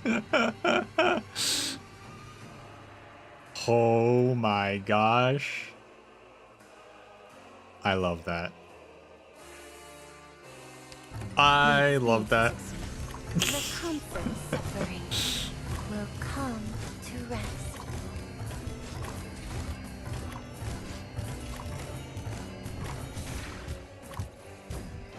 Mission failed. How? Did he wait, what happened? Did he teleport into the I didn't even see. Now is not the time for despair. Out of time. There's We must time withdraw limit? immediately. Oh my gosh.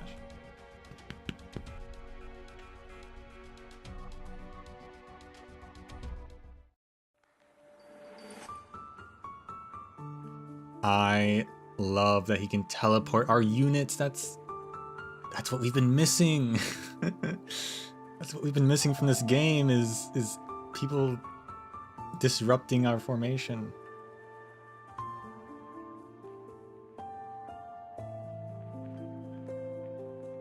I love that. We'll have to finish this another day though.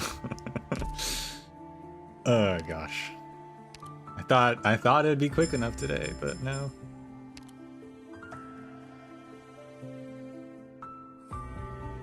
It's a long story. Very long.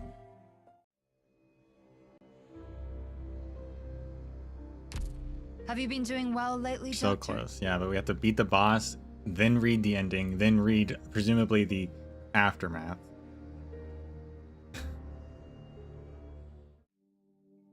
That's a lot. That's a lot. Could take like another hour, another 2 hours maybe. I don't know.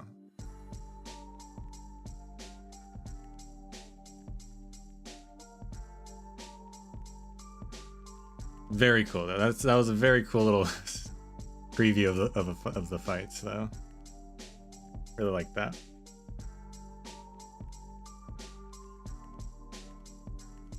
Very excited to try that out next time. And I'm enjoying the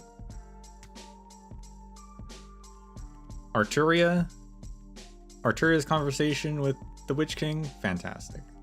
Witch King's big boss monologue there at the end. Fantastic. Some pretty neat stuff has happened.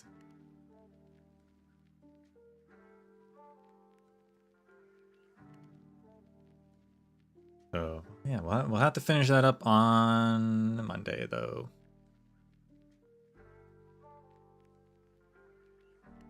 Too bad people aren't going to read it.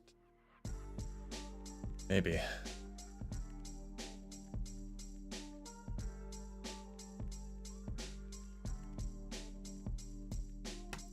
feel like more people are maybe reading stuff nowadays. I'm not sure though. Certainly enough to spoil me. The awesome picture of the two empresses in combat. I saw that picture today. It's a cool picture.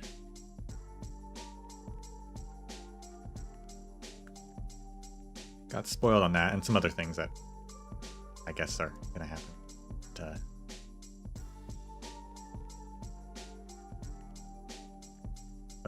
But the monologue stuff, that was cool. Anyway, I gotta go. It's late. So, see y'all next time. Until we meet again, may the sands of time treat you well.